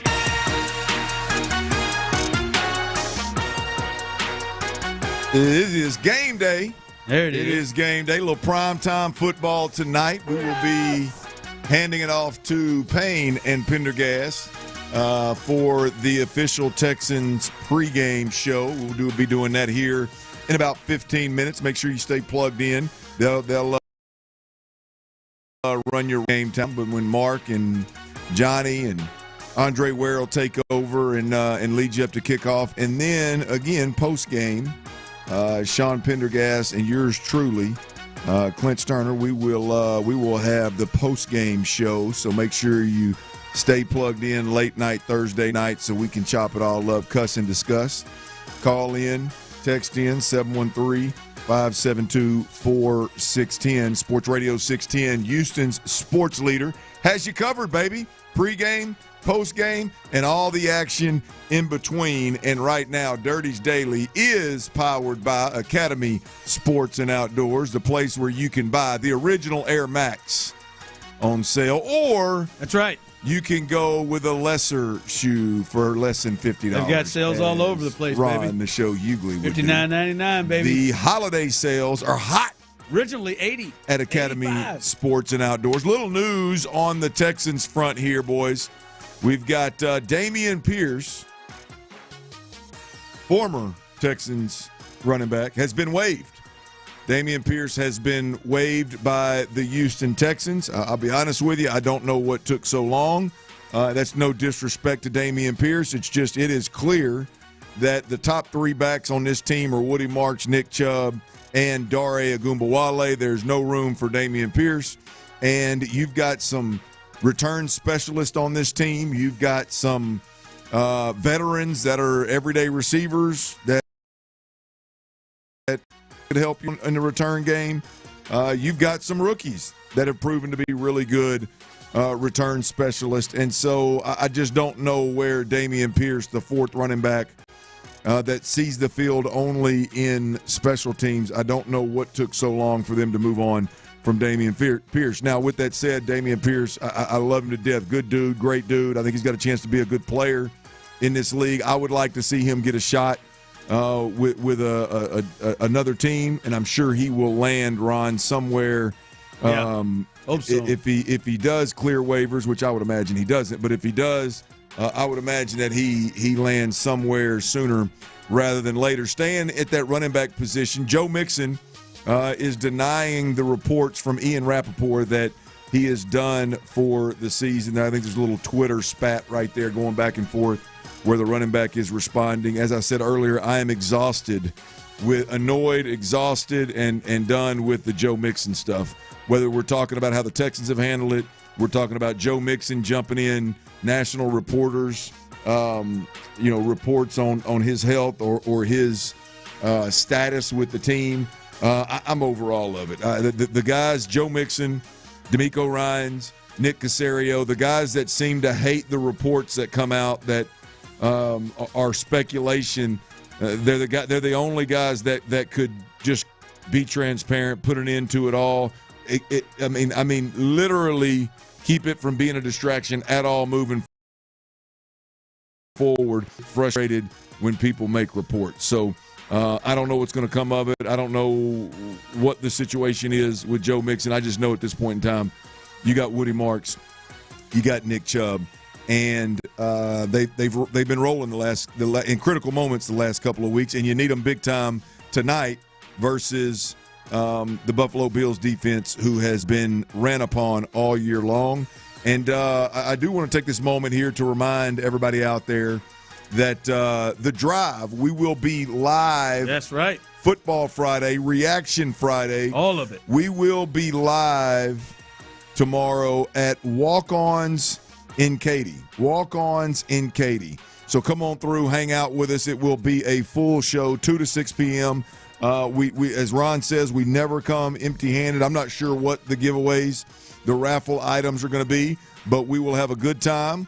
We'll have us a couple of cold drinks. The food is tremendous at Walk-Ons, and we'll have a few giveaways, and we'll chop up whatever happens in this Thursday night football action tonight between the Texans and the Bills. We'll do that tomorrow, 2 to 6 at Walk-Ons in Katy. Big shout-out to Academy Sports and Outdoors, as well as our Houston area Ford dealers for making that happen. Ron, we were talking a little earlier about the Texans offense, and I know a lot of it has to do with Davis Mills and the backup quarterback being in, and I just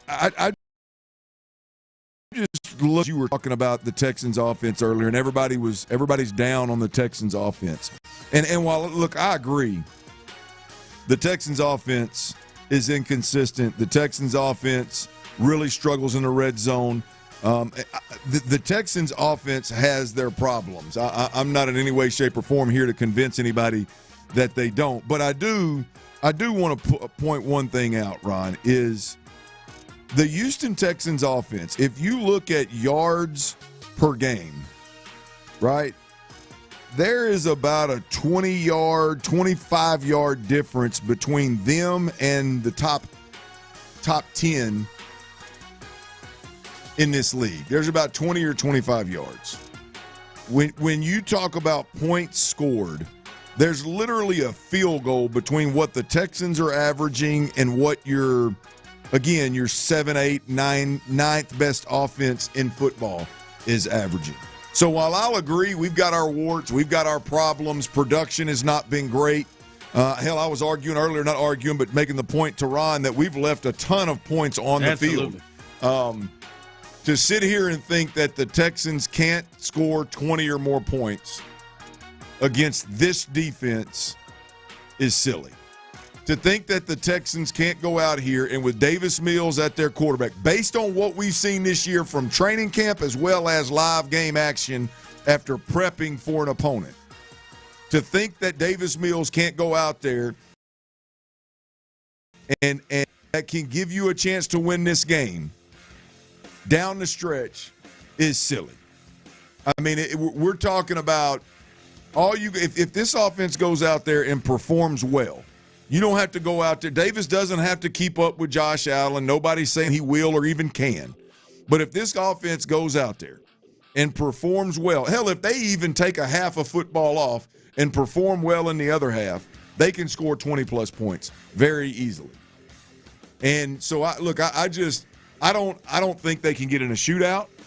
I think the defense has to lead the way. I think D'Amico has to be a weapon from a game management perspective. Hell, I think they need to be aggressive. And in between the 40s, I think they need to go for it on fourth down a couple of times. I would even do it early in the game to try to give yourself a little bit of an edge. I think those things are gonna dictate the game more than the fact that your backup quarterback's in the game. Because here's the reality of this offense right now. They have not been really good with either one of the quarterbacks in the game. They have not been consistent with either one of the quarterbacks in the game, right? And the reality of this offense is they don't ask your quarterback to be Superman. No. Right? Now, we've seen C.J. Stroud have to be Superman. We've seen Davis Mills have to be Superman. But that's not what this team wants offensively out of their quarterback. They want your quarterback to take care of the football, minimize risk, take timely shots, right? Get to the line of scrimmage early so you can make the defense declare, so you can get us in a great play, not just a good play, or get us out. And Davis Mills is very capable of doing those things. Now, can he make the 2 or 3 throws, Ron, down the stretch that we need to win the game potentially? Now, we'll see. We'll see. The jury's still out on that. We'll see if that can happen. But we got Texans-Bills tonight, Texans 5-5. A must-win game, to be honest with you, if they're going to be in the playoffs. You got a must-win for you? Look, I mean, I've got, like you said yesterday, I think they've got to take 2 of the next 3. But if you look at this, the Bills could very easily, the way that the New England Patriots are playing, the Bills could very easily be one of those wild card teams who you're up against.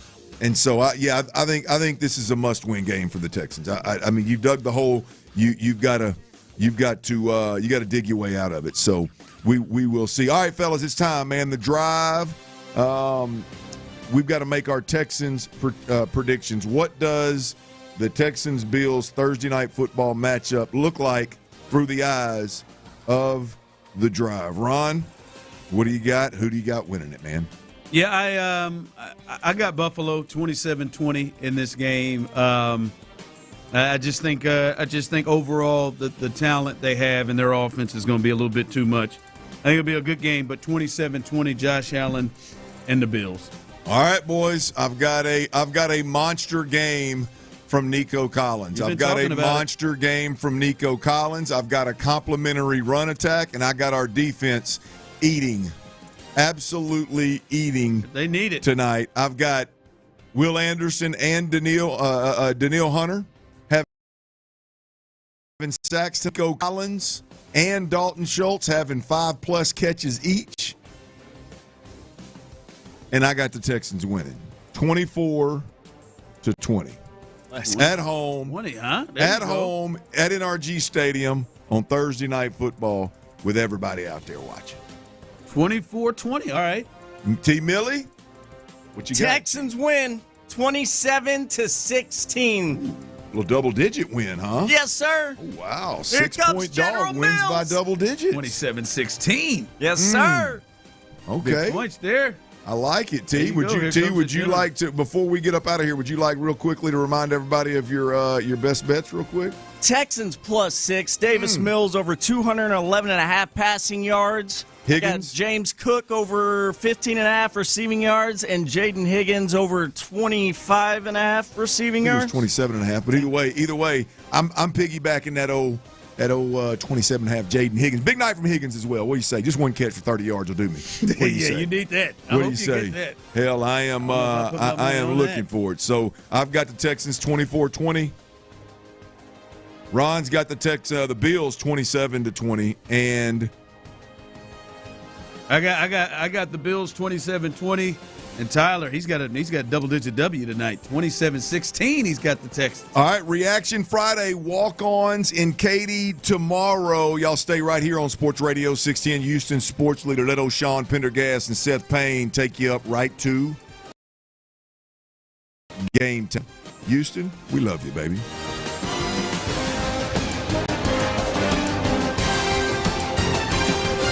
You're gonna get hard. Hey, thank you, Tyler Milner. A quick turnaround with Buffalo coming to town for Thursday night football. Cue the primetime showdown right here tonight. With pregame coverage starting at 4:15. Kickoffs at 7:20.